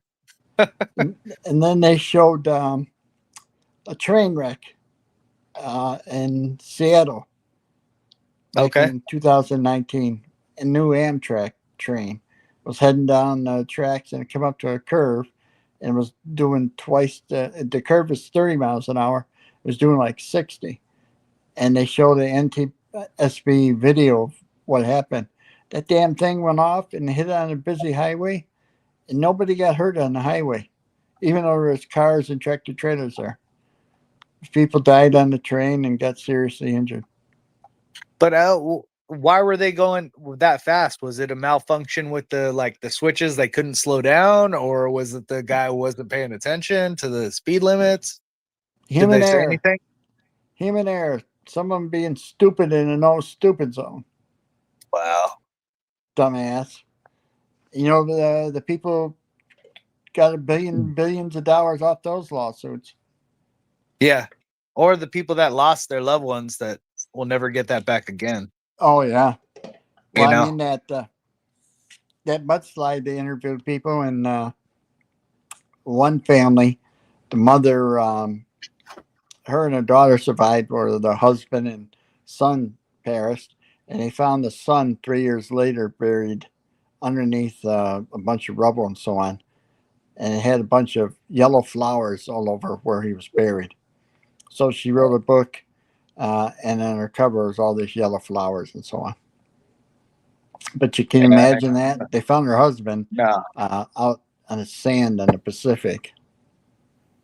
I couldn't, man. All the people in Texas, man, all the things that are going on over there, like I couldn't imagine going through any of that, or my loved ones going through any of that. Like, and Yeah, finding out the next day that happened, like it's it's crazy how fast tragedy can happen for mass amounts of people. All it takes is Mother Nature, you know. Yep. That's why I say I'm sure Well, glad to and live like up you here. said, human error, because a lot of even Texas was human error. Like there was big flood zones, and they put all these places in flood zones, and then they didn't have the resources to tell them that the flood's coming. Because there were mobile parks, a lot of them, and underprivileged people. Yep. And that's the sad part about it. You know, Mm-hmm. well, all of it is sad, but I just feel like, give everybody the same. If they own a home, whether it's a trailer or a house or whatever it is, like give them the same human decency to let them know when something's happening. Absolutely. Throw some sirens up like they do for tornadoes and stuff. Yeah. And just when the visitors come in, set up camps and stuff, give them a flyer. If you hear a siren, move out of the waterway, 100%. Head for the hill. Just kind of like when a tsunami hits. You look what happened in the Christmas tsunami, my teeth, and the one in Japan. All those people just died. The warning signs, especially the Christmas one in Thailand and so on, when the water receded way out and people decided to go out there and, wander around. The water used to be 10 feet deep. Now there's no water there. A lot of tourists didn't understand what was going on. Where the locals said, let's get the fuck out of here. Head for the hills. Yep. And I think it was 250,000 people died. And you still didn't find a lot of them because they're swept out in the ocean. Yeah, they're in the ocean. Yep. Yeah. It's super sad, man. It's it's a shame. Well, what are you gonna do? Pray for all of them. You know what I mean? Yep. Hope everybody gets into heaven and everybody's in a much calmer, peaceful place now. Yep. And that's the best we can do as humans right now. I mean, other people could have done better at the time, but as us, that's all we can do. Absolutely. And when it's time, there's nothing you and me or anybody else can do about it. Yep. It's God's work now. Yep. Just hoping it's quick to the point. I'd like to go, my father passed away when he went to sleep. That's the perfect way as far as I'm concerned. Yeah, that's the way I want to go. I hope it's not soon, but that's the way I want to go. Well, yeah. Well, my father was 42, but I have a lot of things I want to accomplish and a lot of things I want to see, but at the same time, definitely, if I had a choice, that's my way. Yep. I'm gonna go in a place of glory. Absolutely. Absolutely. And I want to fight in a battle, go to Valhalla.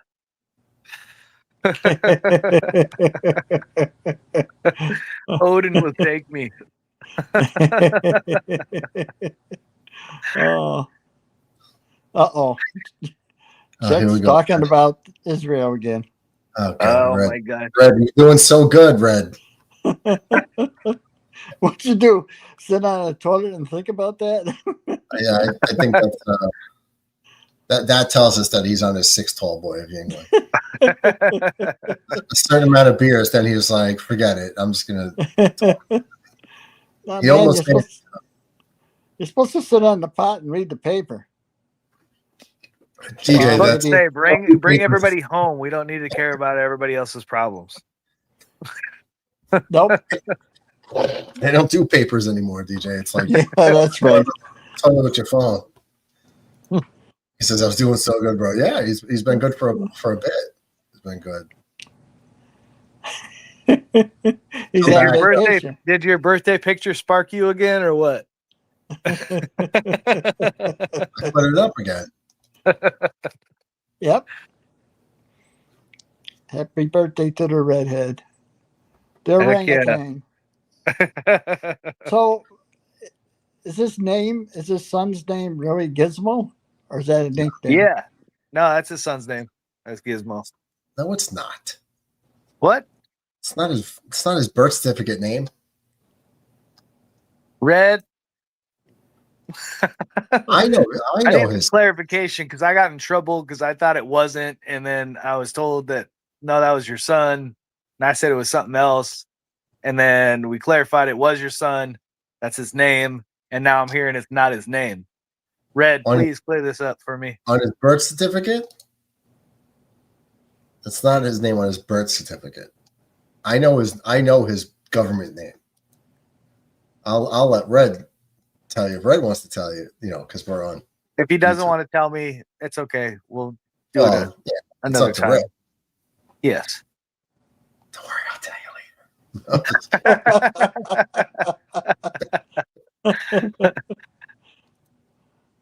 later. I wonder if he started him on Yinglings yet. Come here, son. But what do you mean started? Yes. You know what? Actually, I understand why he does it that way. Totally makes sense. The same way I didn't understand that I put my full name as like my person in all YouTube. It was like Sean McAteer. Just in case like you say anything wrong, we know exactly who you are. I could have done like some kind of a nickname. Now I'm stuck with Sean McAteer because now nobody else knows me by anything but that. That's so now I just gotta be on my P's and Q's, I guess. If you came in with a different name, we'd say, aha, he's spying on us. Well, that's the whole reason Murdoch was like, hey, dude, you can't just like put up a random name because they'll be like, who is that? When, if we're in the fantasy football league and he's putting up everybody's names and they're like, oh, yeah, who is the Flying Chonkalas? But if you put up Sean or DJ or whatever, like they know, oh, that's them, or Infrared or whatever, Murdoch, which I wish I had like an Infrared or a Murdoch kind of thing. Hey, put that last one up there, but his name. What's that? Yeah, it's Murdoch. You guys should know because no. Because Red is a senior. Eric is. Yeah, I was going to say Red's name is Eric, isn't it? Yeah, Infrared is Eric. But he's Eric, and his last name's Senior. I know he said his last name Gizmo because when he was born, he was a fur ball. Yeah, hairy. Yeah, he was hairy. Oh, Red. Nah, I'm sorry. I didn't know that part. A fur ball. Good to know. What did he have? Hairy. Red, or was he red fur? Was it red fur? Okay. He came out with a hairy chest like Red and a beard. Oh, okay.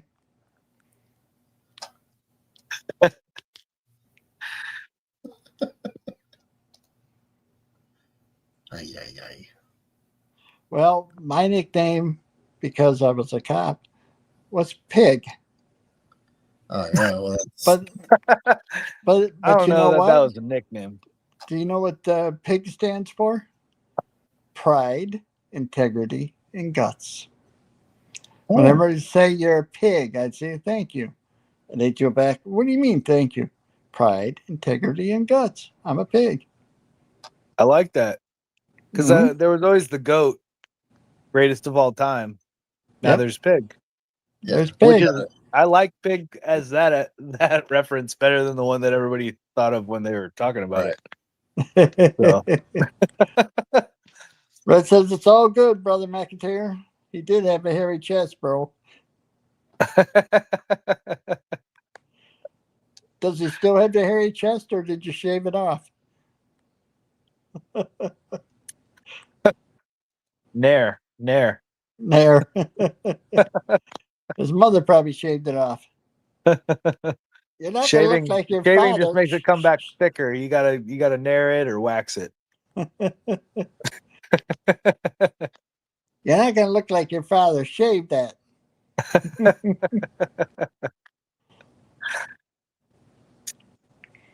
That's an expensive barbershop day. Can you just shave all of him? Yeah. Just take those strips. Where does the fade start? Where does the fade start? Red, you should probably come on and defend yourself. Bring Gizmo along too. Eric, bring Eric.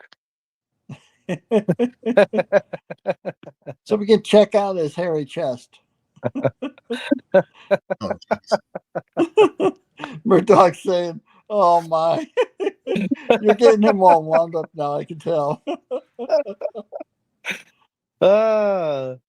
Good stuff. Murdoch's girlfriend wants to see him, Red.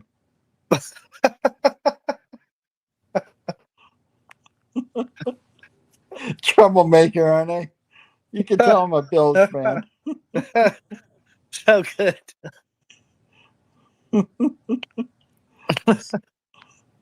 Oh, he must be burning and typing at the same time. Well, he's got to take another drink. Takes a minute. Put it down. Then type. Gizmo, come here. What am I going to say to these clowns? Priorities. So I saw what you said earlier about putting the steak in a blender. Yeah, no, actually my buddy he always did chili. But he had his mouth wired shut for like 6 months from a broken jaw. So but yeah, everything had to be blended. So he, smoothies and whatever, but for dinner, he's like they did all kinds of stuff blended. His favorite was chili. You blend up the chili with some cheese and it tastes just the same. That's what I was worried about, having a broken one. I was thinking, oh no, please. Yeah. So I'll take what I can get up with. Then you wouldn't be talking right now with us. Nope. You just see my ugly mug on here. Doing sign language. You'd be doing Christopher Reeve stuff with us. Yeah. All typing. Yeah. Me and my little iPad. I don't know. It's 8x4, I think it is. I'm sorry that you're not. I was hoping that you were doing better, dude. You said it's all swollen up though right now, huh? Yeah, still swollen. Damn.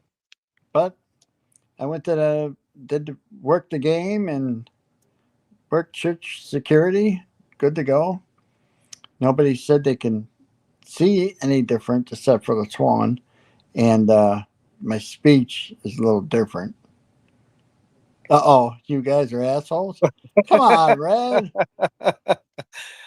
Your favorite assholes, though. If we were assholes, no Diddy. If we were assholes, then we could have been there while you're taking a shit.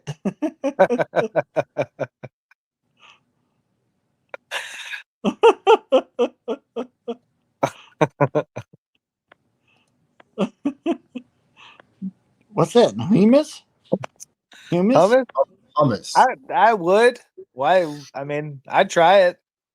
That doesn't sound like the worst combination.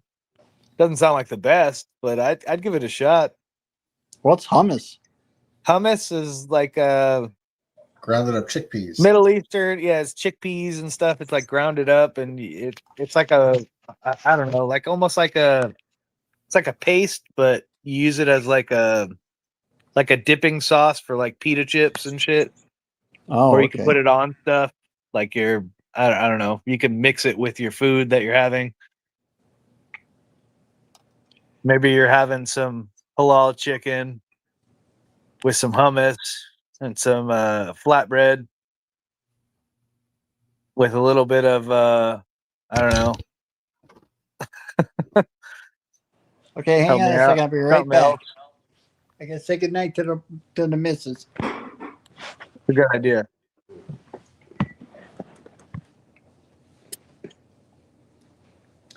My kids just got home. From where? They went they had a long day. They went with my grandparents, but they met up with my brother and basically their cousin and everything. And they went to it was like a boardwalk where they have like roller coasters. They have a little water park in the middle of it. They have there's like jungle gym where you have to be like harnessed in and you like crawl across different stuff and like walk across different like planks and stuff like that.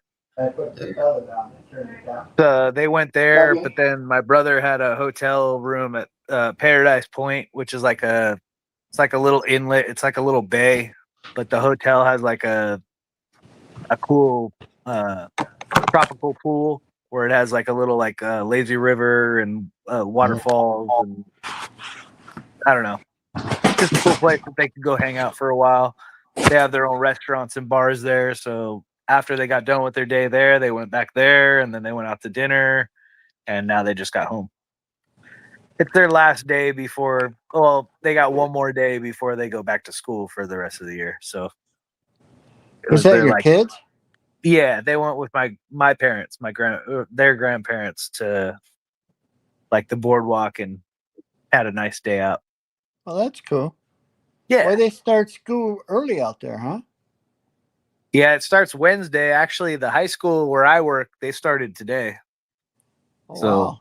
but my kids start Wednesday. One goes into high school, one goes back into middle school for one more year. Yeah, our schools out here in New York, they'll start the first week in September.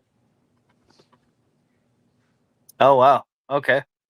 But when do you get off? When is your first day off? In our school system? Yeah, when do they start that break? You mean the end of the year? Yeah. Probably around June 20th or so on. It depends on when the examinations are. Okay. Yeah, I think our kids are actually going through school through July. They get a little break for really? July, but they're still going. Yeah. Oh, wow. It's weird. I don't understand why even like San Diego to LA, the school system is different. Riverside to San Diego, school system is different. And it's like, why aren't they all in the same school system? But I really think, to be honest with you, it's to push vacation money. Like if everybody's out at the same time, you're not going to be able to, you're going to sell out and then all these other people aren't going to get to do the same thing. So if you separate it, everybody has the same opportunity to spend their money at Disneyland or go on a cruise or do whatever. You know what I'm saying? Like rather than if everybody's off at the same time, you're going to sell out before you get all the money from all these people because everybody else is going to be like, oh, well, it's sold out. So now I got to figure out something else to do. So if you separate and you scatter all this stuff, then all these people are going to spend the same amount of money to do the same trip at different times, whether it's winter, fall, spring, it doesn't really matter. Like as long as it's different times and that's the time that they're off, then that's the time that they're going to do something. You know what I mean? Yeah. I could be wrong. It's kind of like no, it makes sense to me. All right, so you're gonna go enjoy your kids. Yeah. Yeah. Now I'm gonna head out here in about 2 minutes because we're about to watch Jurassic Park. Sounds great. The new one. Sure Murdog it's wants not to get gonna off. be great, but it'll be all right. Yeah. Tomorrow night's another game, right, Murdog? Yeah, 7:05. Are we going to be on tomorrow too? What do you mean, like on camera? Yeah, like we are now. If you can call in anytime you want. I have the chat up. I have the invite up constantly. So no, what I mean is you're doing a game tomorrow night. Yeah, probably. Okay. Then I'll be on. Let's see. Sometimes during the night I'll be there. Depends on what happens tomorrow with the dentist. Right, y'all. All right. Be have easy. a good one, Sean. Love Good you. to Take talk care. to y'all. Be easy. Take care, buddy. Later. Don't know how to get out. Crispy says, good night, McTeer. Love you. Let's go, Jets. Good Take night, care. Crispy. Always welcome. Any closing arguments from you, gentlemen? There's only one closing No argument I argument, have. but great show.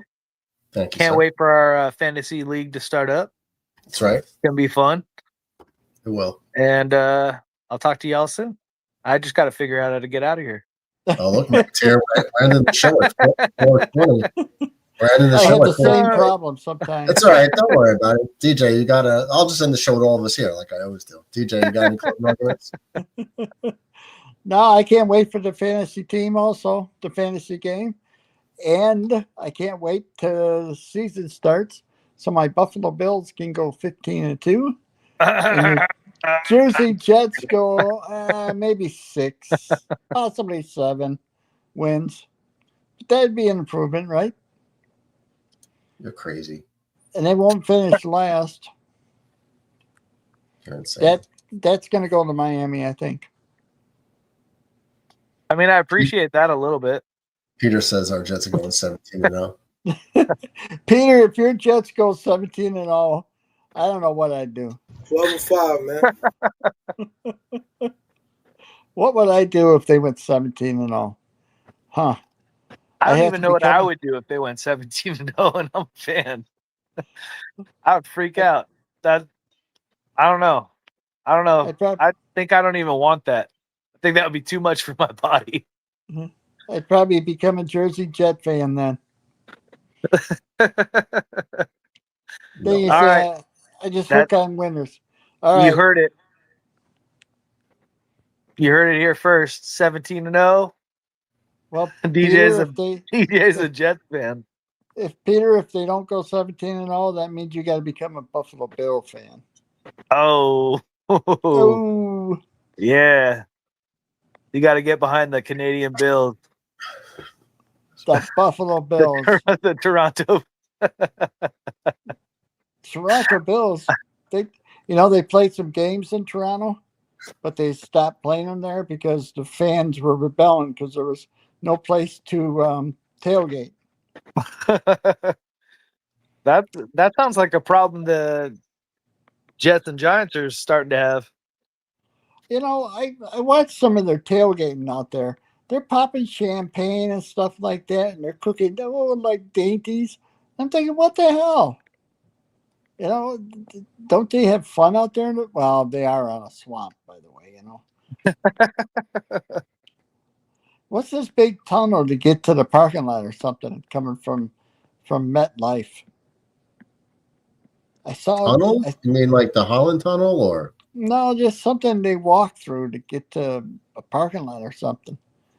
No, the train. They have a train that buses half of them in. But yeah, it then takes forever, the problem too. is when you leave the game, everybody's waiting for that ride. So you're Yeah. like, unless you're the first person there, you're stuck there for hours. Yeah, It's like a damn border check.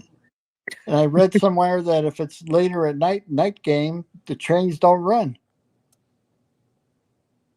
Oh, really? I have to dig that up and send it out. Yeah, I believe it. I just didn't know that. Probably costs like $100 just to ride the train. Oh yeah, I'm sure they upped the cost as soon as they realized how many people have to do that. My daughter are willing to do that. My daughter was a model, and she was out there in New York City with my wife for a show, and she said they went to a bodega, if that's how you pronounce it, to get to get a Coke, just a regular 12-ounce can of Coke, and it was $15. I says, "Holy shit!" And then they did the tour around the Statue of Liberty on whatever the tour boat is, and they went off from a pier and they come back on the pier, and they started walking back towards Times Square because that's where their hotel was. And my wife says, "I didn't like it out here," so she went to wave down a taxi. Nobody would stop. My daughter, she gets practically in the road and whistles, and a taxi stops and tells the taxi driver, "I want to go to whatever hotel." The taxi driver drives around the corner in front of the hotel, 15 seconds worth of a ride. And he says, "Here, right here." And she threw a 20 at him. He says, "Keep the change. I just want to get home to the hotel." And the cabbie wasn't going to charge her anything. Oh, well, what are you going to do? I have more stories. Manhattan getting lost during a wedding and trying to walk around and using my maps, and it wouldn't work. So I just kept walking in circles. And I got so many stories about New York because that's just New York for sure, DJ. Yeah. But Murdoch, I know you're trying to get off, man. I'm out, dude. You can right. you can let us go if you're done. If you want to stay on, I'll kick it for a while, but I'm not trying to hold you up. Wow, you You guys were said talking. last words. You guys. Well, because I thought everyone was leaving, so it's like everyone had closing arguments. That's how I.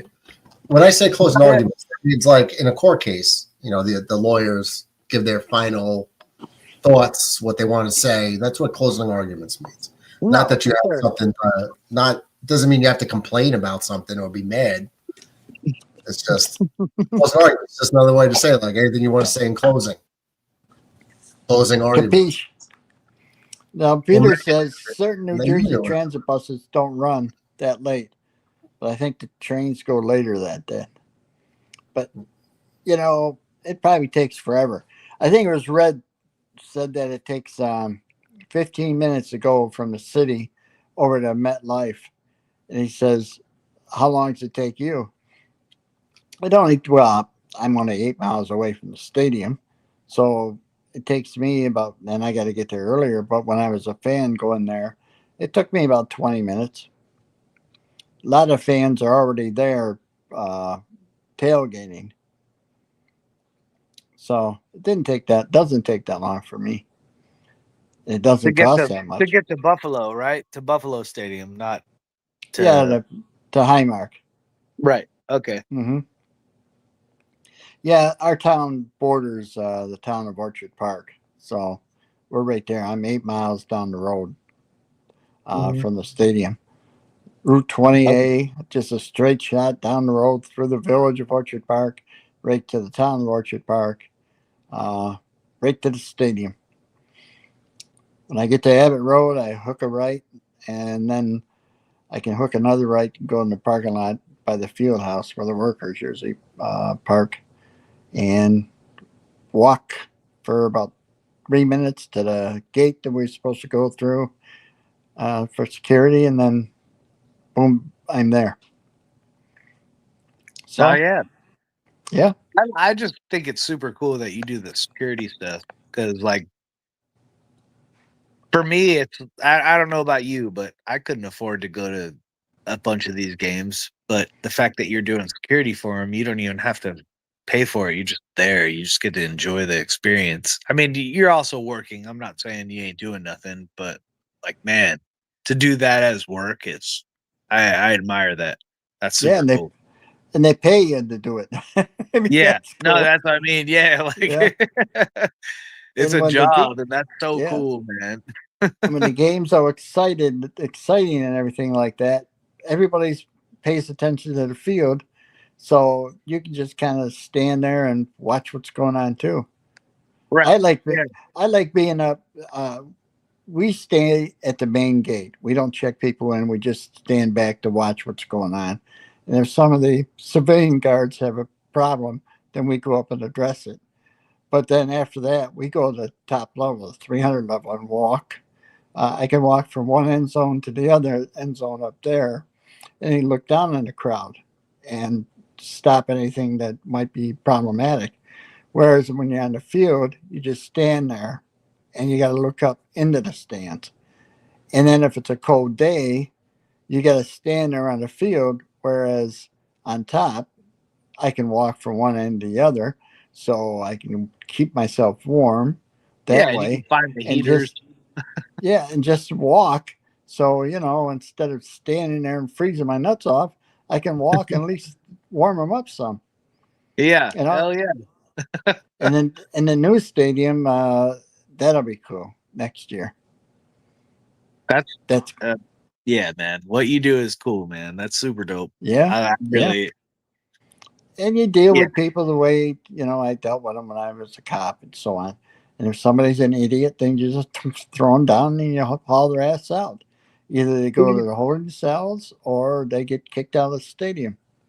So do you think being a cop is a good portion of why you got the job? Or do you think there's like normal people? Like I don't have any qualifications for that. Like what would I need to do something like that? So as a civilian, you'd have to go and you'd have to get what's called a guard card in New York State. All right. Okay. And once you take the course, you're certified as a security guard. Now you'd go work at the stadium and you'd be what we call a yellow jacket. You're a civilian guard and you don't have the powers of arrest or anything like that. Now, me being a former law enforcement officer, a Leo, we obviously get a job right away.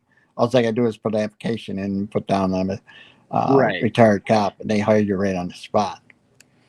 And then they have deputies there who are reserve deputies, meaning they're either on a civilian life and they want to be cops. So they send themselves to the range, buy their own uniforms, la di di, la di da. They have the powers, they're peace officers, whereas I was a police officer. So they have the powers to arrest, but they're pretty stupid. I mean, you get somebody and they're trying to handcuff them, and it's just like watching Laurel and Hardy. It's like, come on. So I go But up you're behind not them and allowed I'd to grab do them. that? Oh yeah, we can. But I mean, when the deputies are dealing with somebody, I'd go up and I'd grab them, put their hands together, and I'll cuff them. And they're just kind of like, oh, give me the cuffs. Click, click. Now take them away. Because they don't do this stuff all the time. I don't even think they know how to handcuff. I mean, I don't even think how many people they've actually handcuffed in their life. In 30 years, I've had to have handcuffed at least 30,000 people. And I'm not bragging, but that's the truth. Oh, When yeah. you're a cop, you do it all the time. Yeah, it's a daily thing, multiple times a day. I said this to Murdoch before, it's mind over matter. You get some guy who's bigger than you, you just go self-defense and you just take charge and you put him down. And I always have cuffs with me and I'm always armed wherever I go. If you get some idiot that comes at you or tries to do something, there's ways of putting people down. I don't care how big they are. I'm always And armed. just put them down and cuff them and then stuff them. I'm always Plain armed and too, simple as DJ. that. Yeah, always even like that. Even if you got the human weapon against you, you still just go with cuffs. Oh yeah. Oh no, I see Murdoch. I'm tasing him. I'm not even gonna talk to him first. I feel like I could take one. I feel like I could We'll take talk to him afterwards. I don't know why, but I kind of feel like I could take it. The taser. You think so? I don't know. Probably not in reality, but in my brain, I think I could take one. I think if me and Murdoch, or if me and DJ both tased you at the same time, I think you'd go down, and then we would cuff you, and then we would ask questions. I wouldn't even ask you questions beforehand. I wouldn't be like, "Hey, are you okay?" I'd be like, I've seen a guy power through it and just like take it, and I'm like, I could do that. But you might tase me, and I might just like fall like a brick. Well, if my tase doesn't work, I'll just tell DJ, "Hey, tase him in a better place." No offense, but the only time there's a problem with tasers if you're wearing a big coat or something like that. But if you, to be quite honest with you, if I was to tase you, you would go bang right down. Yeah, no, but I've seen Like a videos bullet where people ate it, just like took it and was like, it didn't stop them. And I was like, I feel like I could do that then. I was told depending like on where you tase like people, a depends on 10% what chance. I would tase you right in your like gallbladder so that you would pee all over yourself. You know where to aim for the gallbladder? I hope so. I'm a cop at this point. Well, in all actuality, to do that, you have to be tased. So I'd have to be tased. I'd have to be pepper sprayed. I've had that a few times. Yeah. Oh, yeah. In the service, you know what that's like. Even before that, cops in my neighborhood were very liberal with their pepper spraying. That question later. When I was a teenager, multiple times. Bad, Not even work. I'll tell you stories off camera, DJ, but